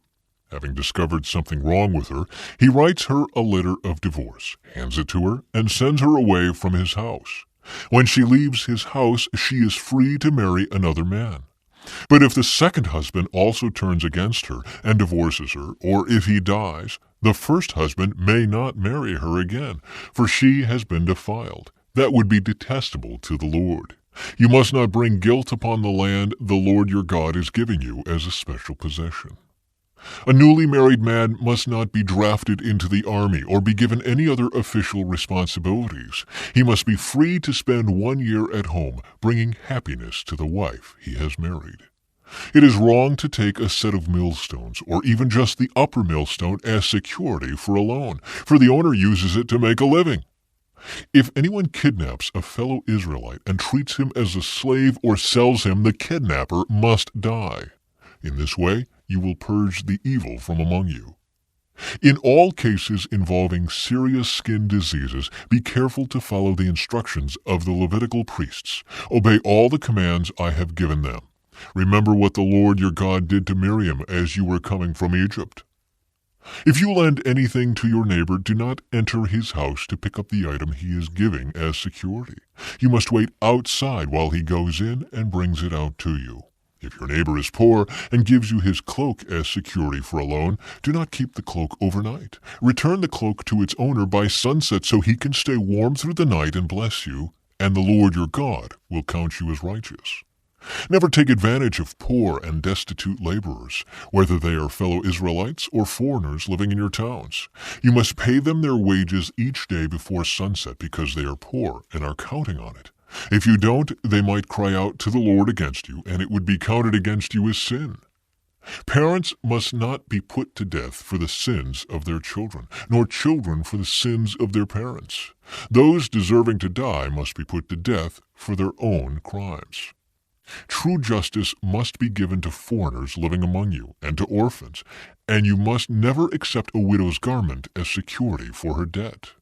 Always remember that you were slaves in Egypt and that the Lord your God redeemed you from your slavery. That is why I have given you this command. When you are harvesting your crops and forget to bring in a bundle of grain from your field, don't go back to get it. Leave it for the foreigners, orphans, and widows. Then the Lord your God will bless you in all you do.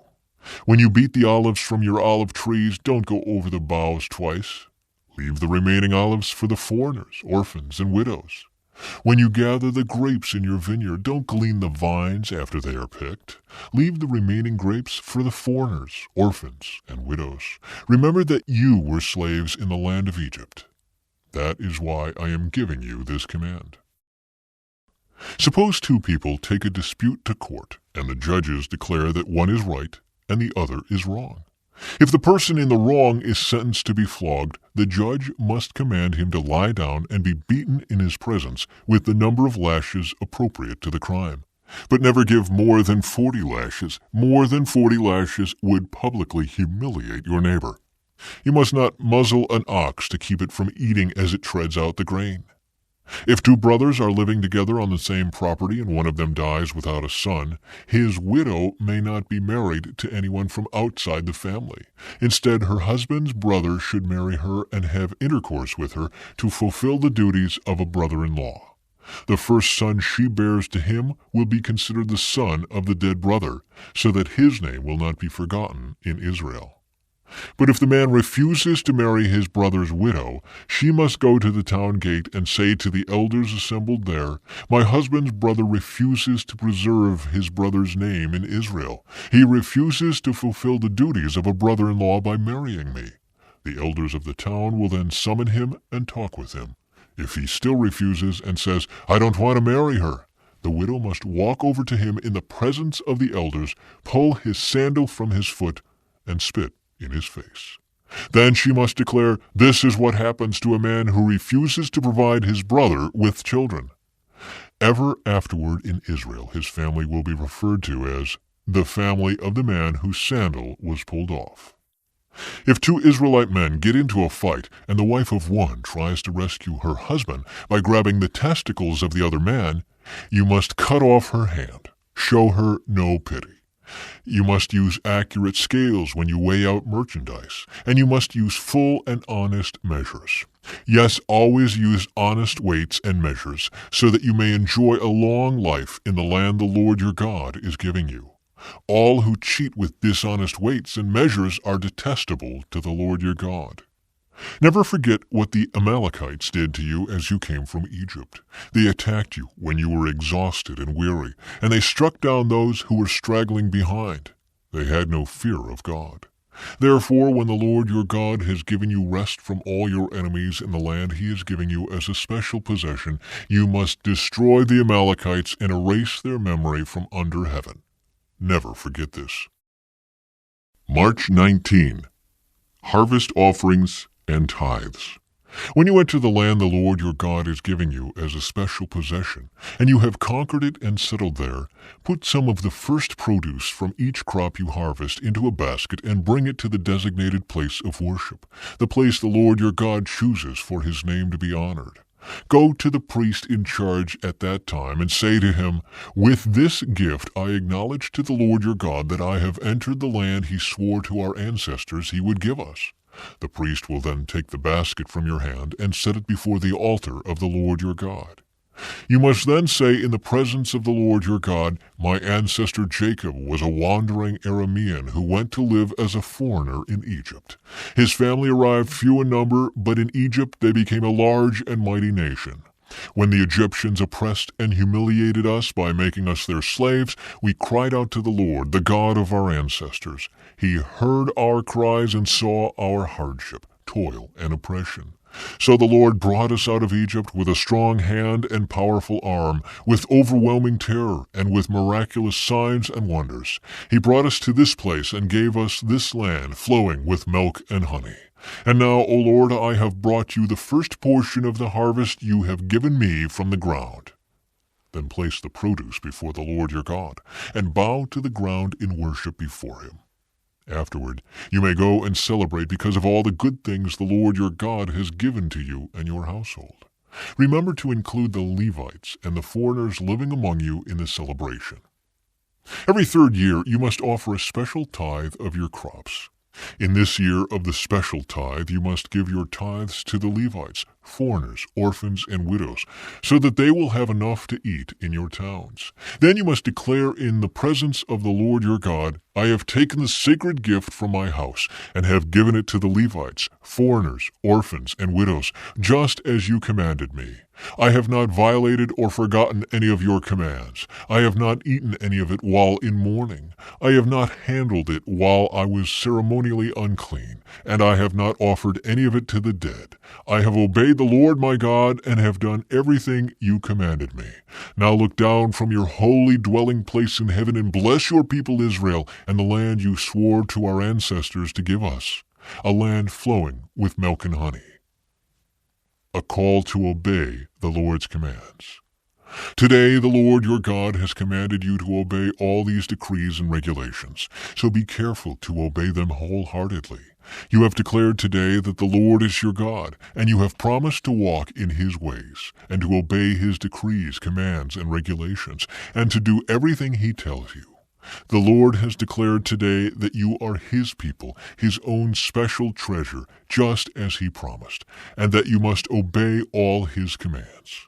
And if you do, he will set you high above all the other nations he has made. Then you will receive praise, honor, and renown. You will be a nation that is holy to the Lord your God, just as he promised. The altar on Mount Ebal. Then Moses and the leaders of Israel gave this charge to the people. Obey all these commands that I am giving you today. When you cross the Jordan River and enter the land the Lord your God is giving you, set up some large stones and coat them with plaster.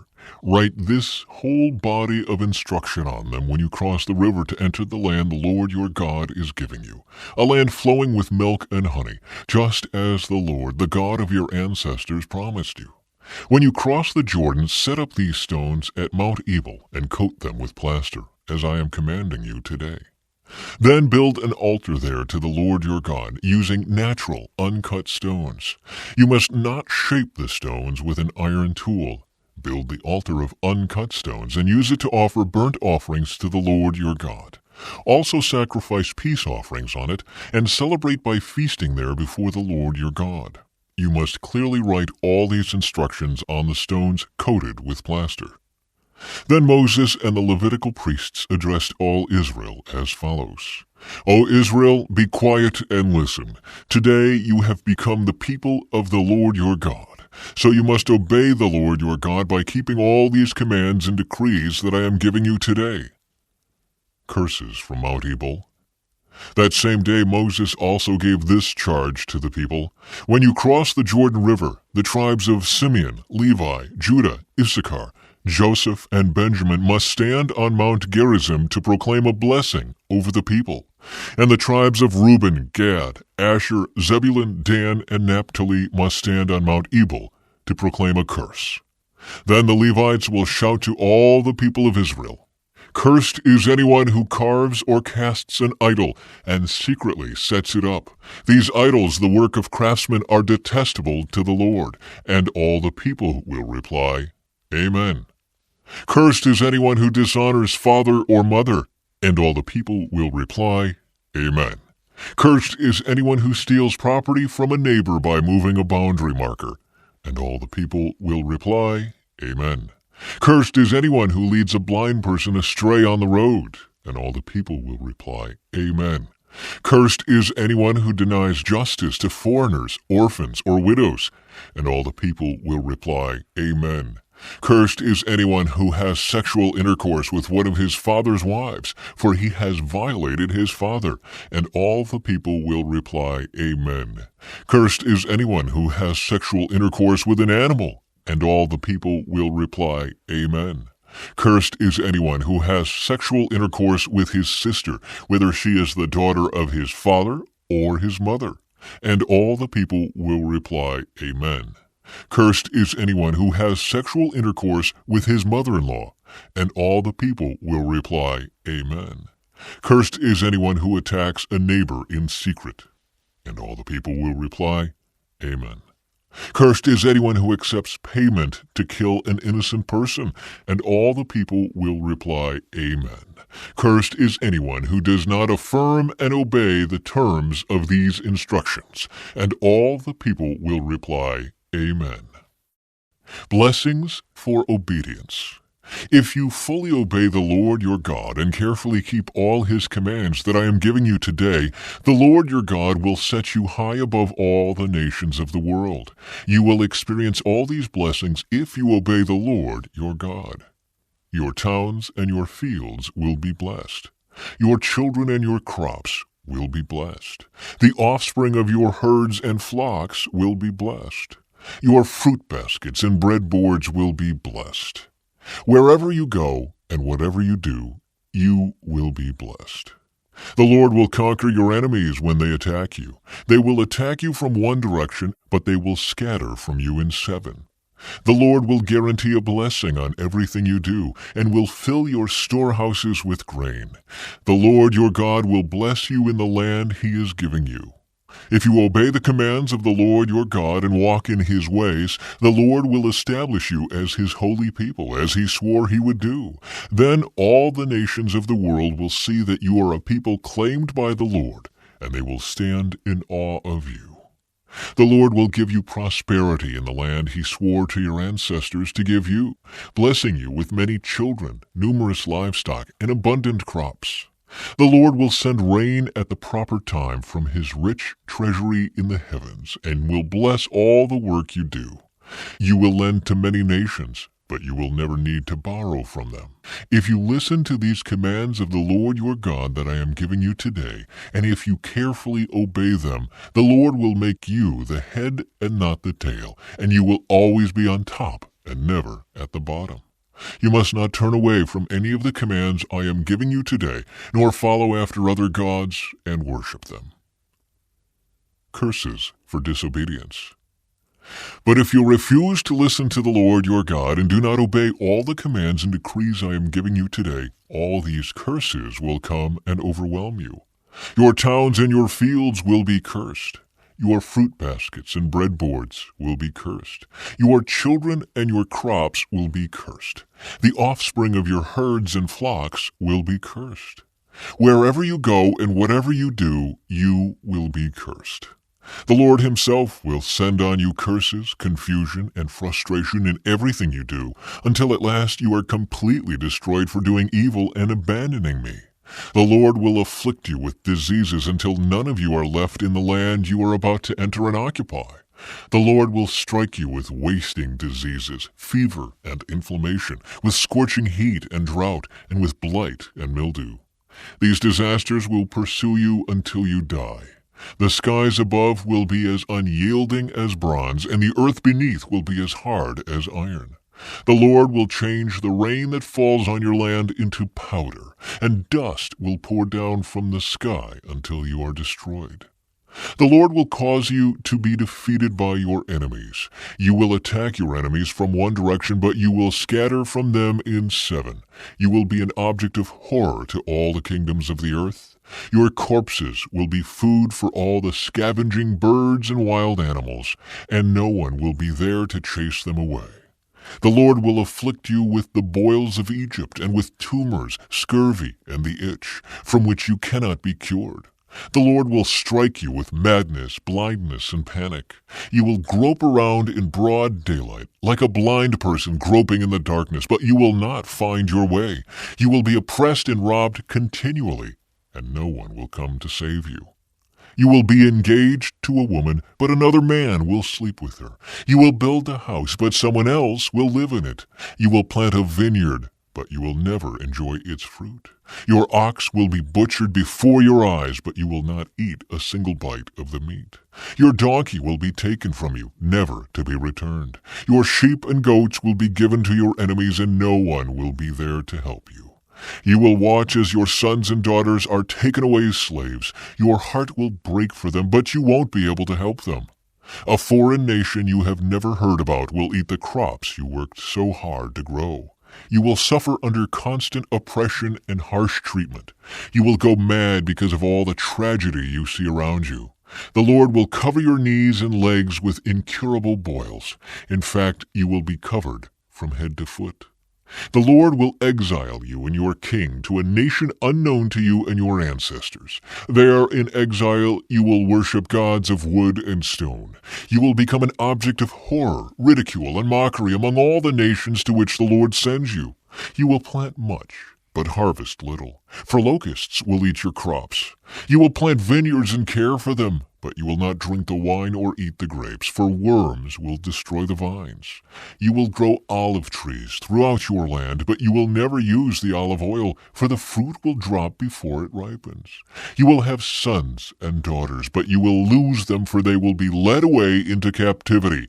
Swarms of insects will destroy your trees and crops. The foreigners living among you will become stronger and stronger, while you become weaker and weaker. They will lend money to you, but you will not lend to them. They will be the head, and you will be the tail. If you refuse to listen to the Lord your God and to obey the commands and decrees he has given you, all these curses will pursue and overtake you until you are destroyed. These horrors will serve as a sign and warning among you and your descendants forever.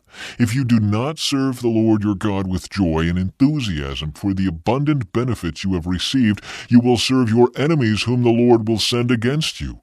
You will be left hungry, thirsty, naked, and lacking in everything. The Lord will put an iron yoke on your neck, oppressing you harshly until he has destroyed you. The Lord will bring a distant nation against you from the end of the earth, and it will swoop down on you like a vulture. It is a nation whose language you do not understand, a fierce and heartless nation that shows no respect for the old and no pity for the young. Its armies will devour your livestock and crops, and you will be destroyed. They will leave you no grain, new wine, olive oil, calves or lambs, and you will starve to death. They will attack your cities until all the fortified walls in your land, the walls you trusted to protect you, are knocked down. They will attack all the towns in the land the Lord your God has given you. The siege and terrible distress of the enemy's attack will be so severe that you will eat the flesh of your own sons and daughters, whom the Lord your God has given you. The most tender-hearted man among you will have no compassion for his own brother, his beloved wife, and his surviving children. He will refuse to share with them the flesh he is devouring, the flesh of one of his own children, because he has nothing else to eat during the siege and terrible distress that your enemy will inflict on all your towns. The most tender and delicate woman among you, so delicate she would not so much as touch the ground with her foot, will be selfish toward the husband she loves and toward her own son or daughter. She will hide from them the afterbirth and the new baby she has born, so that she herself can secretly eat them. She will have nothing else to eat during the siege and terrible distress that your enemy will inflict on all your towns. If you refuse to obey all the words of instruction that are written in this book, and if you do not fear the glorious and awesome name of the Lord your God, then the Lord will overwhelm you and your children with indescribable plagues. These plagues will be intense and without relief, making you miserable and unbearably sick. He will afflict you with all the diseases of Egypt that you feared so much, and you will have no relief. The Lord will afflict you with every sickness and plague there is, even those not mentioned in this book of instruction, until you are destroyed.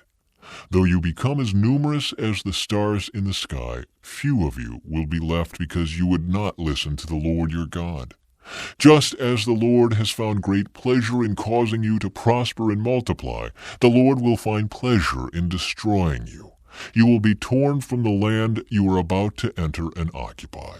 For the Lord will scatter you among all the nations from one end of the earth to the other.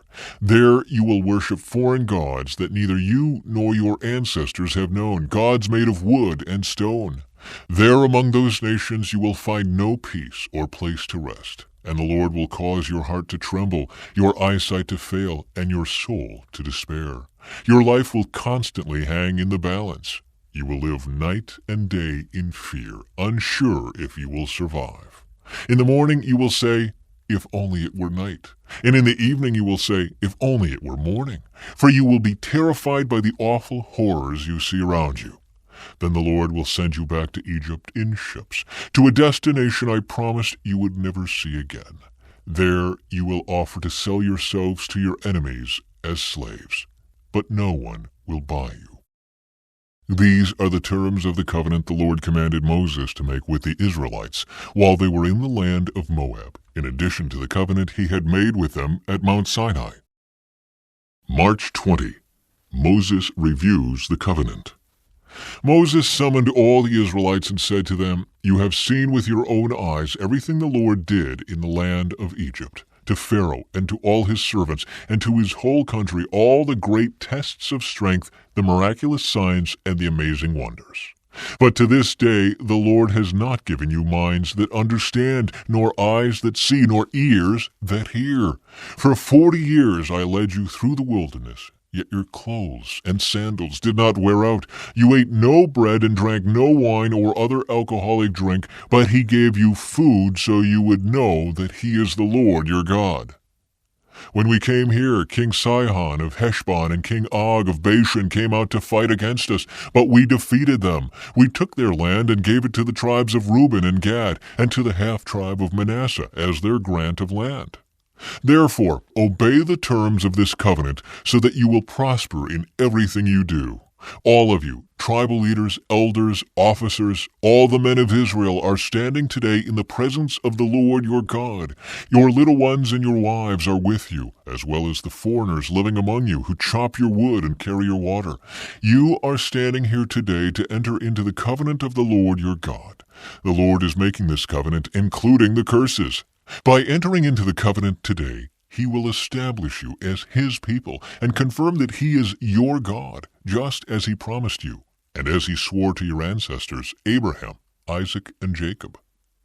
But you are not the only ones with whom I am making this covenant with its curses. I am making this covenant both with you who stand here today in the presence of the Lord our God, and also with the future generations who are not standing here today.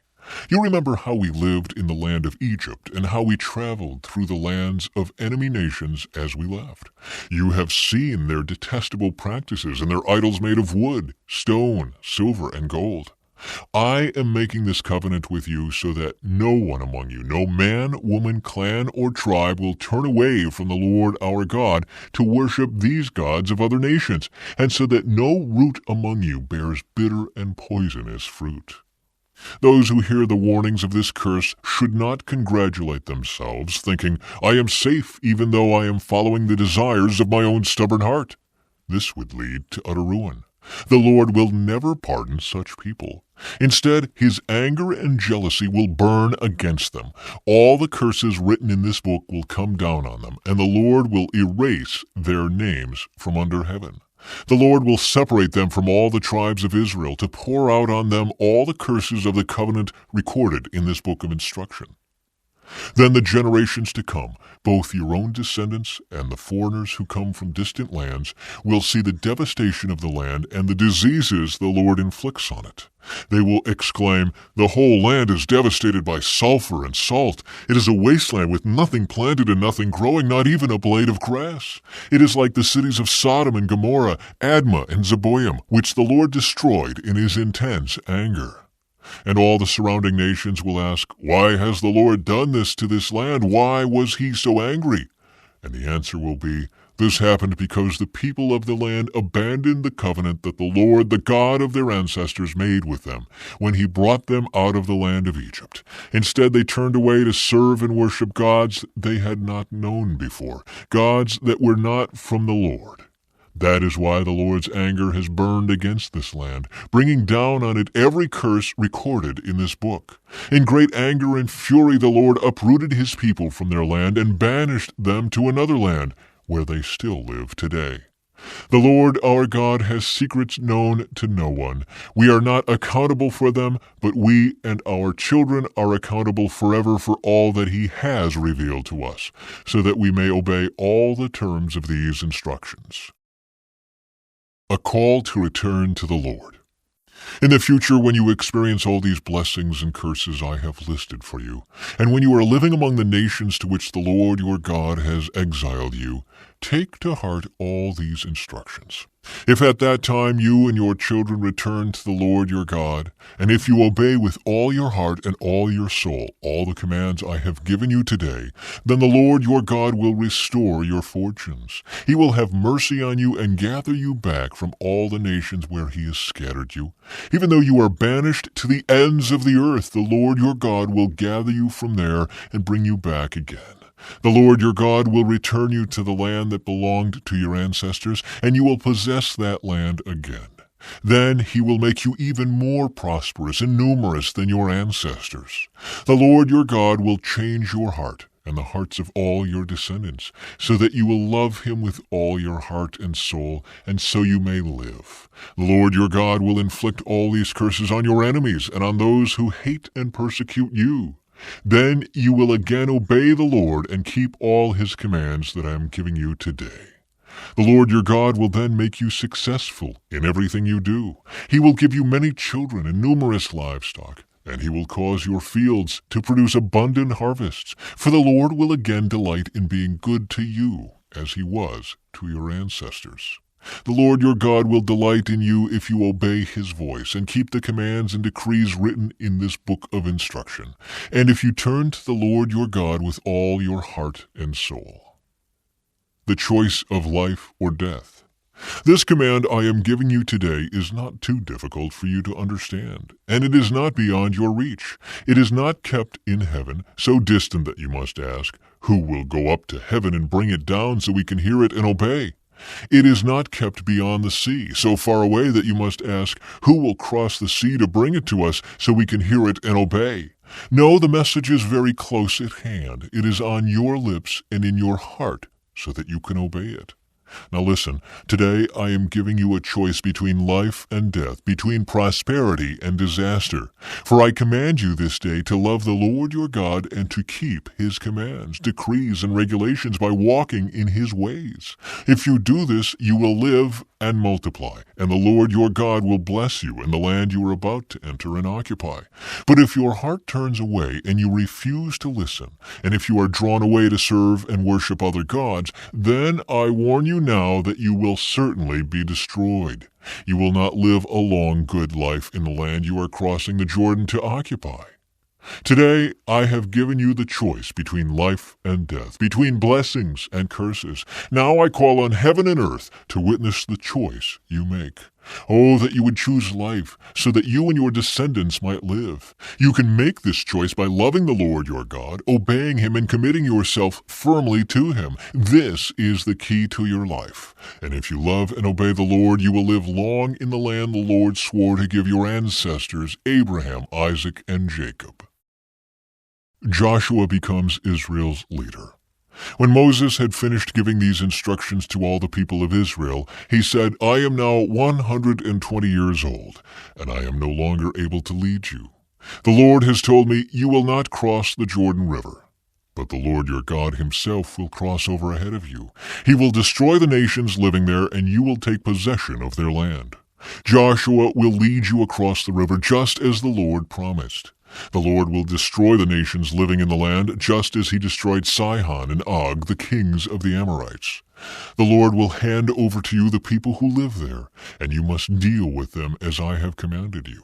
So be strong and courageous. Do not be afraid, and do not panic before them. For the Lord your God will personally go ahead of you. He will neither fail you nor abandon you.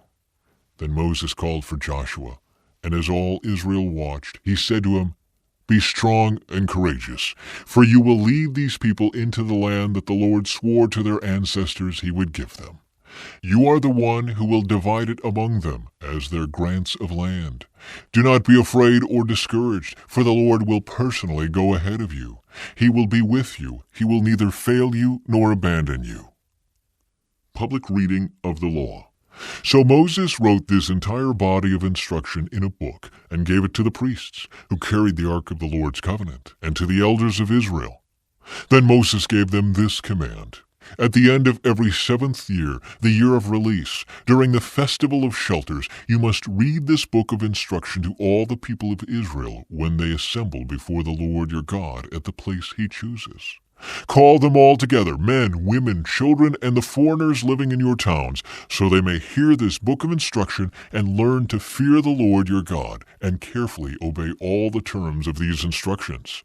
Do this so that your children who have not known these instructions will hear them and will learn to fear the Lord your God. Do this as long as you live in the land you are crossing the Jordan to occupy.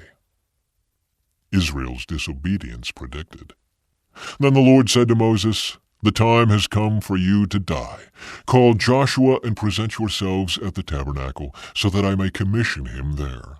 So Moses and Joshua went and presented themselves at the tabernacle, and the Lord appeared to them in a pillar of cloud that stood at the entrance to the sacred tent. The Lord said to Moses, You are about to die and join your ancestors.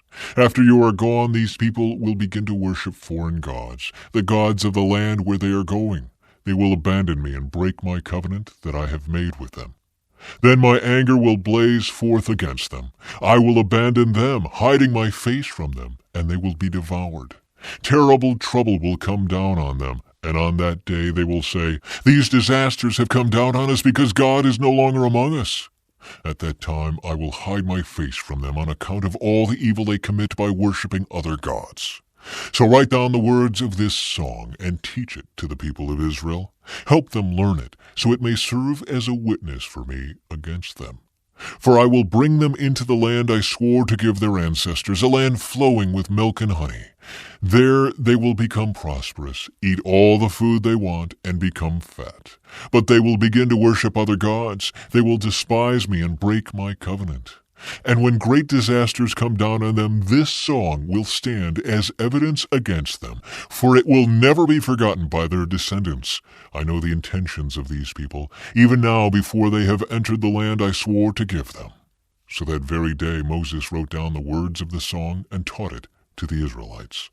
Then the Lord commissioned Joshua, son of Nun, with these words, Be strong and courageous, for you must bring the people of Israel into the land I swore to give them.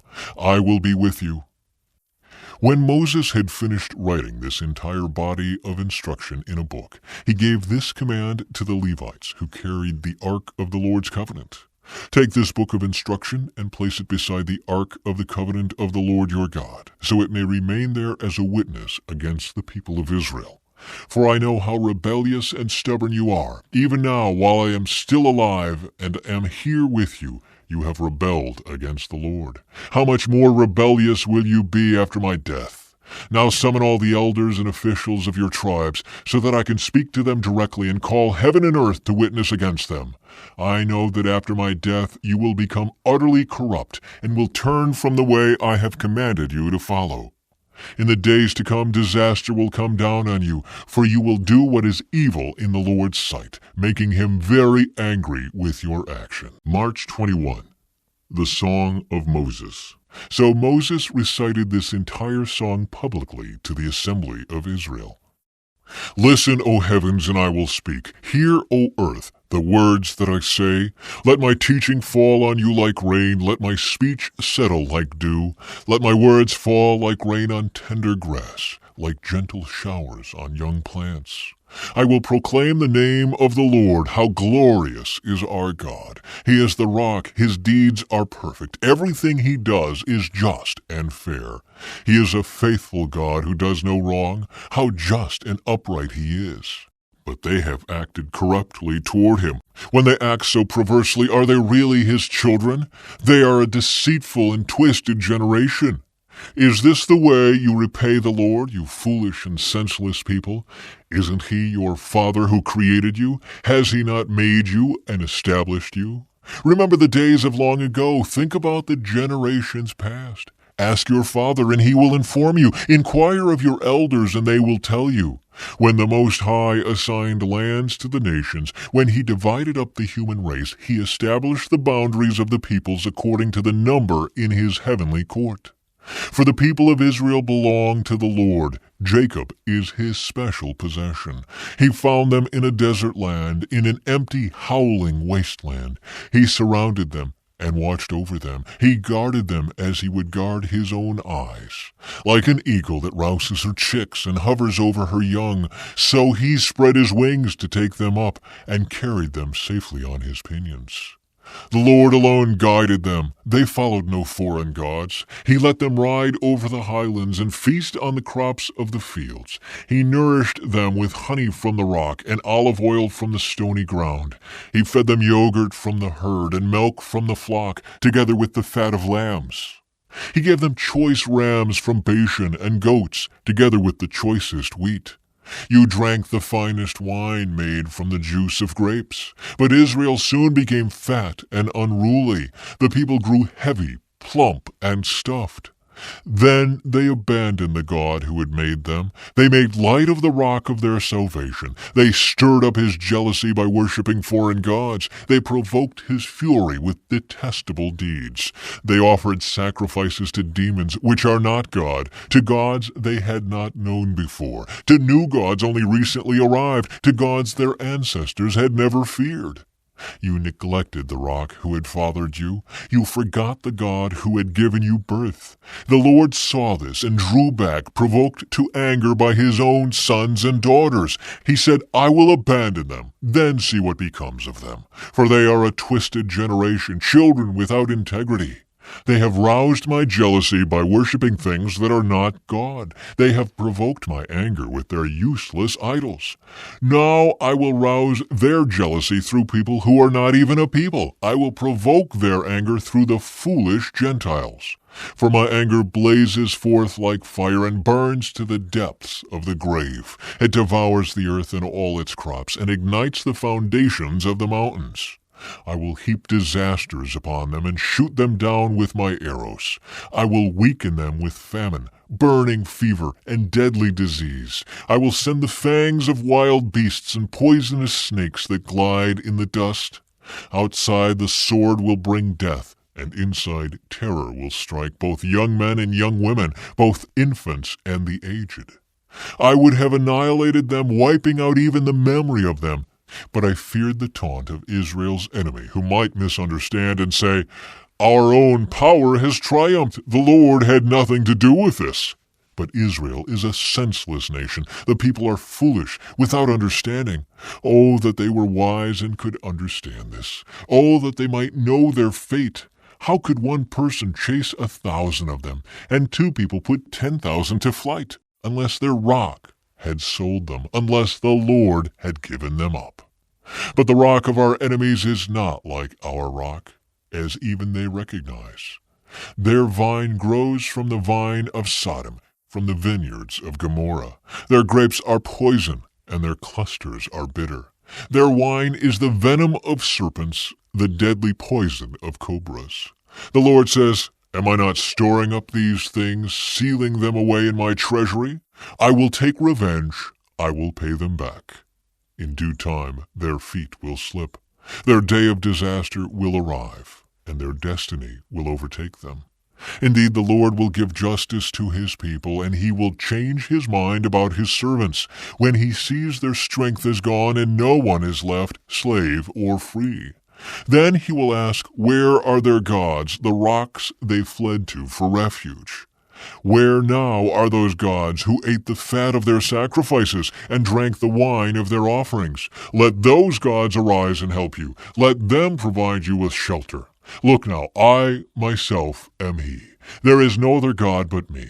I am the one who kills and gives life. I am the one who wounds and heals. No one can be rescued from my powerful hand.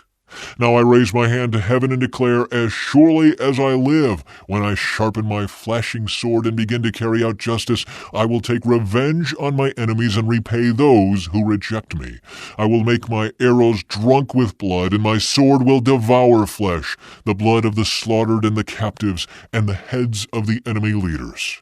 Rejoice with him, you heavens, and let all of God's angels worship him.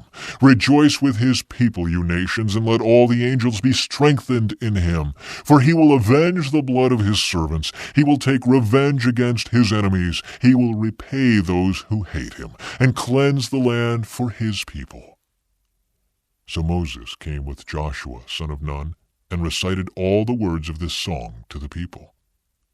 When Moses had finished reciting all these words to the people of Israel, he added, "Take to heart all the words of warning I have given you today. Pass them on as a command to your children, so they will obey every word of these instructions. These instructions are not empty words. They are your life. By obeying them, you will enjoy a long life in the land you will occupy when you cross the Jordan River." Moses' death foretold.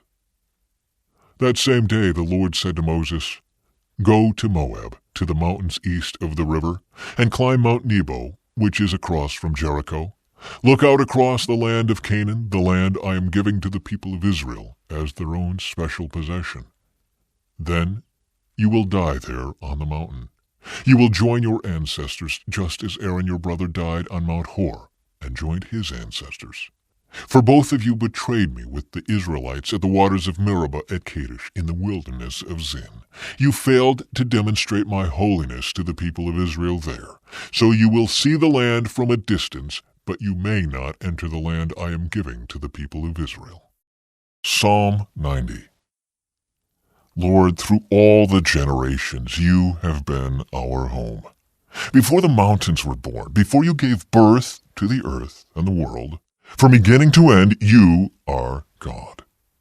You turn people back to dust, saying, "Return to dust, you mortals. For you 1,000 years are as a passing day, as brief as a few night hours.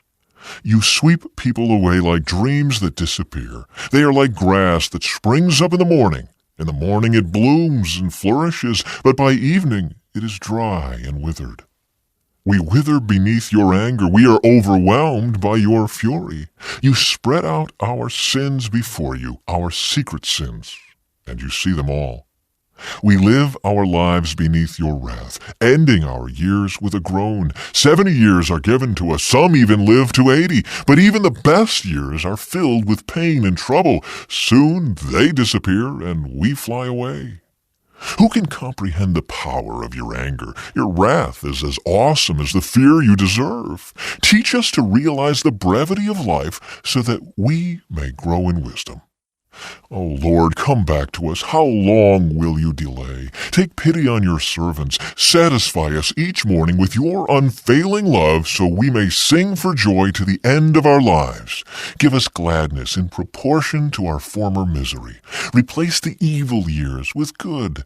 Let us, your servants, see you work again. Let our children see your glory. And may the Lord our God show us his approval and make our efforts successful. Yes, make our efforts successful. March 22. Moses blesses the people. This is the blessing that Moses, the man of God, gave to the people of Israel before his death. The Lord came from Mount Sinai and dawned upon us from Mount Seir. He shone forth from Mount Paran, and came from Meribah Kadesh, with flaming fire at his right hand.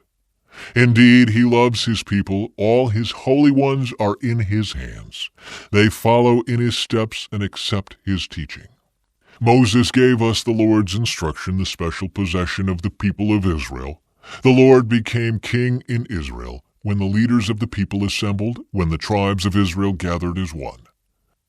Moses said this about the tribe of Reuben: "Let the tribe of Reuben live and not die out, though they are few in number." Moses said this about the tribe of Judah: "O Lord, hear the cry of Judah and bring them together as a people. Give them strength to defend their cause. Help them against their enemies." Moses said this about the tribe of Levi. O Lord, you have given your Thummim and Urim, the sacred lots, to your faithful servants the Levites. You put them to the test at Massah and struggled with them at the waters of Meribah. The Levites obeyed your word and guarded your covenant. They were more loyal to you than to their own parents. They ignored their relatives and did not acknowledge their own children. They teach your regulations to Jacob. They give your instructions to Israel. They present incense before you and offer whole burnt offerings on the altar. Bless the ministry of the Levites, O Lord, and accept all the work of their hands. Hit their enemies where it hurts the most. Strike down their foes so they never rise again. Moses said this about the tribe of Benjamin. The people of Benjamin are loved by the Lord and live in safety beside him. He surrounds them continuously and preserves them from every harm. Moses said this about the tribes of Joseph. May their land be blessed by the Lord with the precious gift of dew from the heavens and water from beneath the earth, with the rich fruit that grows in the sun and the rich harvest produced each month, with the finest crops of the ancient mountains and the abundance from the everlasting hills, with the best gifts of the earth and its bounty, and the favor of the one who appeared in the burning bush. May these blessings rest on Joseph's head, crowning the brow of the prince among his brothers. Joseph has the majesty of a young bull. He has the horns of a wild ox. He will gore distant nations, driving them to the ends of the earth. This is my blessing for the multitudes of Ephraim and the thousands of Manasseh. Moses said this about the tribes of Zebulun and Issachar. May the people of Zebulun prosper in their travels. May the people of Issachar prosper at home in their tents. They summon the people to the mountain to offer proper sacrifices there. They benefit from the riches of the sea and the hidden treasures in the sand. Moses said this about the tribe of Gad. Blessed is the one who enlarges Gad's territory. Gad is poised there like a lion to tear off an arm or a head. The people of Gad took the best land for themselves. A leader's share was assigned to them. When the leaders of the people were assembled, they carried out the Lord's justice and obeyed his regulations for Israel. Moses said this about the tribe of Dan. Dan is a lion's cub, leaping out from Bashan. Moses said this about the tribe of Naphtali. O Naphtali, you are rich in favor and full of the Lord's blessings. May you possess the west and the south. Moses said this about the tribe of Asher. May Asher be blessed above other sons. May he be esteemed by his brothers. May he bathe his feet in olive oil. May the bolts of your gates be of iron and bronze. May you be secure all your days. There is no one like the God of Israel. He rides across the heavens to help you, across the skies in majestic splendor. The eternal God is your refuge, and his everlasting arms are under you. He drives out the enemy before you. He cries out, "Destroy them!" So Israel will live in safety, prosperous Jacob in security, in a land of grain and new wine, while the heavens drop down dew. How blessed you are, O Israel! Who else is like you, a people saved by the Lord? He is your protecting shield and your triumphant sword. Your enemies will cringe before you, and you will stomp on their backs. The death of Moses. Then Moses went up to Mount Nebo from the plains of Moab and climbed Pisgah Peak, which is across from Jericho. And the Lord showed him the whole land, from Gilead as far as Dan, all the land of Naphtali, the land of Ephraim and Manasseh, all the land of Judah extending to the Mediterranean Sea, the Negev, the Jordan Valley with Jericho, the city of palms as far as Zoar. Then the Lord said to Moses, "This is the land I promised on oath to Abraham, Isaac, and Jacob, when I said, 'I will give it to your descendants.' I have now allowed you to see it with your own eyes, but you will not enter the land." So Moses, the servant of the Lord, died there in the land of Moab, just as the Lord had said. The Lord buried him in a valley near Beth Peor in Moab, but to this day no one knows the exact place. Moses was 120 years old when he died, yet his eyesight was clear, and he was as strong as ever. The people of Israel mourned for Moses on the plains of Moab for 30 days until the customary period of mourning was over. Now Joshua, son of Nun, was full of the spirit of wisdom, for Moses had laid his hands on him. So the people of Israel obeyed him, doing just as the Lord had commanded Moses. There has never been another prophet in Israel like Moses, whom the Lord knew face to face. The Lord sent him to perform all the miraculous signs and wonders in the land of Egypt against Pharaoh and all his servants and his entire land. With mighty power, Moses performed terrifying acts in the sight of all Israel. The Lord's charge to Joshua. After the death of Moses, the Lord's servant, the Lord spoke to Joshua, son of Nun, Moses' assistant. He said, "Moses, my servant, is dead. Therefore the time has come for you to lead these people, the Israelites, across the Jordan River into the land I am giving them. I promise you what I promised Moses. Wherever you set foot, you will be on land I have given you, from the Negev wilderness in the south to the Lebanon mountains in the north.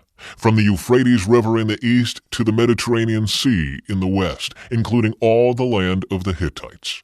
No one will be able to stand against you as long as you live. For I will be with you, as I was with Moses. I will not fail you or abandon you. Be strong and courageous, for you are the one who will lead these people to possess all the land I swore to their ancestors I would give them. Be strong and very courageous. Be careful to obey all the instructions Moses gave you. Do not deviate from them, turning either to the right or to the left. Then you will be successful in everything you do. Study this book of instruction continually. Meditate on it day and night, so you will be sure to obey everything written in it. Only then will you prosper and succeed in all you do. This is my command, be strong and courageous. Do not be afraid or discouraged, for the Lord your God is with you wherever you go." Joshua's charge to the Israelites. Joshua then commanded the officers of Israel, "Go through the camp and tell the people to get their provisions ready. In 3 days you will cross the Jordan River and take possession of the land the Lord your God is giving you." Then Joshua called together the tribes of Reuben, Gad, and the half-tribe of Manasseh. He told them, "Remember what Moses, the servant of the Lord, commanded you. The Lord your God is giving you a place of rest. He has given you this land. Your wives, children, and livestock may remain here in the land Moses assigned to you, on the east side of the Jordan River.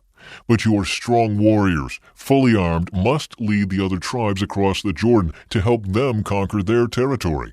Stay with them until the Lord gives them rest, as he has given you rest, and until they too possess the land the Lord your God is giving them. Only then may you return and settle here on the east side of the Jordan River in the land that Moses, the servant of the Lord, assigned to you." They answered Joshua, "We will do whatever you command us, and we will go wherever you send us. We will obey you just as we obeyed Moses. And may the Lord your God be with you as he was with Moses. Anyone who rebels against your orders and does not obey your words and everything you command will be put to death. So be strong and courageous." Rahab protects the spies. Then Joshua secretly sent out 2 spies from the Israelite camp at Acacia Grove. He instructed them, "Scout out the land on the other side of the Jordan River, especially around Jericho." So the 2 men set out and came to the house of a prostitute named Rahab and stayed there that night. But someone told the king of Jericho, "Some Israelites have come here tonight to spy out the land." So the king of Jericho sent orders to Rahab, "Bring out the men who have come into your house, for they have come here to spy out the whole land." Rahab had hidden the 2 men, but she replied, "Yes, the men were here earlier, but I didn't know where they were from. They left the town at dusk as the gates were about to close. I don't know where they went.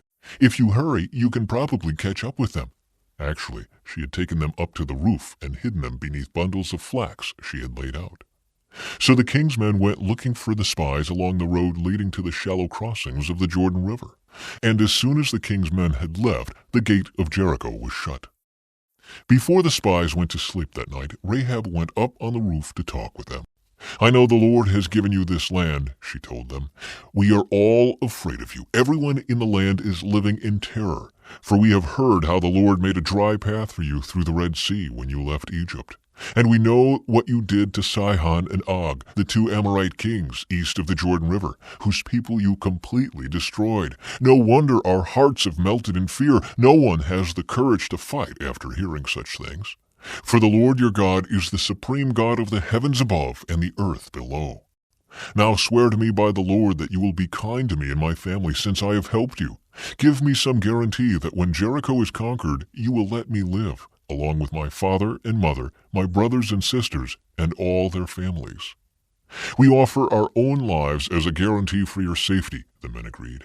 If you don't betray us, we will keep our promise and be kind to you when the Lord gives us the land. Then, since Rahab's house was built into the town wall, she let them down by a rope through the window. Escape to the hill country, she told them. Hide there for 3 days from the men searching for you.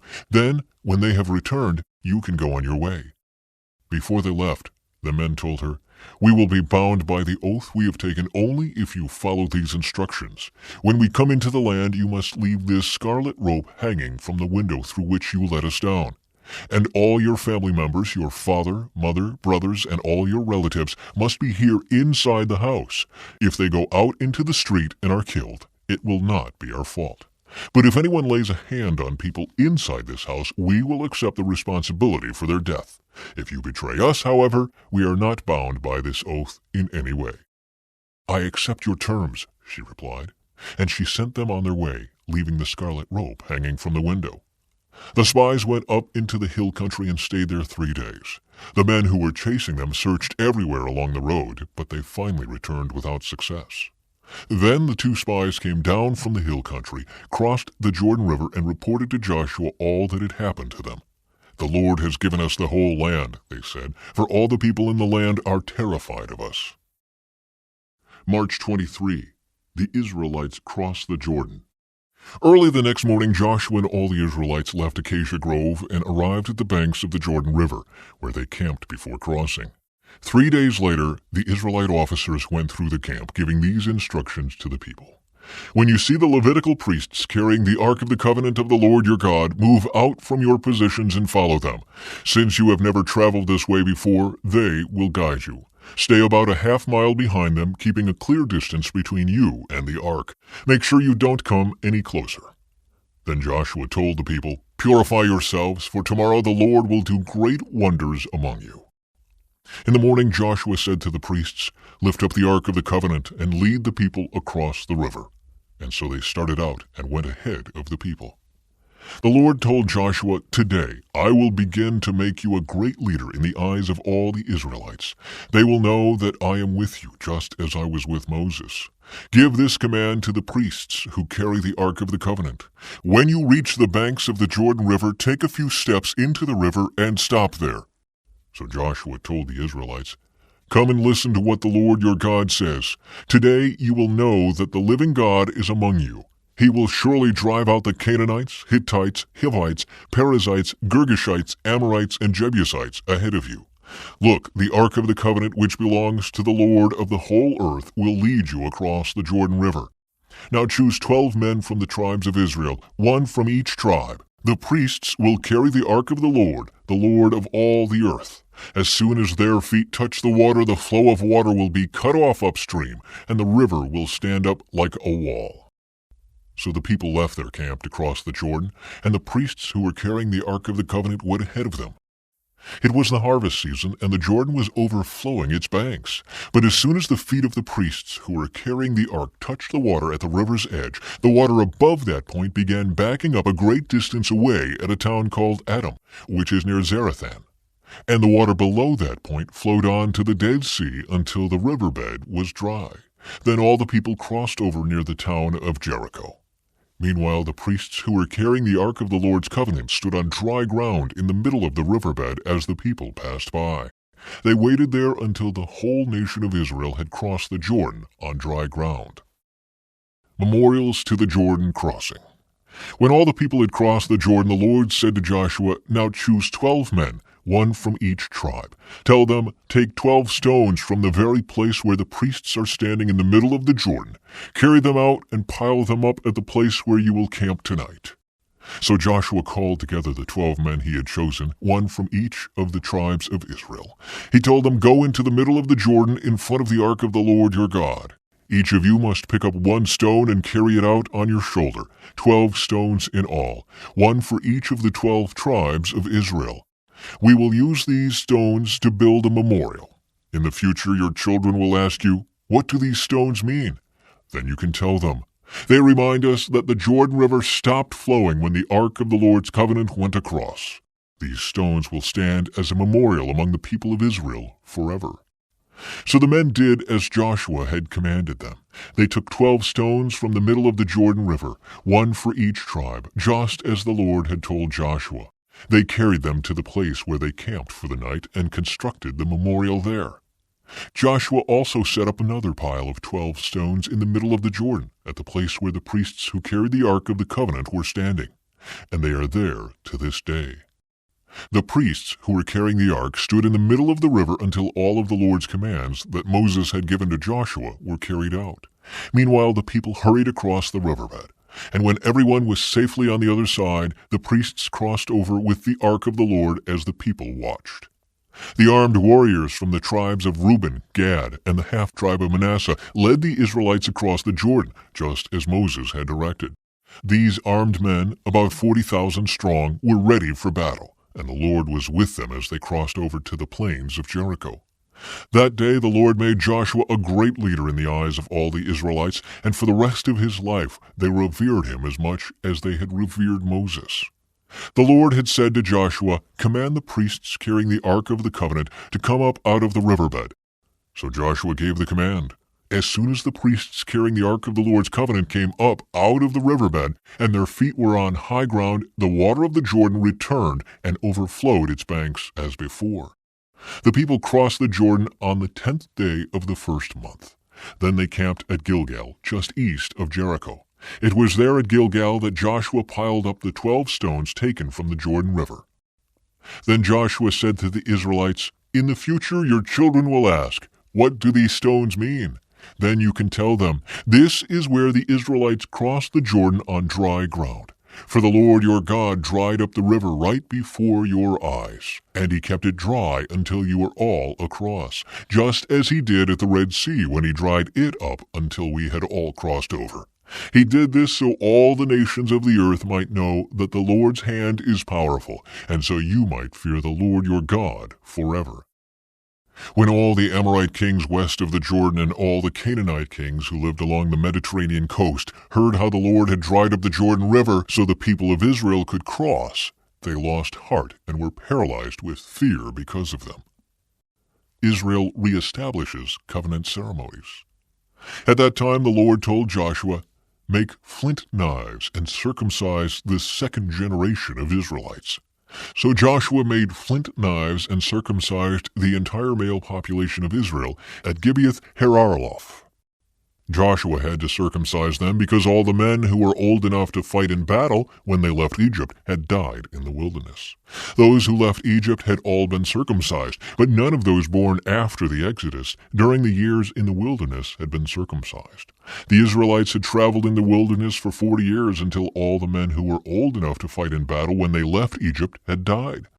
For they had disobeyed the Lord, and the Lord vowed he would not let them enter the land he had sworn to give us, a land flowing with milk and honey. So Joshua circumcised their sons, those who had grown up to take their fathers' places, for they had not been circumcised on the way to the promised land. After all the males had been circumcised, they rested in the camp until they were healed. Then the Lord said to Joshua, "Today I have rolled away the shame of your slavery in Egypt." So that place has been called Gilgal to this day. While the Israelites were camped at Gilgal on the plains of Jericho, they celebrated Passover on the evening of the 14th day of the first month. The very next day they began to eat unleavened bread and roasted grain harvested from the land. No manna appeared on the day they first ate from the crops of the land, and it was never seen again. So from that time on, the Israelites ate from the crops of Canaan. The Lord's commander confronts Joshua. When Joshua was near the town of Jericho, he looked up and saw a man standing in front of him with sword in hand. Joshua went up to him and demanded, "Are you friend or foe?" "Neither one," he replied. "I am the commander of the Lord's army." At this, Joshua fell with his face to the ground in reverence. "I am at your command," Joshua said. "What do you want your servant to do?" The commander of the Lord's army replied, "Take off your sandals, for the place where you are standing is holy." And Joshua did as he was told. The fall of Jericho. Now the gates of Jericho were tightly shut because the people were afraid of the Israelites. No one was allowed to go out or in. But the Lord said to Joshua, "I have given you Jericho, its king and all its strong warriors. You and your fighting men should march around the town once a day for 6 days.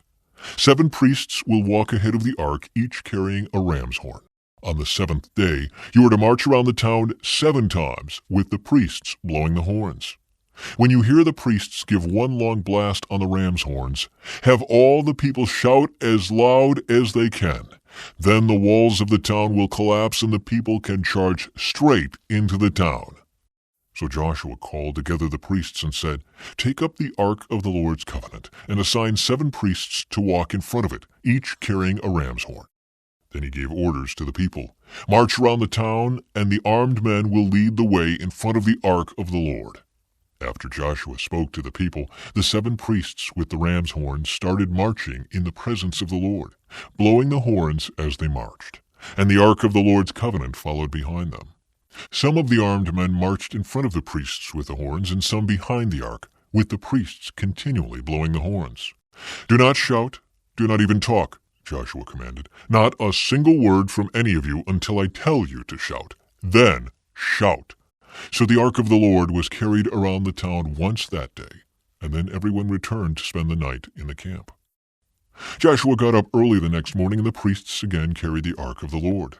The 7 priests with the ram's horns marched in front of the ark of the Lord, blowing their horns. Again the armed men marched both in front of the priest with the horns and behind the ark of the Lord. All this time the priests were blowing their horns.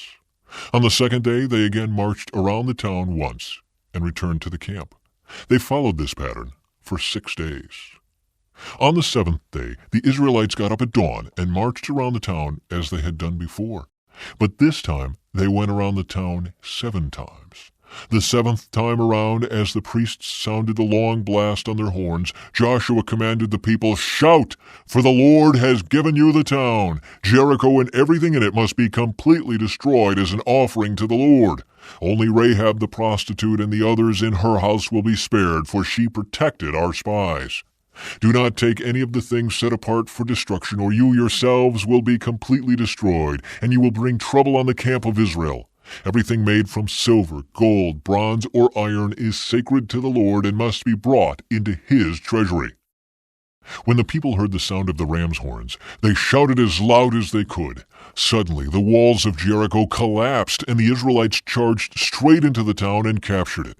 They completely destroyed everything in it with their swords, men and women, young and old, cattle, sheep, goats, and donkeys. Meanwhile, Joshua said to the 2 spies, "Keep your promise. Go to the prostitute's house and bring her out, along with all her family." The men who had been spies went in and brought out Rahab, her father, mother, brothers, and all the other relatives who were with her. They moved her whole family to a safe place near the camp of Israel. Then the Israelites burned the town and everything in it. Only the things made from silver, gold, bronze, or iron were kept for the treasury of the Lord's house.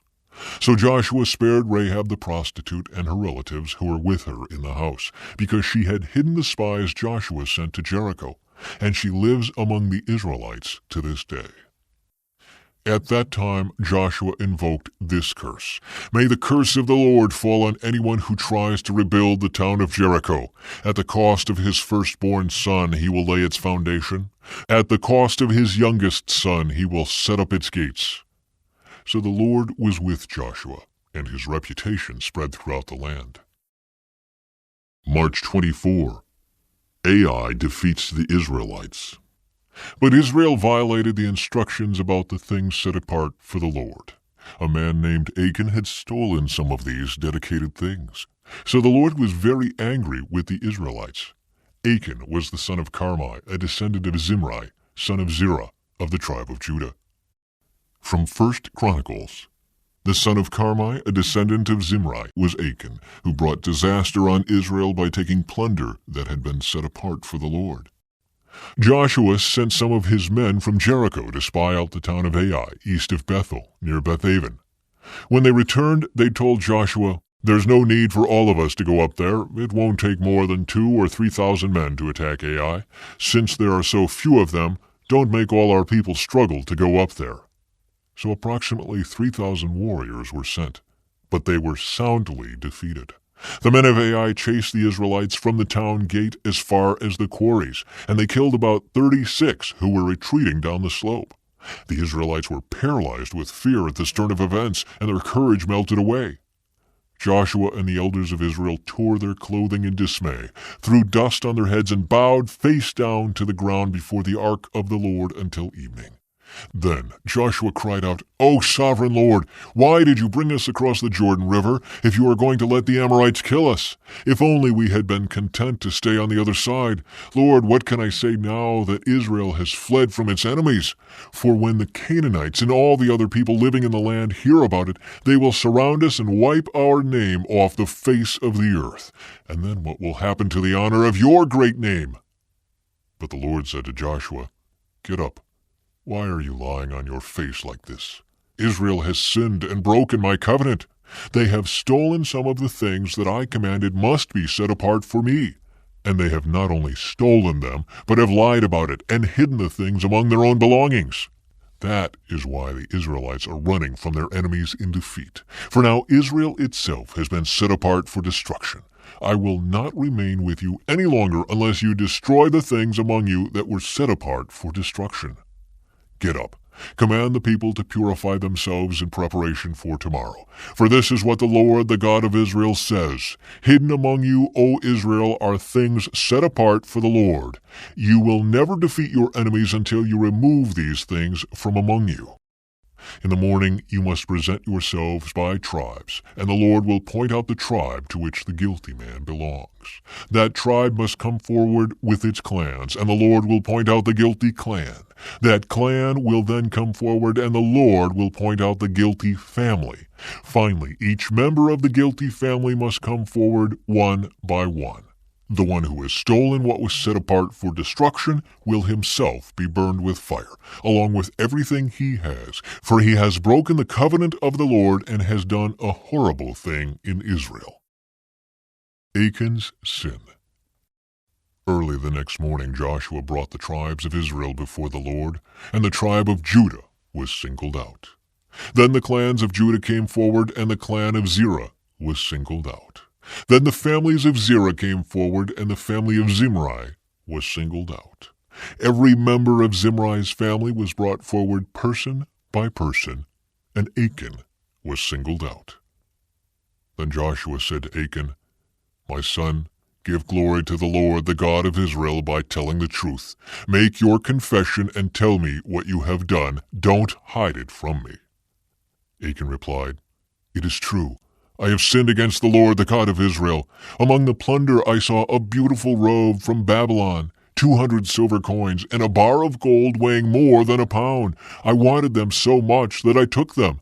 They are hidden in the ground beneath my tent, with the silver buried deeper than the rest."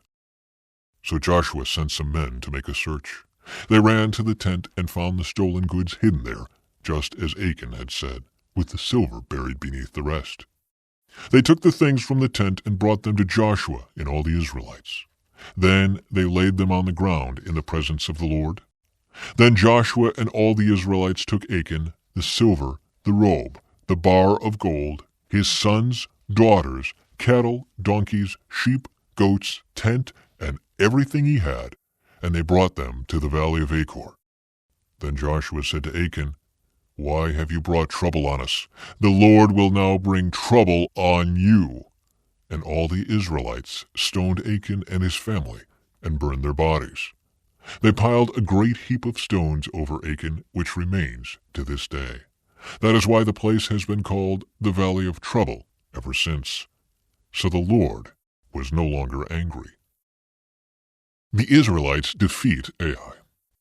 Then the Lord said to Joshua, "Do not be afraid or discouraged. Take all your fighting men and attack Ai, for I have given you the king of Ai, his people, his town, and his land. You will destroy them as you destroyed Jericho and its king. But this time you may keep the plunder and the livestock for yourselves. Set an ambush behind the town." So Joshua and all the fighting men set out to attack Ai. Joshua chose 30,000 of his best warriors and sent them out at night with these orders: "Hide in ambush close behind the town and be ready for action.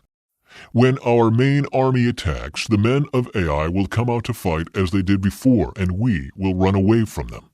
We will let them chase us until we have drawn them away from the town. For they will say, 'The Israelites are running away from us as they did before.' Then, while we are running from them, you will jump up from your ambush and take possession of the town, for the Lord your God will give it to you. Set the town on fire as the Lord has commanded. You have your orders." So they left and went to the place of ambush between Bethel and the west side of Ai. But Joshua remained among the people in the camp that night. Early the next morning, Joshua roused his men and started toward Ai, accompanied by the elders of Israel. All the fighting men who were with Joshua marched in front of the town and camped on the north side of Ai, with a valley between them and the town. That night Joshua sent 5,000 men to lie in ambush between Bethel and Ai, on the west side of the town. So they stationed the main army north of the town and the ambush west of the town. Joshua himself spent that night in the valley.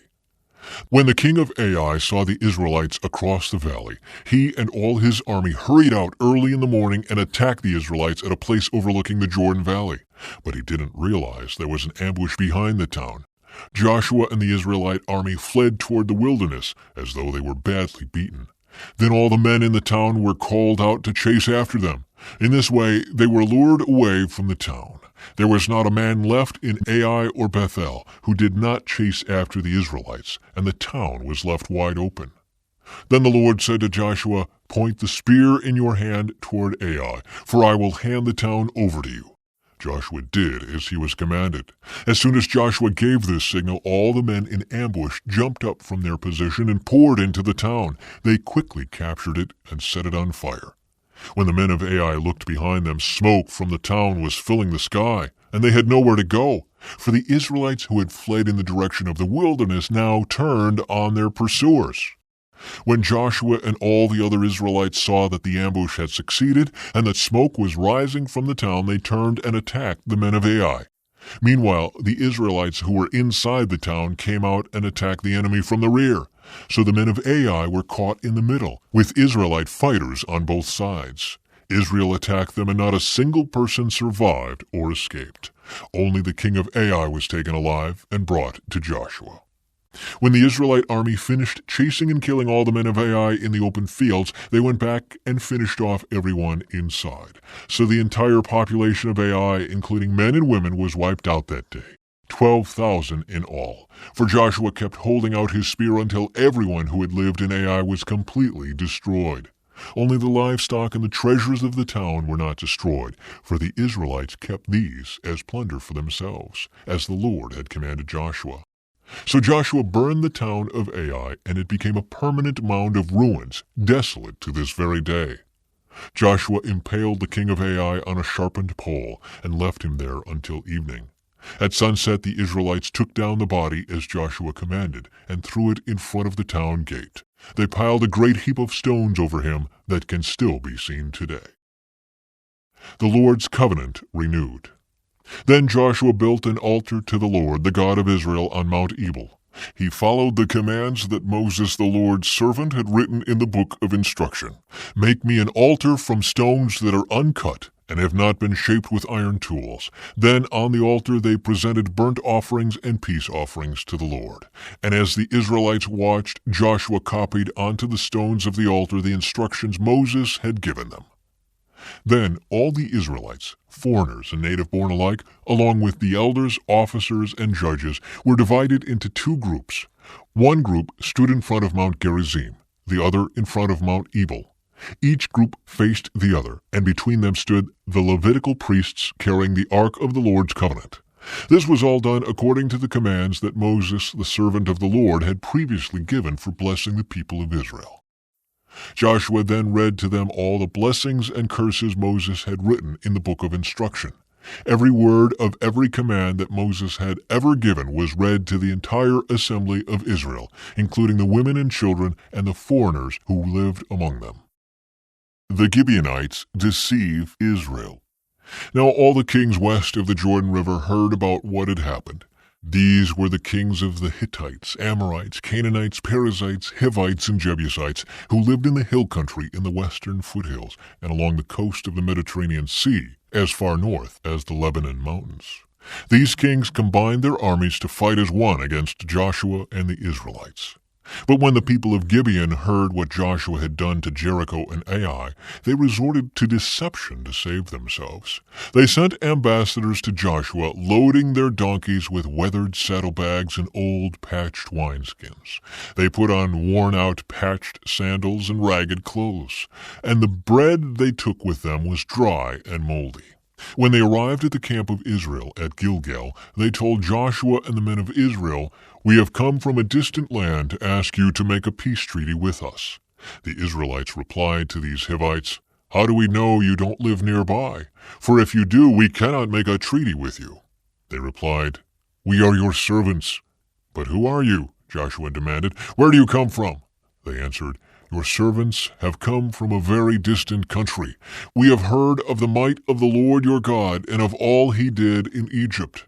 We have also heard what he did to the 2 Amorite kings east of the Jordan River, King Sihon of Heshbon and King Og of Bashan, who lived in Ashtaroth.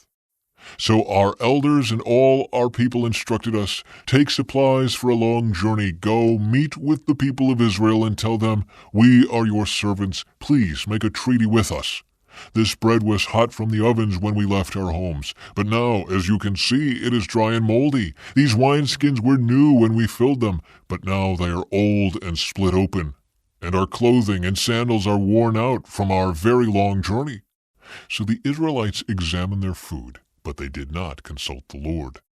Then Joshua made a peace treaty with them and guaranteed their safety, and the leaders of the community ratified their agreement with a binding oath. 3 days after making the treaty, they learned that these people actually lived nearby. The Israelites set out at once to investigate and reached their towns in 3 days. The names of these towns were Gibeon, Kephirah, Beeroth, and Kiriath-Jearim.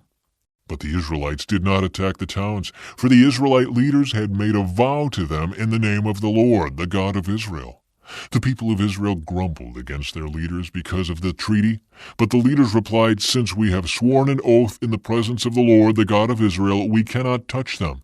This is what we must do. We must let them live, for divine anger would come upon us if we broke our oath. Let them live."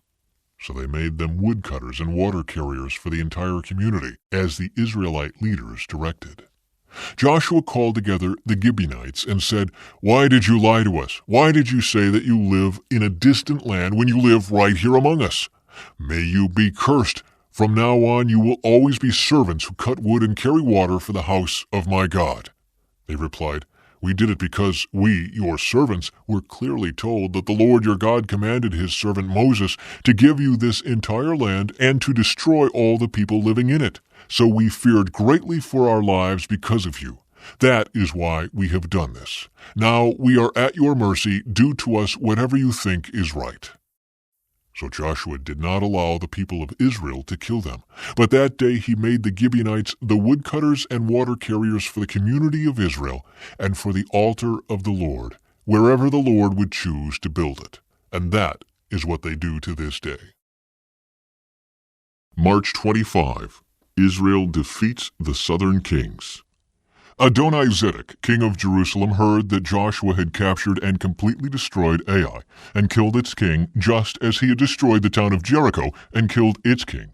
He also learned that the Gibeonites had made peace with Israel and were now their allies.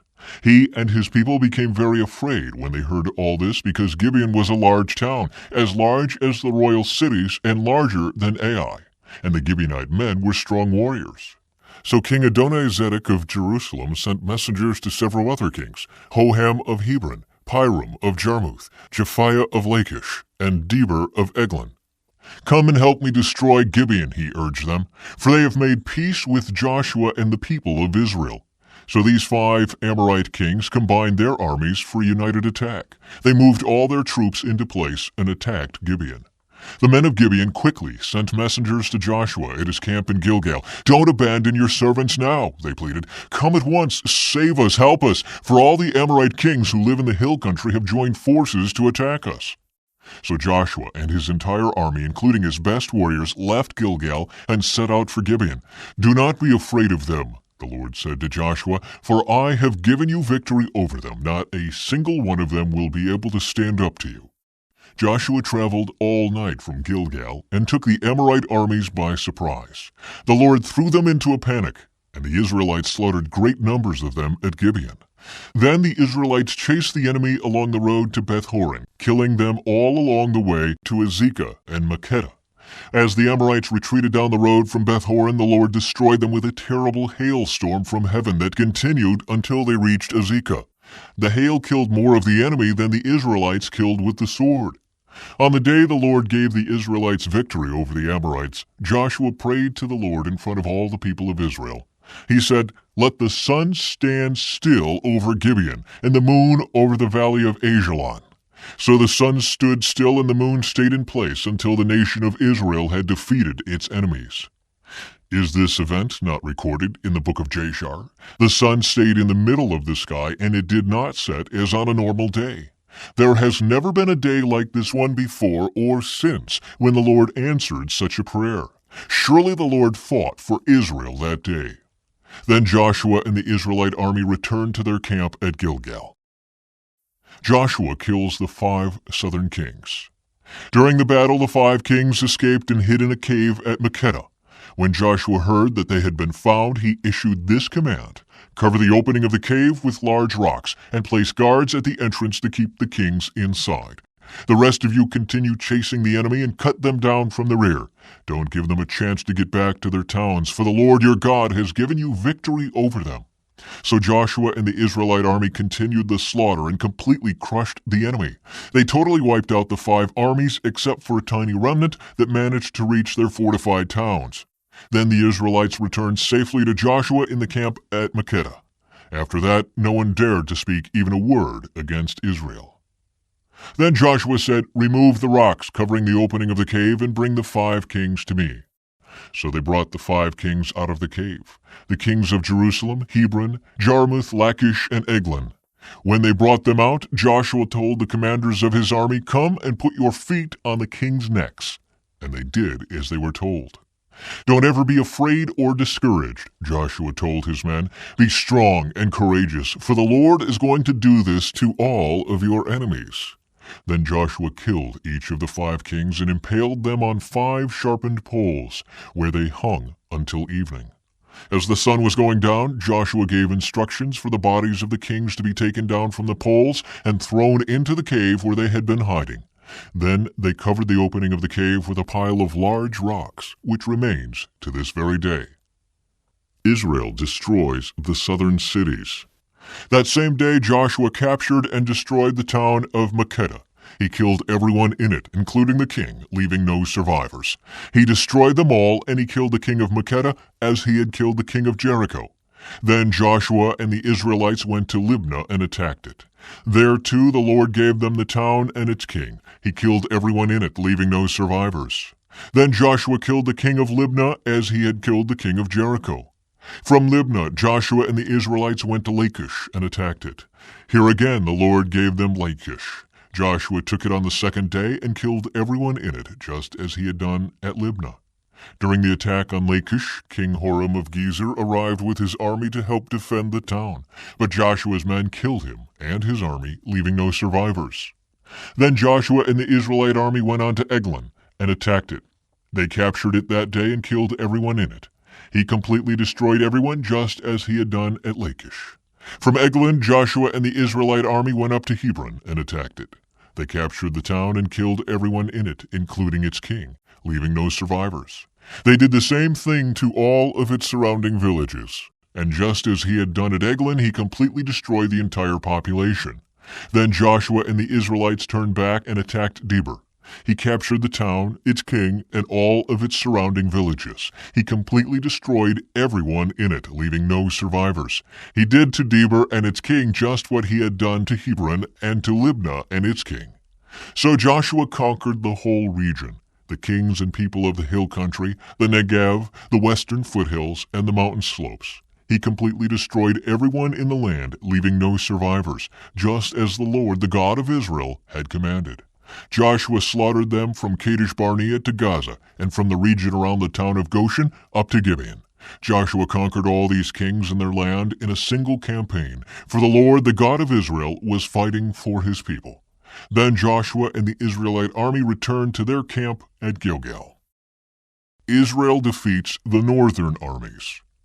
When King Jabin of Hazor heard what had happened, he sent messages to the following kings: King Jobab of Madon, the king of Shimron, the king of Akshaph, all the kings of the northern hill country, the kings in the Jordan Valley south of Galilee, the kings in the Galilean foothills, the kings of Naphoth Dor on the west, the kings of Canaan, both east and west, the kings of the Amorites, the Hittites, the Perizzites, the Jebusites in the hill country, and the Hivites in the towns on the slopes of Mount Hermon in the land of Mizpah. All these kings came out to fight. Their combined armies formed a vast horde, and with all their horses and chariots, they covered the landscape like the sand on the seashore.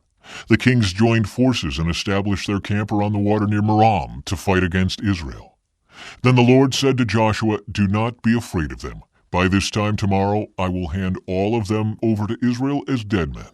Then you must cripple their horses and burn their chariots." So Joshua and all his fighting men traveled to the water near Merom and attacked suddenly. And the Lord gave them victory over their enemies. The Israelites chased them as far as Greater Sidon and Mizrephoth-Maim, and eastward into the valley of Mizpah, until not one enemy warrior was left alive. Then Joshua crippled the horses and burned all the chariots, as the Lord had instructed. Joshua then turned back and captured Hazor and killed its king. Hazor had at one time been the capital of all these kingdoms. The Israelites completely destroyed every living thing in the city, leaving no survivors. Not a single person was spared. And then Joshua burned the city. Joshua slaughtered all the other kings and their people, completely destroying them, just as Moses, the servant of the Lord, had commanded. But the Israelites did not burn any of the towns built on mounds, except Hazor, which Joshua burned. And the Israelites took all the plunder and livestock of the ravaged towns for themselves. But they killed all the people, leaving no survivors. As the Lord had commanded his servant Moses, so Moses commanded Joshua, and Joshua did as he was told, carefully obeying all the commands that the Lord had given to Moses. So Joshua conquered the entire region, the hill country, the entire Negev, the whole area around the town of Goshen, the western foothills, the Jordan Valley, the mountains of Israel, and the Galilean foothills. The Israelite territory now extended all the way from Mount Halak, which leads up to Seir in the south, as far north as Baal Gad at the foot of Mount Hermon in the valley of Lebanon. Joshua killed all the kings of those territories, waging war for a long time to accomplish this. No one in this region made peace with the Israelites except the Hivites of Gibeon. All the others were defeated, for the Lord hardened their hearts and caused them to fight the Israelites. So they were completely destroyed without mercy, as the Lord had commanded Moses. During this period, Joshua destroyed all the descendants of Anak, who lived in the hill country of Hebron, Debir, Anib, and the entire hill country of Judah in Israel. He killed them all and completely destroyed their towns. None of the descendants of Anak were left in all the land of Israel, though some still remained in Gaza, Gath, and Ashdod.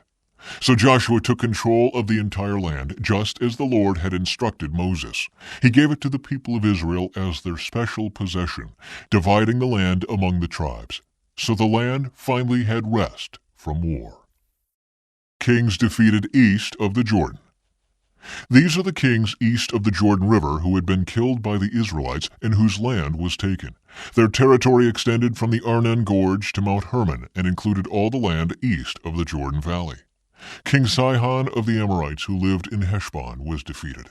His kingdom included Aroer on the edge of the Arnon Gorge and extended from the middle of the Arnon Gorge to the Jabbok River, which serves as a border for the Ammonites. This territory included the southern half of the territory of Gilead. Sihon also controlled the Jordan Valley and regions to the east, from as far north as the Sea of Galilee to as far south as the Dead Sea, including the road to Beth Jeshimoth and southward to the slopes of Pisgah. King Og of Bashan, the last of the Rephaites, lived at Ashtaroth and Edrei. He ruled a territory stretching from Mount Hermon to Salika in the north and to all of Bashan in the east, and westward to the borders of the kingdoms of Gesher and Maacah. This territory included the northern half of Gilead as far as the boundary of King Sihon of Heshbon. Moses, the servant of the Lord, and the Israelites had destroyed the people of King Sihon and King Og, and Moses gave their land as a possession to the tribes of Reuben, Gad, and the half-tribe of March 26. Kings defeated west of the Jordan. The following is a list of the kings that Joshua and the Israelite armies defeated on the west side of the Jordan, from Baal Gad in the valley of Lebanon to Mount Halak, which leads up to Seir.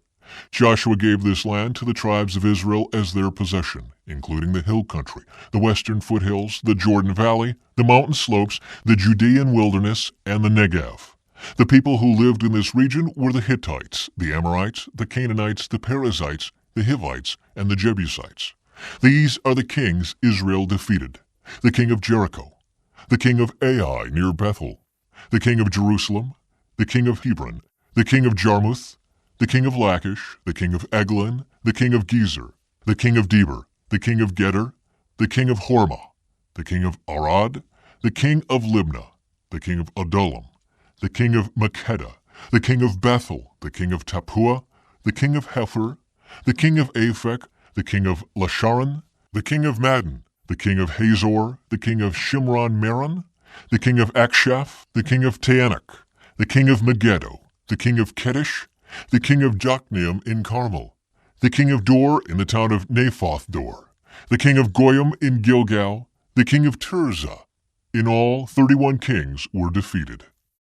The land yet to be conquered. When Joshua was an old man, the Lord said to him, "You are growing old, and much land remains to be conquered. This is the territory that remains: all the regions of the Philistines and the Geshurites, and the larger territory of the Canaanites extending from the stream of Shihor on the border of Egypt northward to the boundary of Ekron. It includes the territory of the 5 Philistine rulers of Gaza, Ashdod, Ashkelon, Gath, and Ekron. The land of the Avites in the south also remains to be conquered. In the north, the following area has not yet been conquered: all the land of the Canaanites, including Mearah, which belongs to the Sidonians, stretching northward to Aphek on the border of the Amorites. The land of the Gebalites and all of the Lebanon mountain area to the east, from Baal Gad below Mount Hermon to Lebo Hamath, and all the hill country from Lebanon to Mizraphoth Maim, including all the land of the Sidonians. I myself will drive these people out of the land ahead of the Israelites. So be sure to give this land to Israel as a special possession, just as I have commanded you. Include all this territory as Israel's possession when you divide this land among the 9 tribes and the half-tribe of Manasseh." The land divided east of the Jordan. Half the tribe of Manasseh and the tribes of Reuben and Gad had already received their grants of land on the east side of the Jordan, for Moses, the servant of the Lord, had previously assigned this land to them. Their territory extended from Aroer on the edge of the Arnon Gorge, including the town in the middle of the gorge, to the plain beyond Medeba, as far as Dibon. It also included all the towns of King Sihon of the Amorites, who had reigned in Heshbon, and extended as far as the borders of Ammon. It included Gilead, the territory of the kingdoms of Gesher and Maacah, all of Mount Hermon, all of Bashan as far as Salika, and all the territory of King Og of Bashan, who had reigned in Ashtaroth and Edrei. King Og was the last of the Rephaites, for Moses had attacked them and driven them out. But the Israelites failed to drive out the people of Gesher and Maacah, so they continue to live among the Israelites to this day. An inheritance for the tribe of Levi. Moses did not assign any allotment of land to the tribe of Levi. Instead, as the Lord had promised them, their allotment came from the offerings burned on the altar to the Lord, the God of Israel. the land given to the tribe of Reuben. Moses had assigned the following area to the clans of the tribe of Reuben. Their territory extended from Aroer on the edge of the Arnon Gorge, including the town in the middle of the gorge, to the plain beyond Medeba. It included Heshbon and the other towns on the plain: Dibon, Bamoth Baal, Beth Baal Meon, Jahaz, Kedemoth, Mephaath, Kiriathaim, Sibmah, Zereth Shahar on the hill above the valley, Beth Peor, the slopes of Pisgah, and Beth Jeshimoth. The land of Reuben also included all the towns of the plain and the entire kingdom of Sihon. Sihon was the Amorite king who had reigned in Heshbon and was killed by Moses along with the leaders of Midian: Evi, Rekem, Zur, Hur, and Reba, princes living in the region who were allied with Sihon. The Israelites had also killed Balaam, son of Beor, who used magic to tell the future. The Jordan River marked the western boundary for the tribe of Reuben. The towns and their surrounding villages in this area were given as a homeland to the clans of the tribe of Reuben. The land given to the tribe of Gad. Moses had assigned the following area to the clans of the tribe of Gad. Their territory included Jazer, all the towns of Gilead, and half of the land of Ammon as far as the town of Aroer just west of Rabbah. It extended from Heshbon to Ramoth Mizpah and Betonim, and from Mahanaim to Lo-debar. In the valley were Beth Haram, Beth Nimrah, Succoth, Zaphon, and the rest of the kingdom of King Sihon of Heshbon. The western boundary ran along the Jordan River, extended as far north as the tip of the Sea of Galilee, and then turned eastward. The towns and their surrounding villages in this area were given as a homeland to the clans of the tribe of Gad. The land given to the half-tribe of Manasseh. Moses had assigned the following area to the clans of the half-tribe of Manasseh. Their territory extended from Mahanaim, including all of Bashan, all the former kingdom of King Og, and the 60 towns of Jair in Bashan. It also included half of Gilead and King Og's royal cities of Ashtaroth and Edrei. All this was given to the clans of the descendants of Machir, who was Manasseh's son. These are the allotments Moses had made while he was on the plains of Moab across the Jordan River east of Jericho. But Moses gave no allotment of land to the tribe of Levi, for the Lord, the God of Israel, had promised that he himself would be their allotment. The land divided west of the Jordan. The remaining tribes of Israel received land in Canaan as allotted by Eleazar the priest, Joshua son of Nun, and the tribal leaders. These 9.5 tribes received their grants of land by means of sacred lots in accordance with the Lord's command through Moses. Moses had already given a grant of land to the 2.5 tribes on the east side of the Jordan River, but he had given the Levites no such allotment. The descendants of Joseph had become 2 separate tribes, Manasseh and Ephraim, and the Levites were given no land at all, only towns to live in with surrounding pasture lands for their livestock and all their possessions. So the land was distributed in strict accordance with the Lord's commands to Moses. Caleb requests his land. A delegation from the tribe of Judah, led by Caleb, son of Jephunneh the Kenizzite, came to Joshua at Gilgal. Caleb said to Joshua, "Remember what the Lord said to Moses, the man of God, about you and me when we were at Kadesh Barnea. I was 40 years old when Moses, the servant of the Lord, sent me from Kadesh Barnea to explore the land of Canaan. I returned and gave an honest report, but my brothers who went with me frightened the people from entering the promised land. For my part, I wholeheartedly followed the Lord my God. So that day Moses solemnly promised me, the land of Canaan on which you are just walking will be your grant of land and that of your descendants forever, because you wholeheartedly followed the Lord my God. Now, as you can see, the Lord has kept me alive and well as he promised for all these 45 years since Moses made this promise, even while Israel wandered in the wilderness. Today I am 85 years old. I am as strong now as I was when Moses sent me on that journey, and I can still travel and fight as well as I could then. So give me the hill country that the Lord promised me. You will remember that as scouts we found the descendants of Anak living there in great walled towns. But if the Lord is with me, I will drive them out of the land, just as the Lord said." So Joshua blessed Caleb, son of Jephunneh, and gave Hebron to him as his portion of land. Hebron still belongs to the descendants of Caleb, son of Jephunneh the Kenizzite, because he wholeheartedly followed the Lord, the God of Israel. Previously, Hebron had been called Kiriath Arba. It had been named after Arba, a great hero of the descendants of Anak. And the land had rest from war. The land given to the tribe of Judah. The allotment for the clans of the tribe of Judah reached southward to the border of Edom as far south as the wilderness of Zin.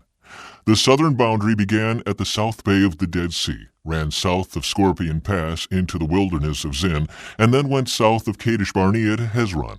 Then it went up to Adar, where it turned towards Karka. From there it passed to Asmon until it finally reached the brook of Egypt, which it followed to the Mediterranean Sea. This was their southern boundary. The eastern boundary extended along the Dead Sea to the mouth of the Jordan River. The northern boundary began at the bay where the Jordan River empties into the Dead Sea, went up from there to Beth Hogla, then proceeded north of Beth Araba to the stone of Bohan. Bohan was Reuben's son.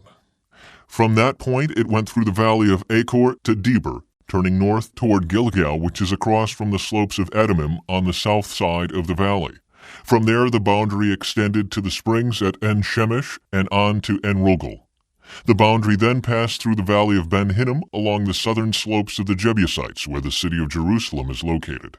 Then it went west to the top of the mountain above the valley of Hinnom, and on up to the northern end of the valley of Rephaim. From there the boundary extended from the top of the mountain to the spring at the waters of Nephtoah, and from there to the towns on Mount Ephron. Then it turned toward Baalah, that is, Kiriath-Jearim.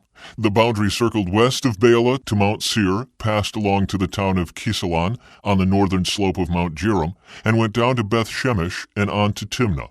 The boundary then proceeded to the slope of the hill north of Ekron, where it turned towards Shekiran and Mount Baalah. It passed Jabneel and ended at the Mediterranean Sea.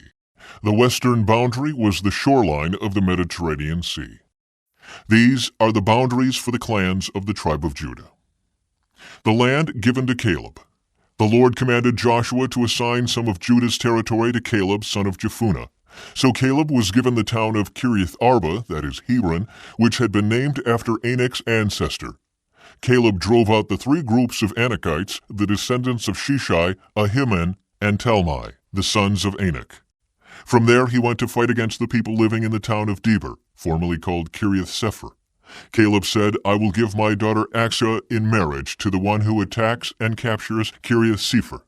Othniel, the son of Caleb's brother Kenaz, was the one who conquered it, so Achsah became Othniel's wife. When Achsah married Othniel, she urged him to ask her father for a field. As she got down off her donkey, Caleb asked her, What's the matter? She said, Give me another gift. You have already given me land in the Negev, now please give me springs of water too. So Caleb gave her the upper and lower. March 27. The towns Judah inherited. This was the homeland allocated to the clans of the tribe of Judah.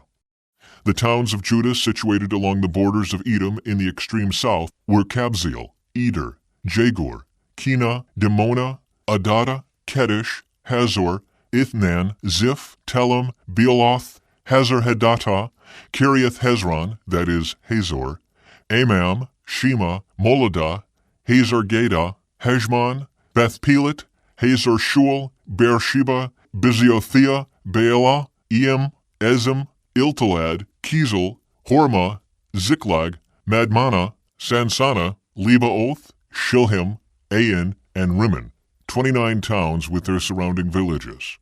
The following towns situated in the western foothills were also given to Judah: Eshtaol, Zorah, Ashna, Zanoah, Enganim, Tapua, Enam, Jarmuth, Adullam, Soko, Azekah, Shearaim, Adithium, Gedera, and Gederothium, 14 towns with their surrounding villages.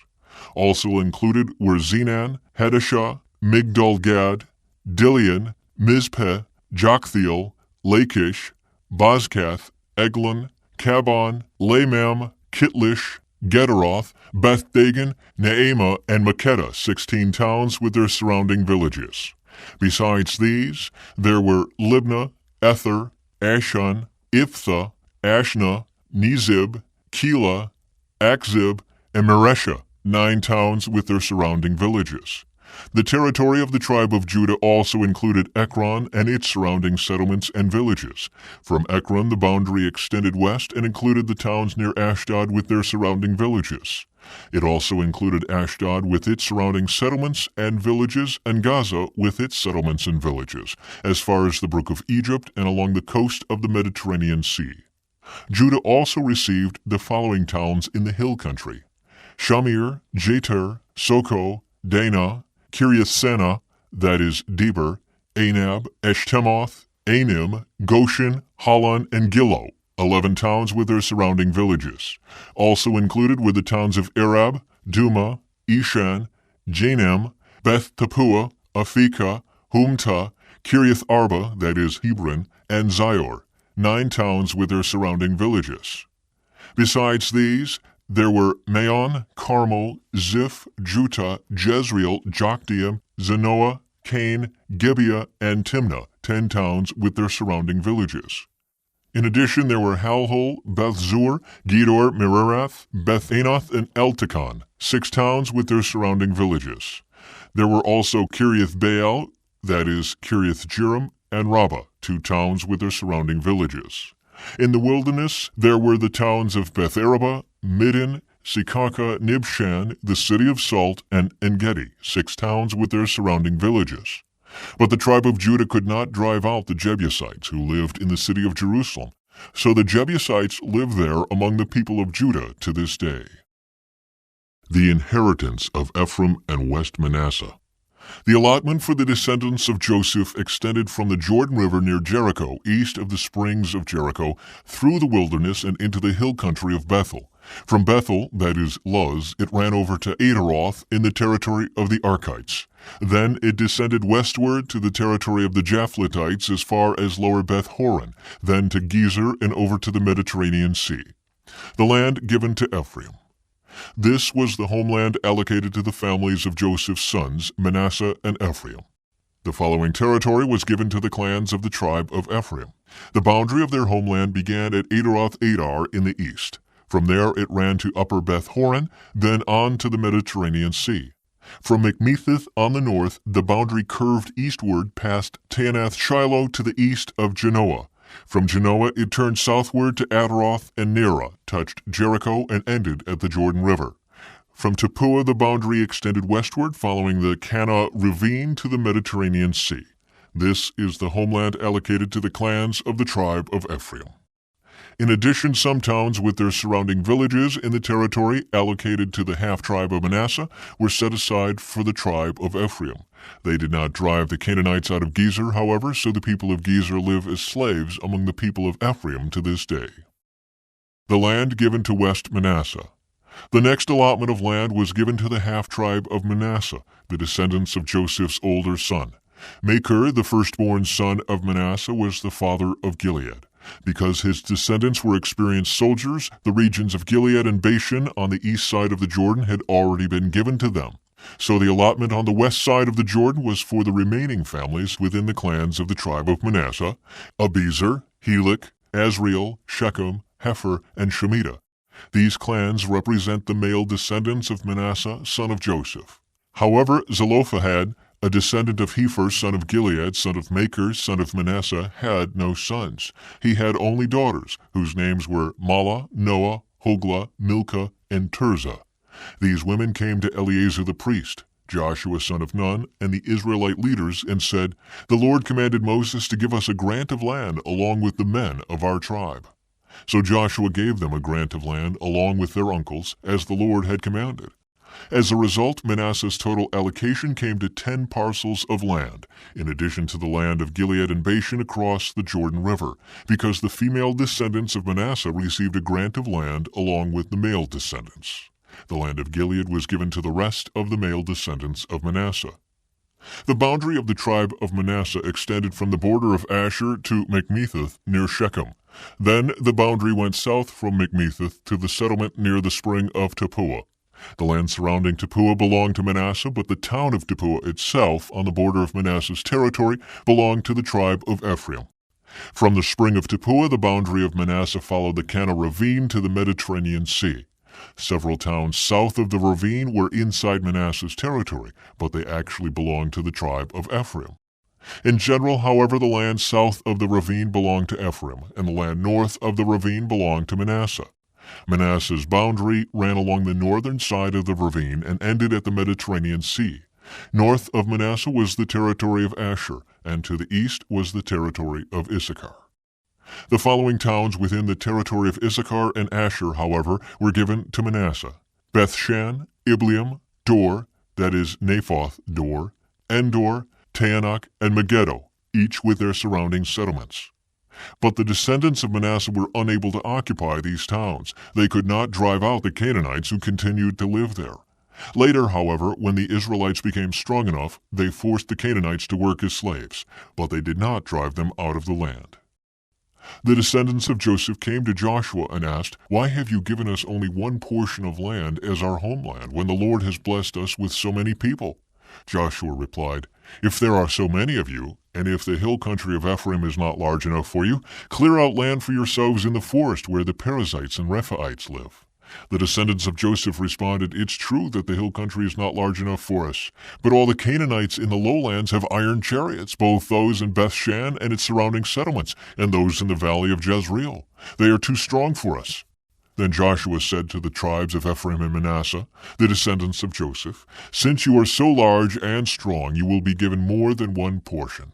The forests of the hill country will be yours as well. Clear as much of the land as you wish, and take possession of its farthest corners. And you will drive out the Canaanites from the valleys too, even though they are strong and have iron chariots."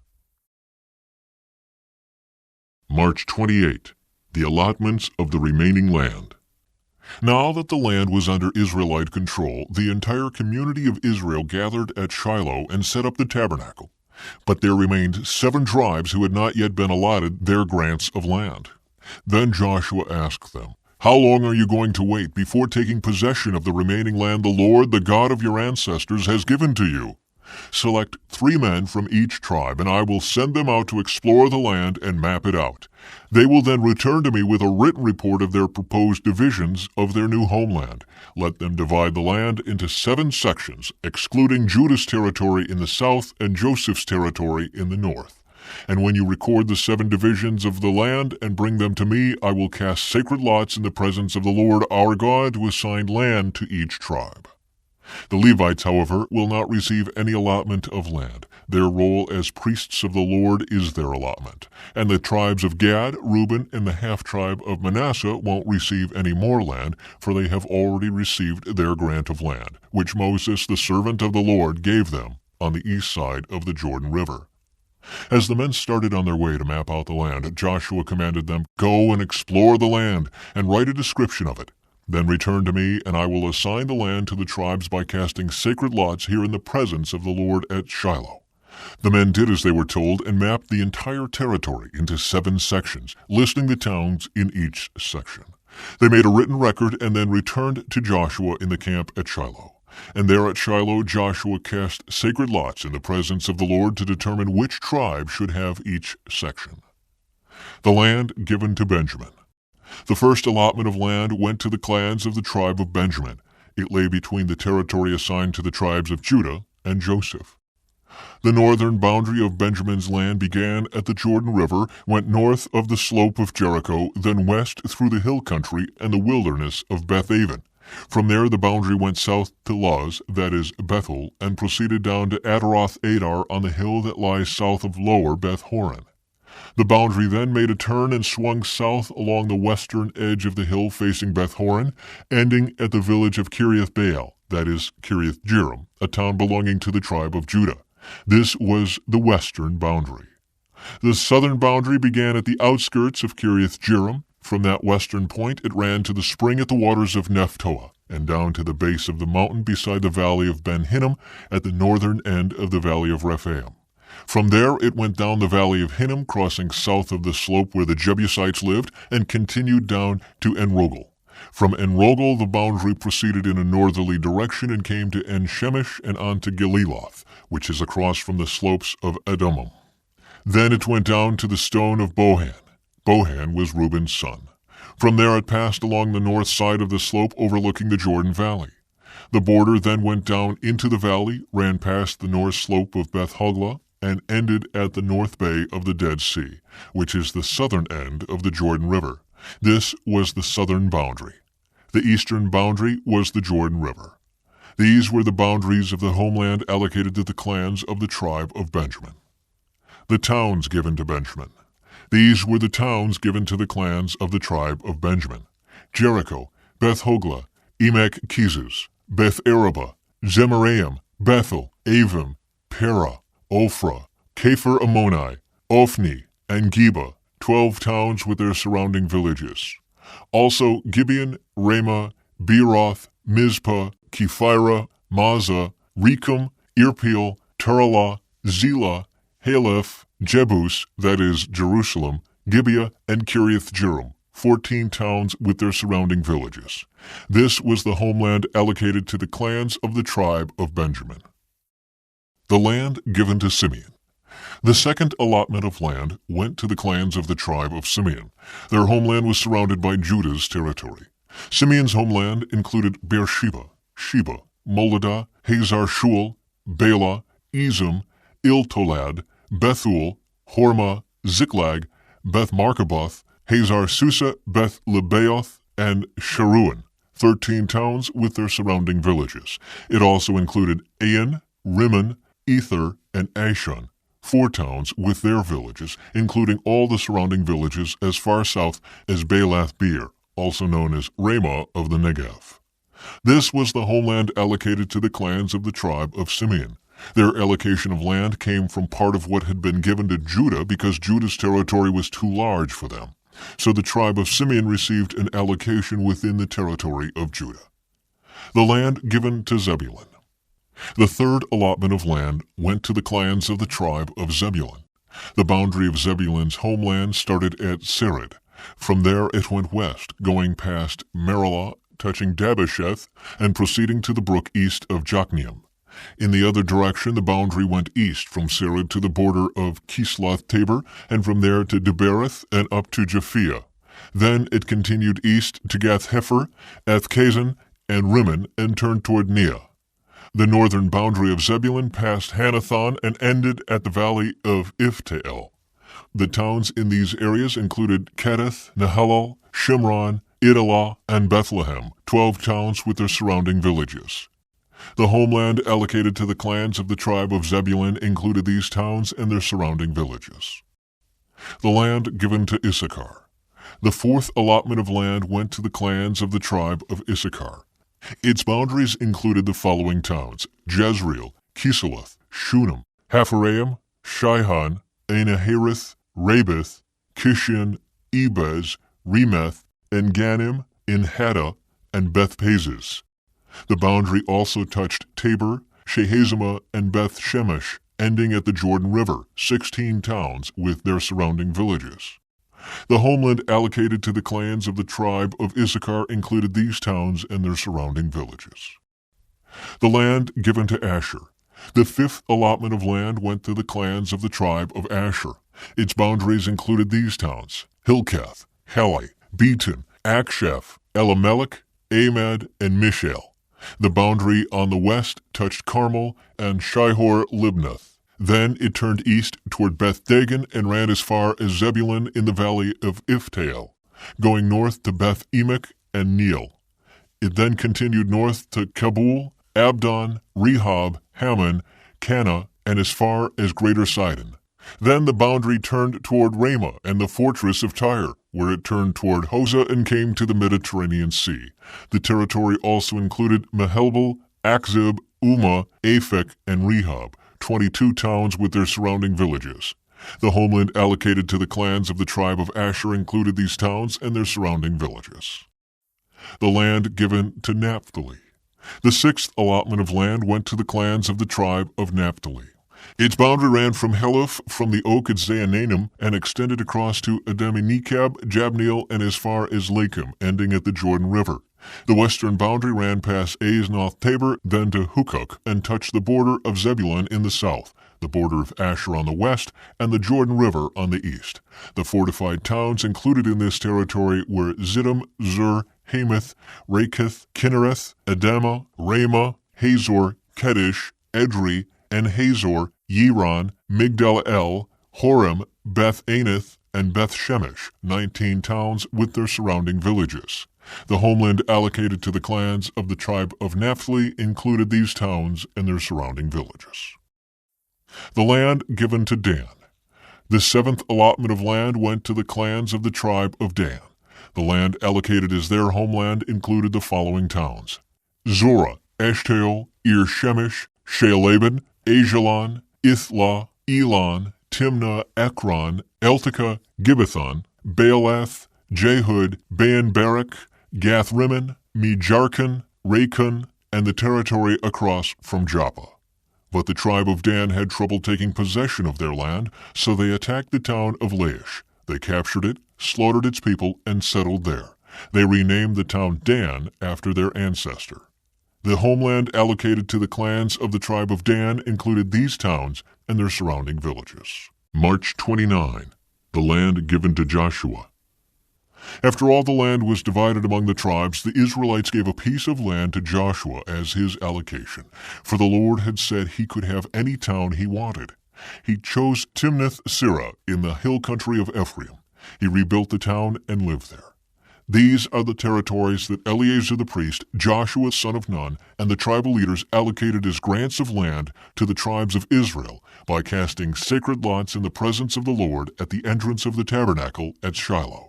So the division of the land was completed. The cities of refuge. The Lord said to Joshua, "Now tell the Israelites to designate the cities of refuge as I instructed Moses. Anyone who kills another person accidentally and unintentionally can run to one of these cities. They will be places of refuge from relatives seeking revenge for the person who was killed. Upon reaching one of these cities, the one who caused the death will appear before the elders at the city gate and present his case. They must allow him to enter the city and give him a place to live among them. If the relatives of the victim come to avenge the killing, the leaders must not release the slayer to them, for he killed the other person unintentionally and without previous hostility. But the slayer must stay in that city and be tried by the local assembly, which will render a judgment. And he must continue to live in that city until the death of the high priest who was in office at the time of the accident. After that, he is free to return to his own home in the town from which he fled. The following cities were designated as cities of refuge: Kedesh of Galilee, in the hill country of Naphtali; Shechem, in the hill country of Ephraim; and Kiriath Arba, that is Hebron, in the hill country of Judah. On the east side of the Jordan River, across from Jericho, the following cities were designated: Bezer, in the wilderness plain of the tribe of Reuben; Ramoth, in Gilead, in the territory of the tribe of Gad; and Golan in Bashan, in the land of the tribe of Manasseh. These cities were set apart for all the Israelites, as well as the foreigners living among them. Anyone who accidentally killed another person could take refuge in one of these cities. In this way, they could escape being killed in revenge prior to standing trial before the local assembly. The towns given to the Levites. Then the leaders of the tribe of Levi came to consult with Eleazar the priest, Joshua son of Nun, and the leaders of the other tribes of Israel. They came to them at Shiloh in the land of Canaan and said, "The Lord commanded Moses to give us towns to live in and pasture lands for our livestock. So by the command of the Lord, the people of Israel gave the Levites the following towns and pasture lands out of their own grants of land. The descendants of Aaron, who were members of the Kohathite clan within the tribe of Levi, were allotted 13 towns that were originally assigned to the tribes of Judah, Simeon, and Benjamin. The other families of the Kohathite clan were allotted 10 towns from the tribes of Ephraim, Dan, and the half-tribe of Manasseh. The clan of Gershon was allotted 13 towns from the tribes of Issachar, Asher, Naphtali, and the half-tribe of Manasseh in Bashan. The clan of Merari was allotted 12 towns from the tribes of Reuben, Gad, and Zebulun. So the Israelites obeyed the Lord's command to Moses and assigned these towns and pasture lands to the Levites by casting sacred lots.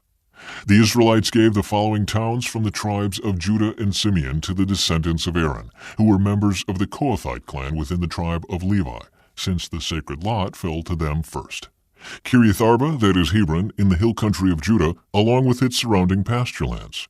Arba was an ancestor of Anak. But the open fields beyond the town and the surrounding villages were given to Caleb, son of Jephunneh, as his possession. The following towns with their pasture lands were given to the descendants of Aaron the priest: Hebron, a city of refuge for those who accidentally killed someone; Libnah, Jatir, Eshtemoa, Holon, Deber, Ain, Juttah, and Beth-Shemesh, 9 towns from these 2 tribes.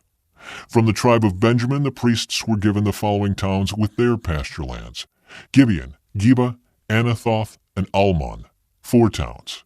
So in all, 13 towns with their pasture lands were given to the priests, the descendants of Aaron.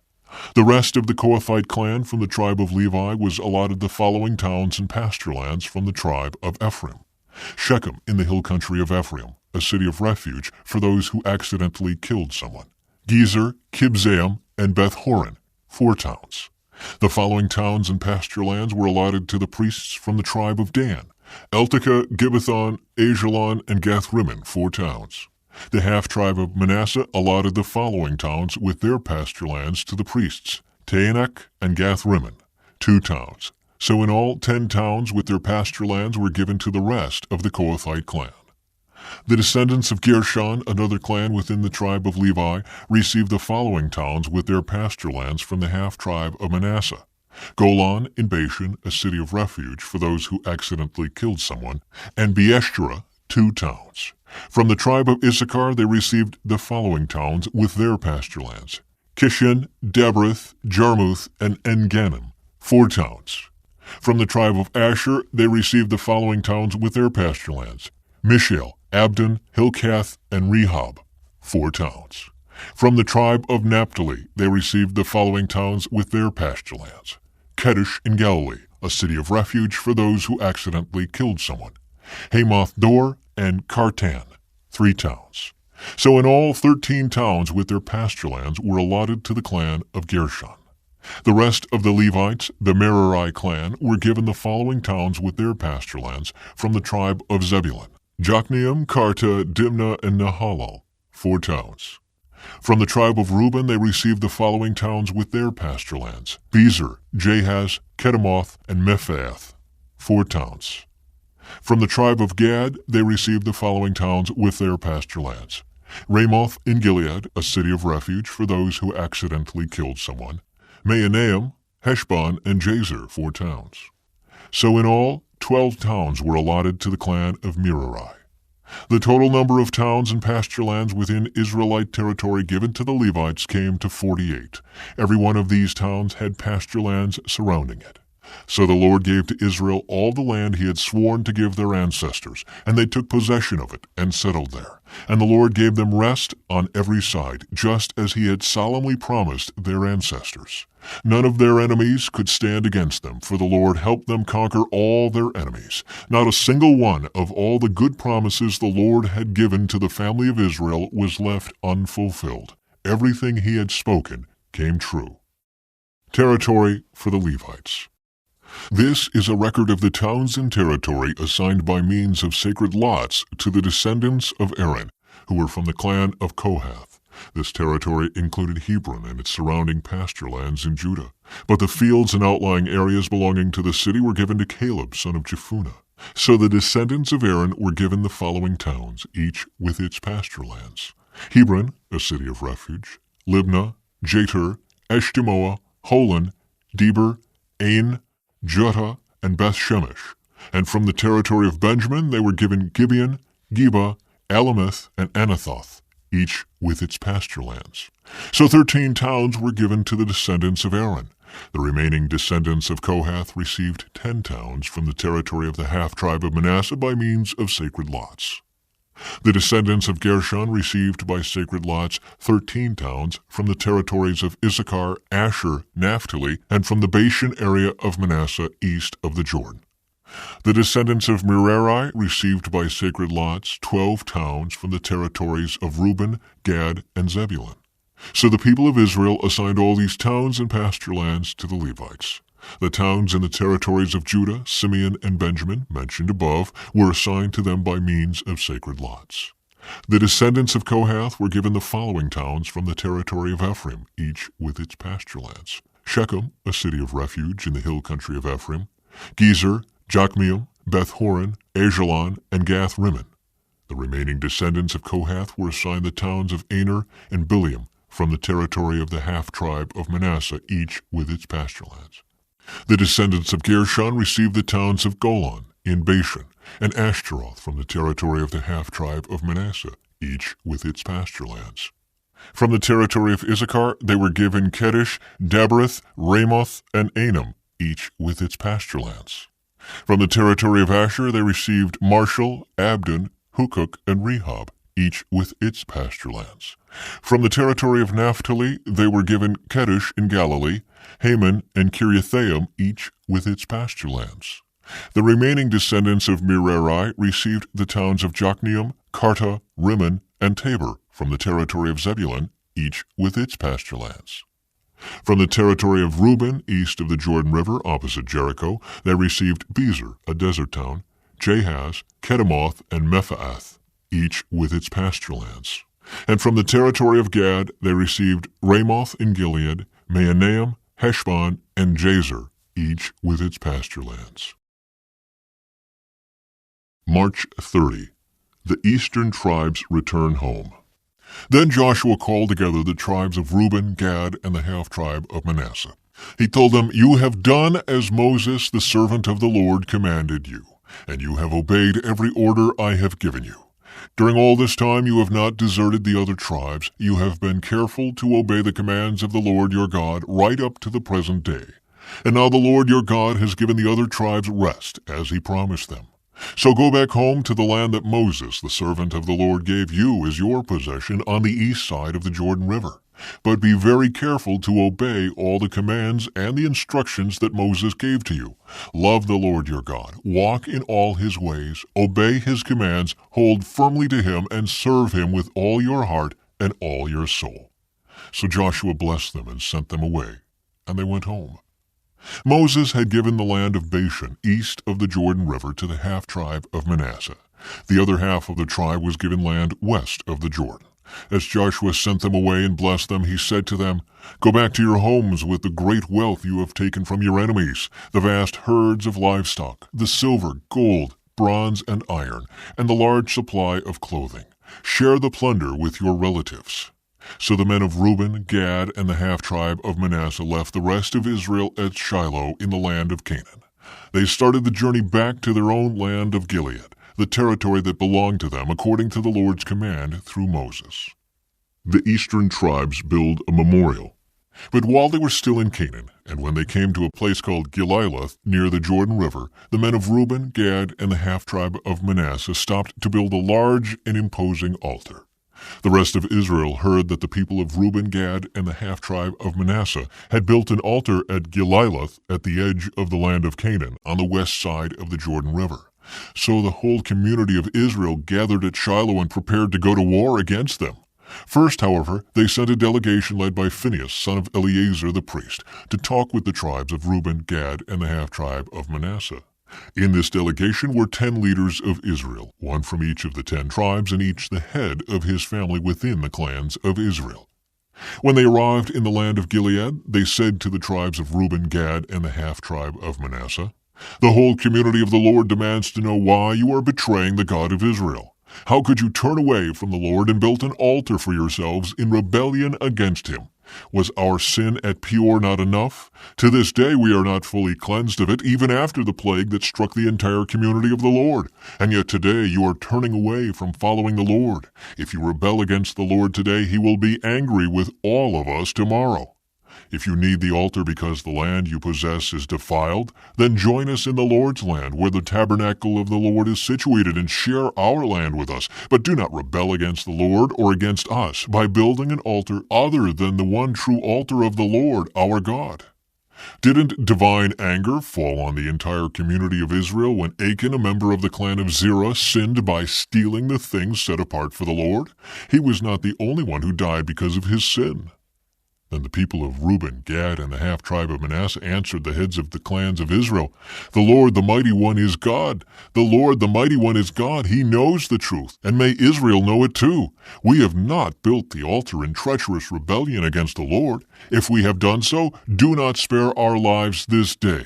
If we have built an altar for ourselves to turn away from the Lord, or to offer burnt offerings, or grain offerings, or peace offerings, may the Lord himself punish us. The truth is, we have built this altar because we fear that in the future your descendants will say to ours, 'What right do you have to worship the Lord, the God of Israel?' The Lord has placed the Jordan River as a barrier between our people and you people of Reuben and Gad. You have no claim to the Lord, so your descendants may prevent our descendants from worshiping the Lord." So we decided to build the altar, not for burnt offerings or sacrifices, but as a memorial. It will remind our descendants and your descendants that we too have the right to worship the Lord at his sanctuary with our burnt offerings, sacrifices, and peace offerings. Then your descendants will not be able to say to ours, "You have no claim to the Lord." If they say this, our descendants can reply, "Look at this copy of the Lord's altar that our ancestors made. It is not for burnt offerings or sacrifices. It is a reminder of the relationship both of us have with the Lord. Far be it from us to rebel against the Lord or turn away from him by building our own altar for burnt offerings, grain offerings, or sacrifices.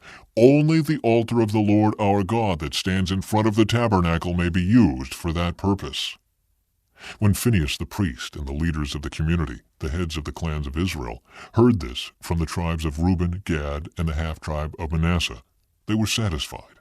Phinehas, son of Eleazar the priest, replied to them, "Today we know the Lord is among us, because you have not committed this treachery against the Lord as we thought. Instead, you have rescued Israel from being destroyed by the hand of the Lord." Then Phinehas, son of Eleazar the priest, and the other leaders left the tribes of Reuben and Gad in Gilead, and returned to the land of Canaan to tell the Israelites what had happened. And all the Israelites were satisfied and praised God, and spoke no more of war against Reuben and Gad. The people of Reuben and Gad named the altar Witness, for they said, "It is a witness between us and them that the Lord is our God too." Joshua's final words to Israel. The years passed, and the Lord had given the people of Israel rest from all their enemies. Joshua, who was now very old, called together all the elders, leaders, judges, and officers of Israel. He said to them, "I am now a very old man. You have seen everything the Lord your God has done for you during my lifetime. The Lord your God has fought for you against your enemies. I have allotted to you as your homeland all the land of the nations yet unconquered, as well as the land of those we have already conquered, from the Jordan River to the Mediterranean Sea in the west. This land will be yours, for the Lord your God will himself drive out all the people living there now. You will take possession of their land just as the Lord your God promised you. So be very careful to follow everything Moses wrote in the book of instruction. Do not deviate from it, turning either to the right or to the left. Make sure you do not associate with the other people still remaining in the land. Do not even mention the names of their gods, much less swear by them, or serve them, or worship them. Rather, cling tightly to the Lord your God as you have done until now. For the Lord has driven out great and powerful nations for you, and no one has yet been able to defeat you. Each one of you will put to flight 1,000 of the enemy, for the Lord your God fights for you, just as he has promised. So be very careful to love the Lord your God. But if you turn away from him and cling to the customs of the survivors of these nations remaining among you, and if you intermarry with them, then know for certain that the Lord your God will no longer drive them out of your land. Instead, they will be a snare and a trap to you, a whip for your backs and thorny brambles in your eyes, and you will vanish from this good land the Lord your God has given you. Soon I will die, going the way of everything on earth. Deep in your hearts you know that every promise of the Lord your God has come true. Not a single one has failed. But as surely as the Lord your God has given you the good things he promised, he will also bring disaster on you if you disobey him. He will completely destroy you from this good land he has given you. If you break the covenant of the Lord your God by worshiping and serving other gods, his anger will burn against you, and you will quickly vanish from the good land he has given you. The Lord's covenant renewed. Then Joshua summoned all the tribes of Israel to Shechem, including their elders, leaders, judges, and officers. So they came and presented themselves to God. Joshua said to the people, "This is what the Lord, the God of Israel, says. Long ago your ancestors, including Terah, the father of Abraham and Nahor, lived beyond the Euphrates River, and they worshipped other gods. But I took your ancestor Abraham from the land beyond the Euphrates and led him into the land of Canaan. I gave him many descendants through his son Isaac. To Isaac I gave Jacob and Esau. To Esau I gave the mountains of Seir, while Jacob and his children went down into Egypt. Then I sent Moses and Aaron, and I brought terrible plagues on Egypt, and afterward I brought you out as a free people. But when your ancestors arrived at the Red Sea, the Egyptians chased after you with chariots and charioteers. When your ancestors cried out to the Lord, I put darkness between you and the Egyptians. I brought the sea crashing down on the Egyptians, drowning them. With your very own eyes you saw what I did. Then you lived in the wilderness for many years. Finally, I brought you into the land of the Amorites on the east side of the Jordan. They fought against you, but I destroyed them before you. I gave you victory over them, and you took possession of their land. Then Balak, son of Zippor, king of Moab, started a war against Israel. He summoned Balaam, son of Beor, to curse you, but I would not listen to him. Instead I made Balaam bless you, and so I rescued you from Balak. When you crossed the Jordan River and came to Jericho, the men of Jericho fought against you, as did the Amorites, the Perizzites, the Canaanites, the Hittites, the Girgashites, the Hivites, and the Jebusites. But I gave you victory over them, and I sent terror ahead of you to drive out the 2 kings of the Amorites. It was not your swords or bows that brought you victory. I gave you land you had not worked on, and I gave you towns you did not build, the towns where you are now living. I gave you vineyards and olive groves for food, though you did not plant them. So fear the Lord and serve him wholeheartedly. Put away forever the idols your ancestors worshipped when they lived beyond the Euphrates River and in Egypt. Serve the Lord alone. But if you refuse to serve the Lord, then choose today whom you will serve. Would you prefer the gods your ancestors served beyond the Euphrates? Or will it be the gods of the Amorites in whose land you now live? But as for me and my family, we will serve the Lord." The people replied, "We would never abandon the Lord and serve other gods, for the Lord our God is the one who rescued us and our ancestors from slavery in the land of Egypt. He performed mighty miracles before our very eyes. As we traveled through the wilderness among our enemies, he preserved us. It was the Lord who drove out the Amorites and the other nations living here in the land. So we too will serve the Lord, for he alone is our God." Then Joshua warned the people, "You are not able to serve the Lord, for he is a holy and jealous God. He will not forgive your rebellion and your sins. If you abandon the Lord and serve other gods, he will turn against you and destroy you, even though he has been so good to you." But the people answered Joshua, "No, we will serve the Lord." "You are a witness to your own decision," Joshua said. "You have chosen to serve the Lord." "Yes," they replied, "we are witnesses to what we have said." "All right then," Joshua said, "destroy the idols among you and turn your hearts to the Lord, the God of Israel." The people said to Joshua, "We will serve the Lord our God. We will obey him alone." So Joshua made a covenant with the people that day at Shechem, committing them to follow the decrees and regulations of the Lord. Joshua recorded these things in the book of God's instructions. As a reminder of their agreement, he took a huge stone and rolled it beneath the terebinth tree beside the tabernacle of the Lord. Joshua said to all the people, "This stone has heard everything the Lord said to us. It will be a witness to testify against you if you go back on your word to God." Then Joshua sent all the people away to their own homelands. Leaders buried in the Promised Land. After this, Joshua son of Nun, the servant of the Lord, died at the age of 110. They buried him in the land he had been allocated, at Timnath-Serah in the hill country of Ephraim, north of Mount Gaash. The people of Israel served the Lord throughout the lifetime of Joshua and of the elders who outlived him, those who had personally experienced all that the Lord had done for Israel. The bones of Joseph, which the Israelites had brought along with them when they left Egypt, were buried at Shechem, in the parcel of ground Jacob had bought from the sons of Hamor for 100 pieces of silver. This land was located in the territory allotted to the descendants of Joseph. Eleazar son of Aaron also died. He was buried in the hill country of Ephraim in the town of Gibeah, which had been given to his son Phinehas. March 31. Judah and Simeon conquer the land. After the death of Joshua, the Israelites asked the Lord which tribe should go first to attack the Canaanites.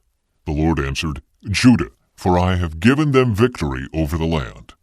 The men of Judah said to their relatives from the tribe of Simeon, Join with us to fight against the Canaanites living in the territory allotted to us. Then we will help you conquer your territory. So the men of Simeon went with Judah. When the men of Judah attacked, the Lord gave them victory over the Canaanites and Perizzites, and they killed 10,000 enemy warriors at the town of Bezek. While at Bezek, they encountered King Adonai-Bezek and fought against him, and the Canaanites and Perizzites were defeated. Adonai-Bezek escaped, but the Israelites soon captured him and cut off his thumbs and big toes. Adonai-Bezek said, I once had 70 kings with their thumbs and big toes cut off, eating scraps from under my table. Now God has paid me back for what I did to them. They took him to Jerusalem, and he died there. The men of Judah attacked Jerusalem and captured it, killing all its people and setting the city on fire. Then they went down to fight the Canaanites living in the hill country, the Negev, and the western foothills. Judah marched against the Canaanites in Hebron, formerly called Kiriath Arba, defeating the forces of Shishai, Ahiman, and Talmai. From there they went to fight against the people living in the town of Deber, formerly called Kiriath Sefer. Caleb said, I will give my daughter Achsah in marriage to the one who attacks and captures Kiriath Sefer. Othniel, the son of Caleb's younger brother Kenaz, was the one who conquered it, so Achsah became Othniel's wife. When Achsah married Othniel, she urged him to ask her father for a field. As she got down off her donkey, Caleb asked her, What's the matter? She said, Let me have another gift. You have already given me land in the Negev. Now please give me springs of water too. So Caleb gave her the upper and lower springs. When the tribe of Judah left Jericho, the city of palms, the Kenites, who were descendants of Moses' father-in-law, traveled with them into the wilderness of Judah. They settled among the people there, near the town of Arad in the Negev. Then Judah joined with Simeon to fight against the Canaanites living in Zephath, and they completely destroyed the town. So the town was named Hormah. In addition, Judah captured the towns of Gaza, Ashkelon, and Ekron, along with their surrounding territories. Israel fails to conquer the land. The Lord was with the people of Judah, and they took possession of the hill country, but they failed to drive out the people living in the plains, who had iron chariots. The town of Hebron was given to Caleb as Moses had promised, and Caleb drove out the people living there, who were descendants of the 3 sons of Anak. The tribe of Benjamin, however, failed to drive out the Jebusites who were living in Jerusalem. So to this day the Jebusites live in Jerusalem among the people of Benjamin.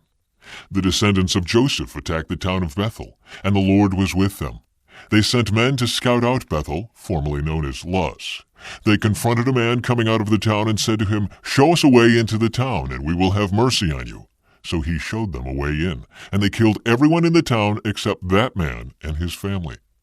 Later the man moved to the land of the Hittites, where he built a town. He named it Luz, which is its name to this day.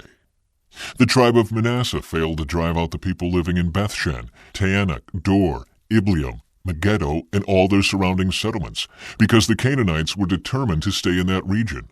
When the Israelites grew stronger, they forced the Canaanites to work as slaves, but they never did drive them completely out of the land. The tribe of Ephraim failed to drive out the Canaanites living in Gezer, so the Canaanites continued to live there among them. The tribe of Zebulun failed to drive out the residents of Kitron and Nahalo, so the Canaanites continued to live among them, but the Canaanites were forced to work as slaves for the people of Zebulun. The tribe of Asher failed to drive out the residents of Acco, Sidon, Elab, Achzib, Helbah, Aphik, and Rehob. Instead, the people of Asher moved in among the Canaanites, who controlled the land, for they failed to drive them out. Likewise, the tribe of Naphtali failed to drive out the residents of Beth-Shemesh and Beth-Anath. Instead, they moved in among the Canaanites who controlled the land. Nevertheless, the people of Beth-Shemesh and Beth-Anath were forced to work as slaves for the people of Naphtali. As for the tribe of Dan, the Amorites forced them back into the hill country and would not let them come down into the plains. The Amorites were determined to stay in Mount Heres, Ajalon, and Shaalbim. But when the descendants of Joseph became stronger, they forced the Amorites to work as slaves. The boundary of the Amorites ran from Scorpion Pass to Selah and continued upward from there. The Lord's messenger comes to Bochim. The angel of the Lord went up from Gilgal to Bochim and said to the Israelites, I brought you out of Egypt into this land that I swore to give your ancestors, and I said I would never break my covenant with you. For your part, you are not to make any covenants with the people living in this land. Instead, you were to destroy their altars. But you disobeyed my command. Why did you do this?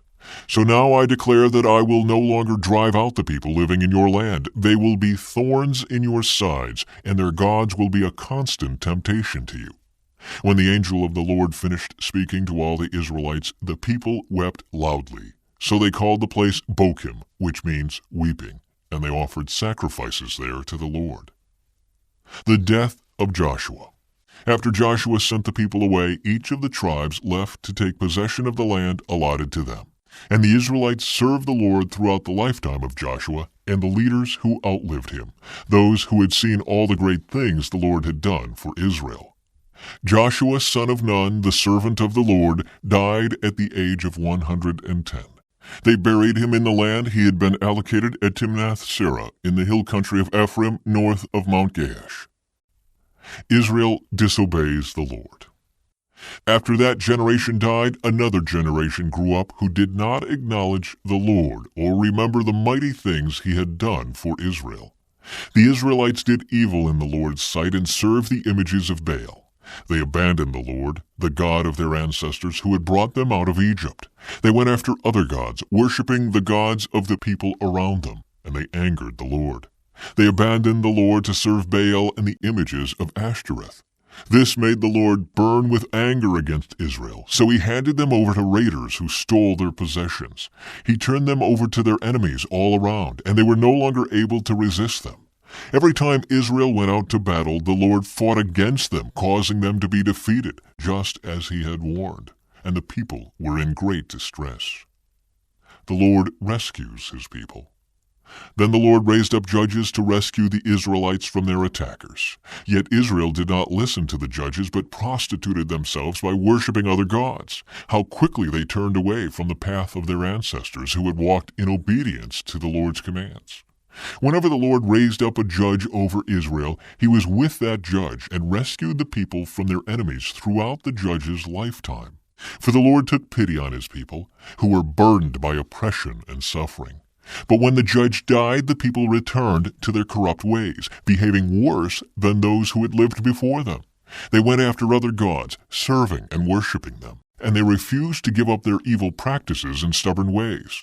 So the Lord burned with anger against Israel. He said, "Because these people have violated my covenant, which I made with their ancestors, and have ignored my commands, I will no longer drive out the nations that Joshua left unconquered when he died. I did this to test Israel, to see whether or not they would follow the ways of the Lord as their ancestors did. That is why the Lord left those nations in place. He did not quickly drive them out or allow Joshua to conquer them all." The nations left in Canaan. These are the nations that the Lord left in the land to test those Israelites who had not experienced the wars of Canaan. He did this to teach warfare to generations of Israelites who had no experience in battle. These are the nations: the Philistines, those living under the 5 Philistine rulers, all the Canaanites, the Sidonians, and the Hivites living in the mountains of Lebanon from Mount Baal-Hermon to Lebo-Hamath. These people were left to test the Israelites, to see whether they would obey the commands the Lord had given to their ancestors through Moses. So the people of Israel lived among the Canaanites, Hittites, Amorites, Perizzites, Hivites, and Jebusites, and they intermarried with them. Israelite sons married their daughters, and Israelite daughters were given in marriage to their sons, and the Israelites served their gods. Othniel becomes Israel's judge.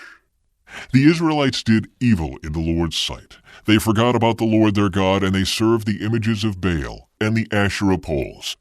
Then the Lord burned with anger against Israel, and he turned them over to King Cushan-Rishathaim of Aram-Naharaim. And the Israelites served Cushan-Rishathaim for 8 years. But when the people of Israel cried out to the Lord for help, the Lord raised up a rescuer to save them. His name was Othniel, the son of Caleb's younger brother Kenaz. The Spirit of the Lord came upon him, and he became Israel's judge. He went to war against King Cushan-Rishathaim of Aram, and the Lord gave Othniel victory over him. So there was peace in the land for 40 years. Then Othniel, son of Kenaz, died. Ehud becomes Israel's judge. Once again the Israelites did evil in the Lord's sight, and the Lord gave King Eglon of Moab control over Israel because of their evil. Eglon enlisted the Ammonites and Amalekites as allies, and then he went out and defeated Israel, taking possession of Jericho, the city of palms. And the Israelites served Eglon of Moab for 18 years. But when the people of Israel cried out to the Lord for help, the Lord again raised up a rescuer to save them. His name was Ehud, son of Gera, a left-handed man of the tribe of Benjamin. The Israelites sent Ehud to deliver their tribute money to King Eglon of Moab. So Ehud made a double-edged dagger that was about a foot long, and he strapped it to his right thigh, keeping it hidden under his clothing. He brought the tribute money to Eglon, who was very fat. After delivering the payment, Ehud started home with those who had helped carry the tribute. But when Ehud reached the stone idols near Gilgal, he turned back. He came to Eglon and said, "I have a secret message for you." So the king commanded his servants, "Be quiet," and he sent them all out of the room. Ehud walked over to Eglon, who was sitting alone in a cool upstairs room. And Ehud said, "I have a message from God for you." As King Eglon rose from his seat, Ehud reached with his left hand, pulled out the dagger strapped to his right thigh, and plunged it into the king's belly. The dagger went so deep that the handle disappeared beneath the king's fat. So Ehud did not pull out the dagger, and the king's bowels emptied. Then Ehud closed and locked the doors of the room and escaped down the latrine. After Ehud was gone, the king's servants returned and found the doors to the upstairs room locked. They thought he might be using the latrine in the room, so they waited. But when the king didn't come out after a long delay, they became concerned and got a key. And when they opened the doors, they found their master dead on the floor. While the servants were waiting, Ehud escaped, passing the stone idols on his way to Seirah. When he arrived in the hill country of Ephraim, Ehud sounded a call to arms. Then he led a band of Israelites down from the hills. "Follow me," he said, "for the Lord has given you victory over Moab, your enemy." So they followed him, and the Israelites took control of the shallow crossings of the Jordan River across from Moab, preventing anyone from crossing. They attacked the Moabites and killed about 10,000 of their strongest and most able-bodied warriors. Not one of them escaped. So Moab was conquered by Israel that day, and there was peace in the land for 80 years.